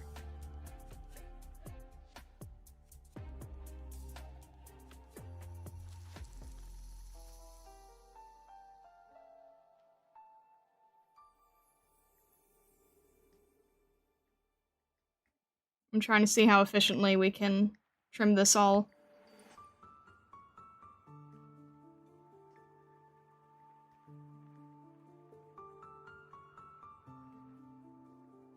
Making this pattern here, and then if I make... What if I...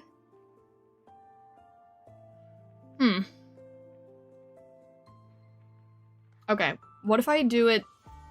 What if I do this? What if I duplicate this higher? And then reduce that? Would that work? Kind of. Oh, it's the opposite of what I need. It kind of works. Wait. Here's what I can do. I'll just make this part lighter. I'll clip this. And then paint this in like... Yeah, that'll work. That'll work. There we go. Paint these stripes in lighter. There we go. I think we got it.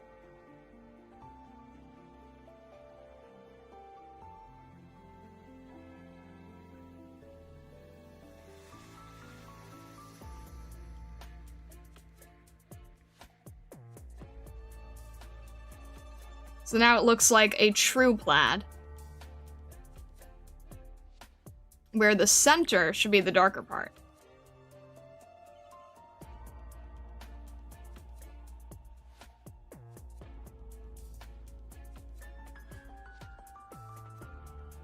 And then we can do a layer on top to clean this part here, real quick.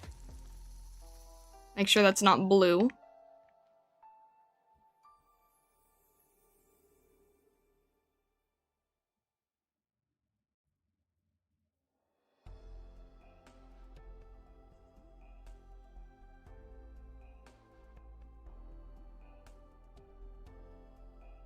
Heck yeah, I think we were able to get plaid.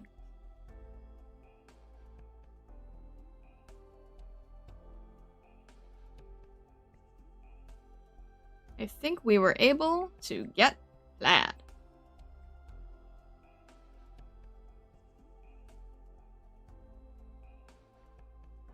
Look like a tiny bit of a zipper thing here. I just realized.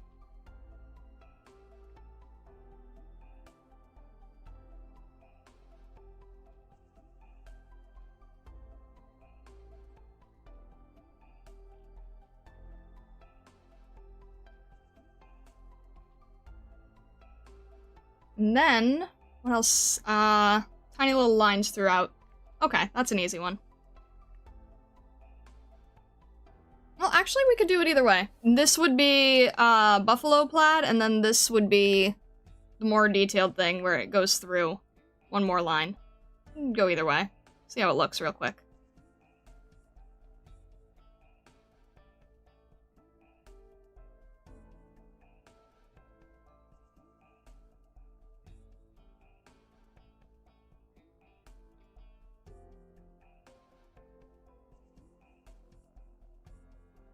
We did it this way. Going through everything.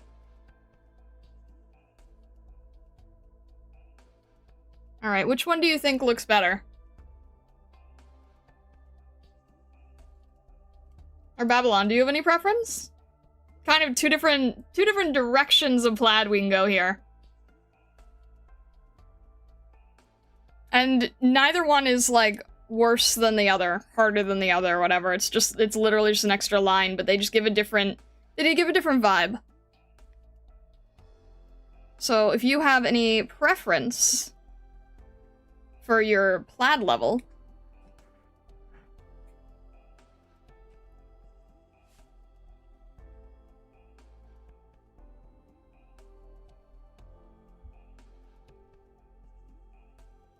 love the braided tassels, very aroma-esque. Not everything's aroma!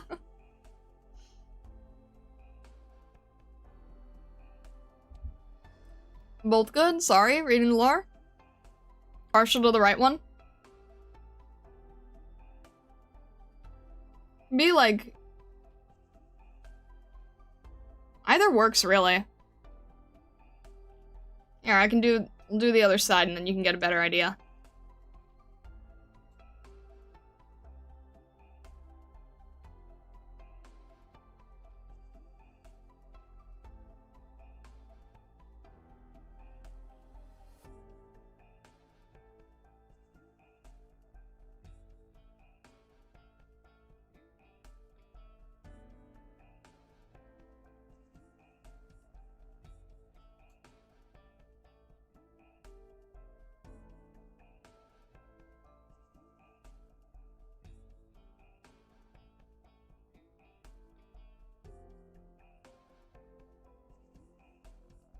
Either way works, really.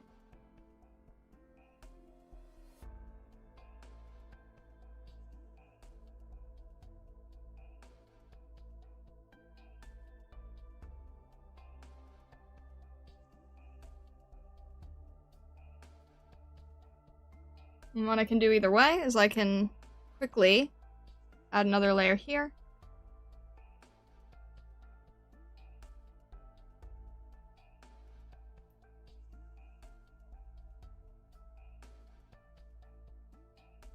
And then, like, boom, we got shading.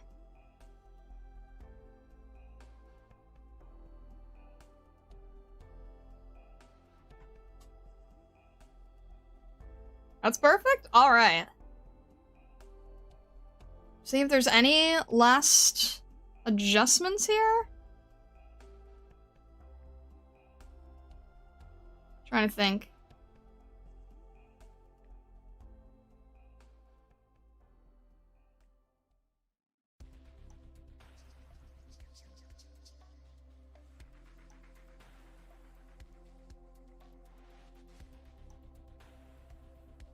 Alright.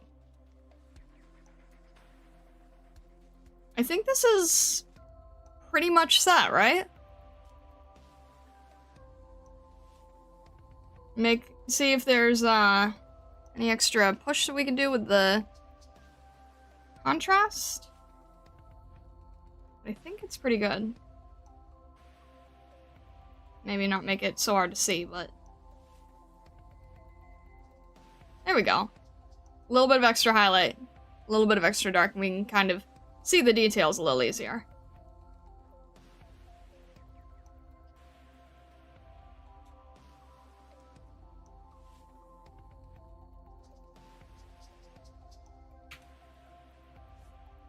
Made him perfect star? I'm so glad you think so. This was a lot of fun. I know I kind of went a little crazy with the rendering, but hopefully it's alright. Hopefully it's okay. Alright.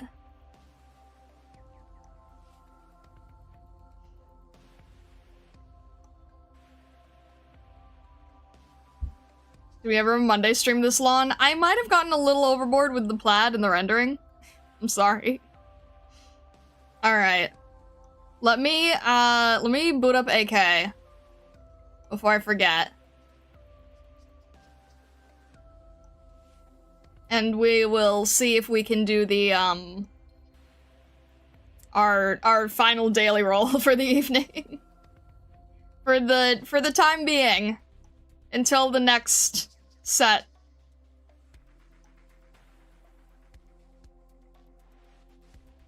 I appreciate you guys sticking around. Thank you. Alright. Didn't even need to be reminded? Well, I was reminded a little bit beforehand, so...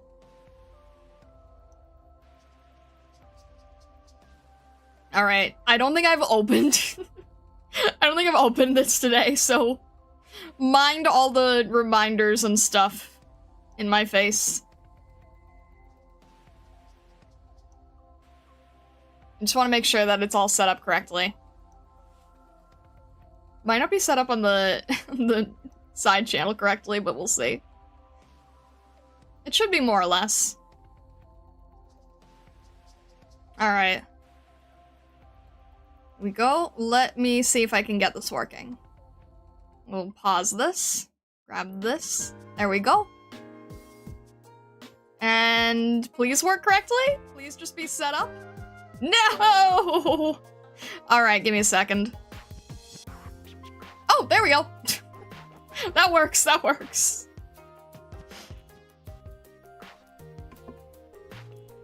Alright. Bless your own roll today, for it is the last day. I will try here. Let's grab these real quick. I feel like these two feel the best. Okay, there we go. Alright. Good sign. And Don't remind me, Fia. Alright. Final free roll for the time being, right? Let's go. Let's see how this goes. Will you re-upload this to the main channel? I was told to do a short of the last one, so sure. So sure. No voices? There should be voices? My mind's not at peace. Yes, there is voices. Thank you for checking, though. I do appreciate that. Alright, bless the roll. Bless my own roll. Read! Yet, my gosh, read. You can calm down now. Burn through the darkness. Alright, okay. No. Why should Alright. my lives even be mine to dictate? Read, please. Stop putting the cockroaches in the channel, guys. Alright. Now, Ugh. a duty. I will attempt to bless my own roll. I don't even know where I'm going for. Alright. Let me see. Pajomka would be nice, but I'm just trying to put my mind into anything else. Alright, let's go for it. Let's see how it goes. And these have to be fast, so boom! Okay. And that's it. That's our final free roll. Oh well. Hi, Doberman! Former military instructor for the Bolivarian What does that mean? Forces. Now let's cut What to does the this chase. mean, Doberman? Here's over the list of operators in need of training. What are you thinking? Yeah, I don't think that the free rolls are my thing, but I still enjoy doing the shorts, and I appreciate that you guys enjoy the shorts. So I still think it's fun. So alright, that works. Hi Doberman. Welcome back. You know what? That might be gold cert, so we'll take it. Alright. Anyway, I think we are going to wrap up here. I still have to stream tomorrow. Tomorrow we are going to be doing, Swire's operator record and some vignettes, and then doing a bit more fashion review. So I hope that you guys, are looking forward to it if I see you tomorrow. If not, then I wish you all the best. Have a fantastic rest of your day, evening, or night, wherever you may be in the world and the many worlds beyond. Definitely consider joining our Discord if you have not yet. Definitely consider subscribing on YouTube if you have not yet. And thank you guys again for reading and appreciating the lore. Thank you for appreciating Stargazers. It genuinely means a lot to me, so thank you. Alright. I wish you all the best. Thank you so much, and I'll see you tomorrow.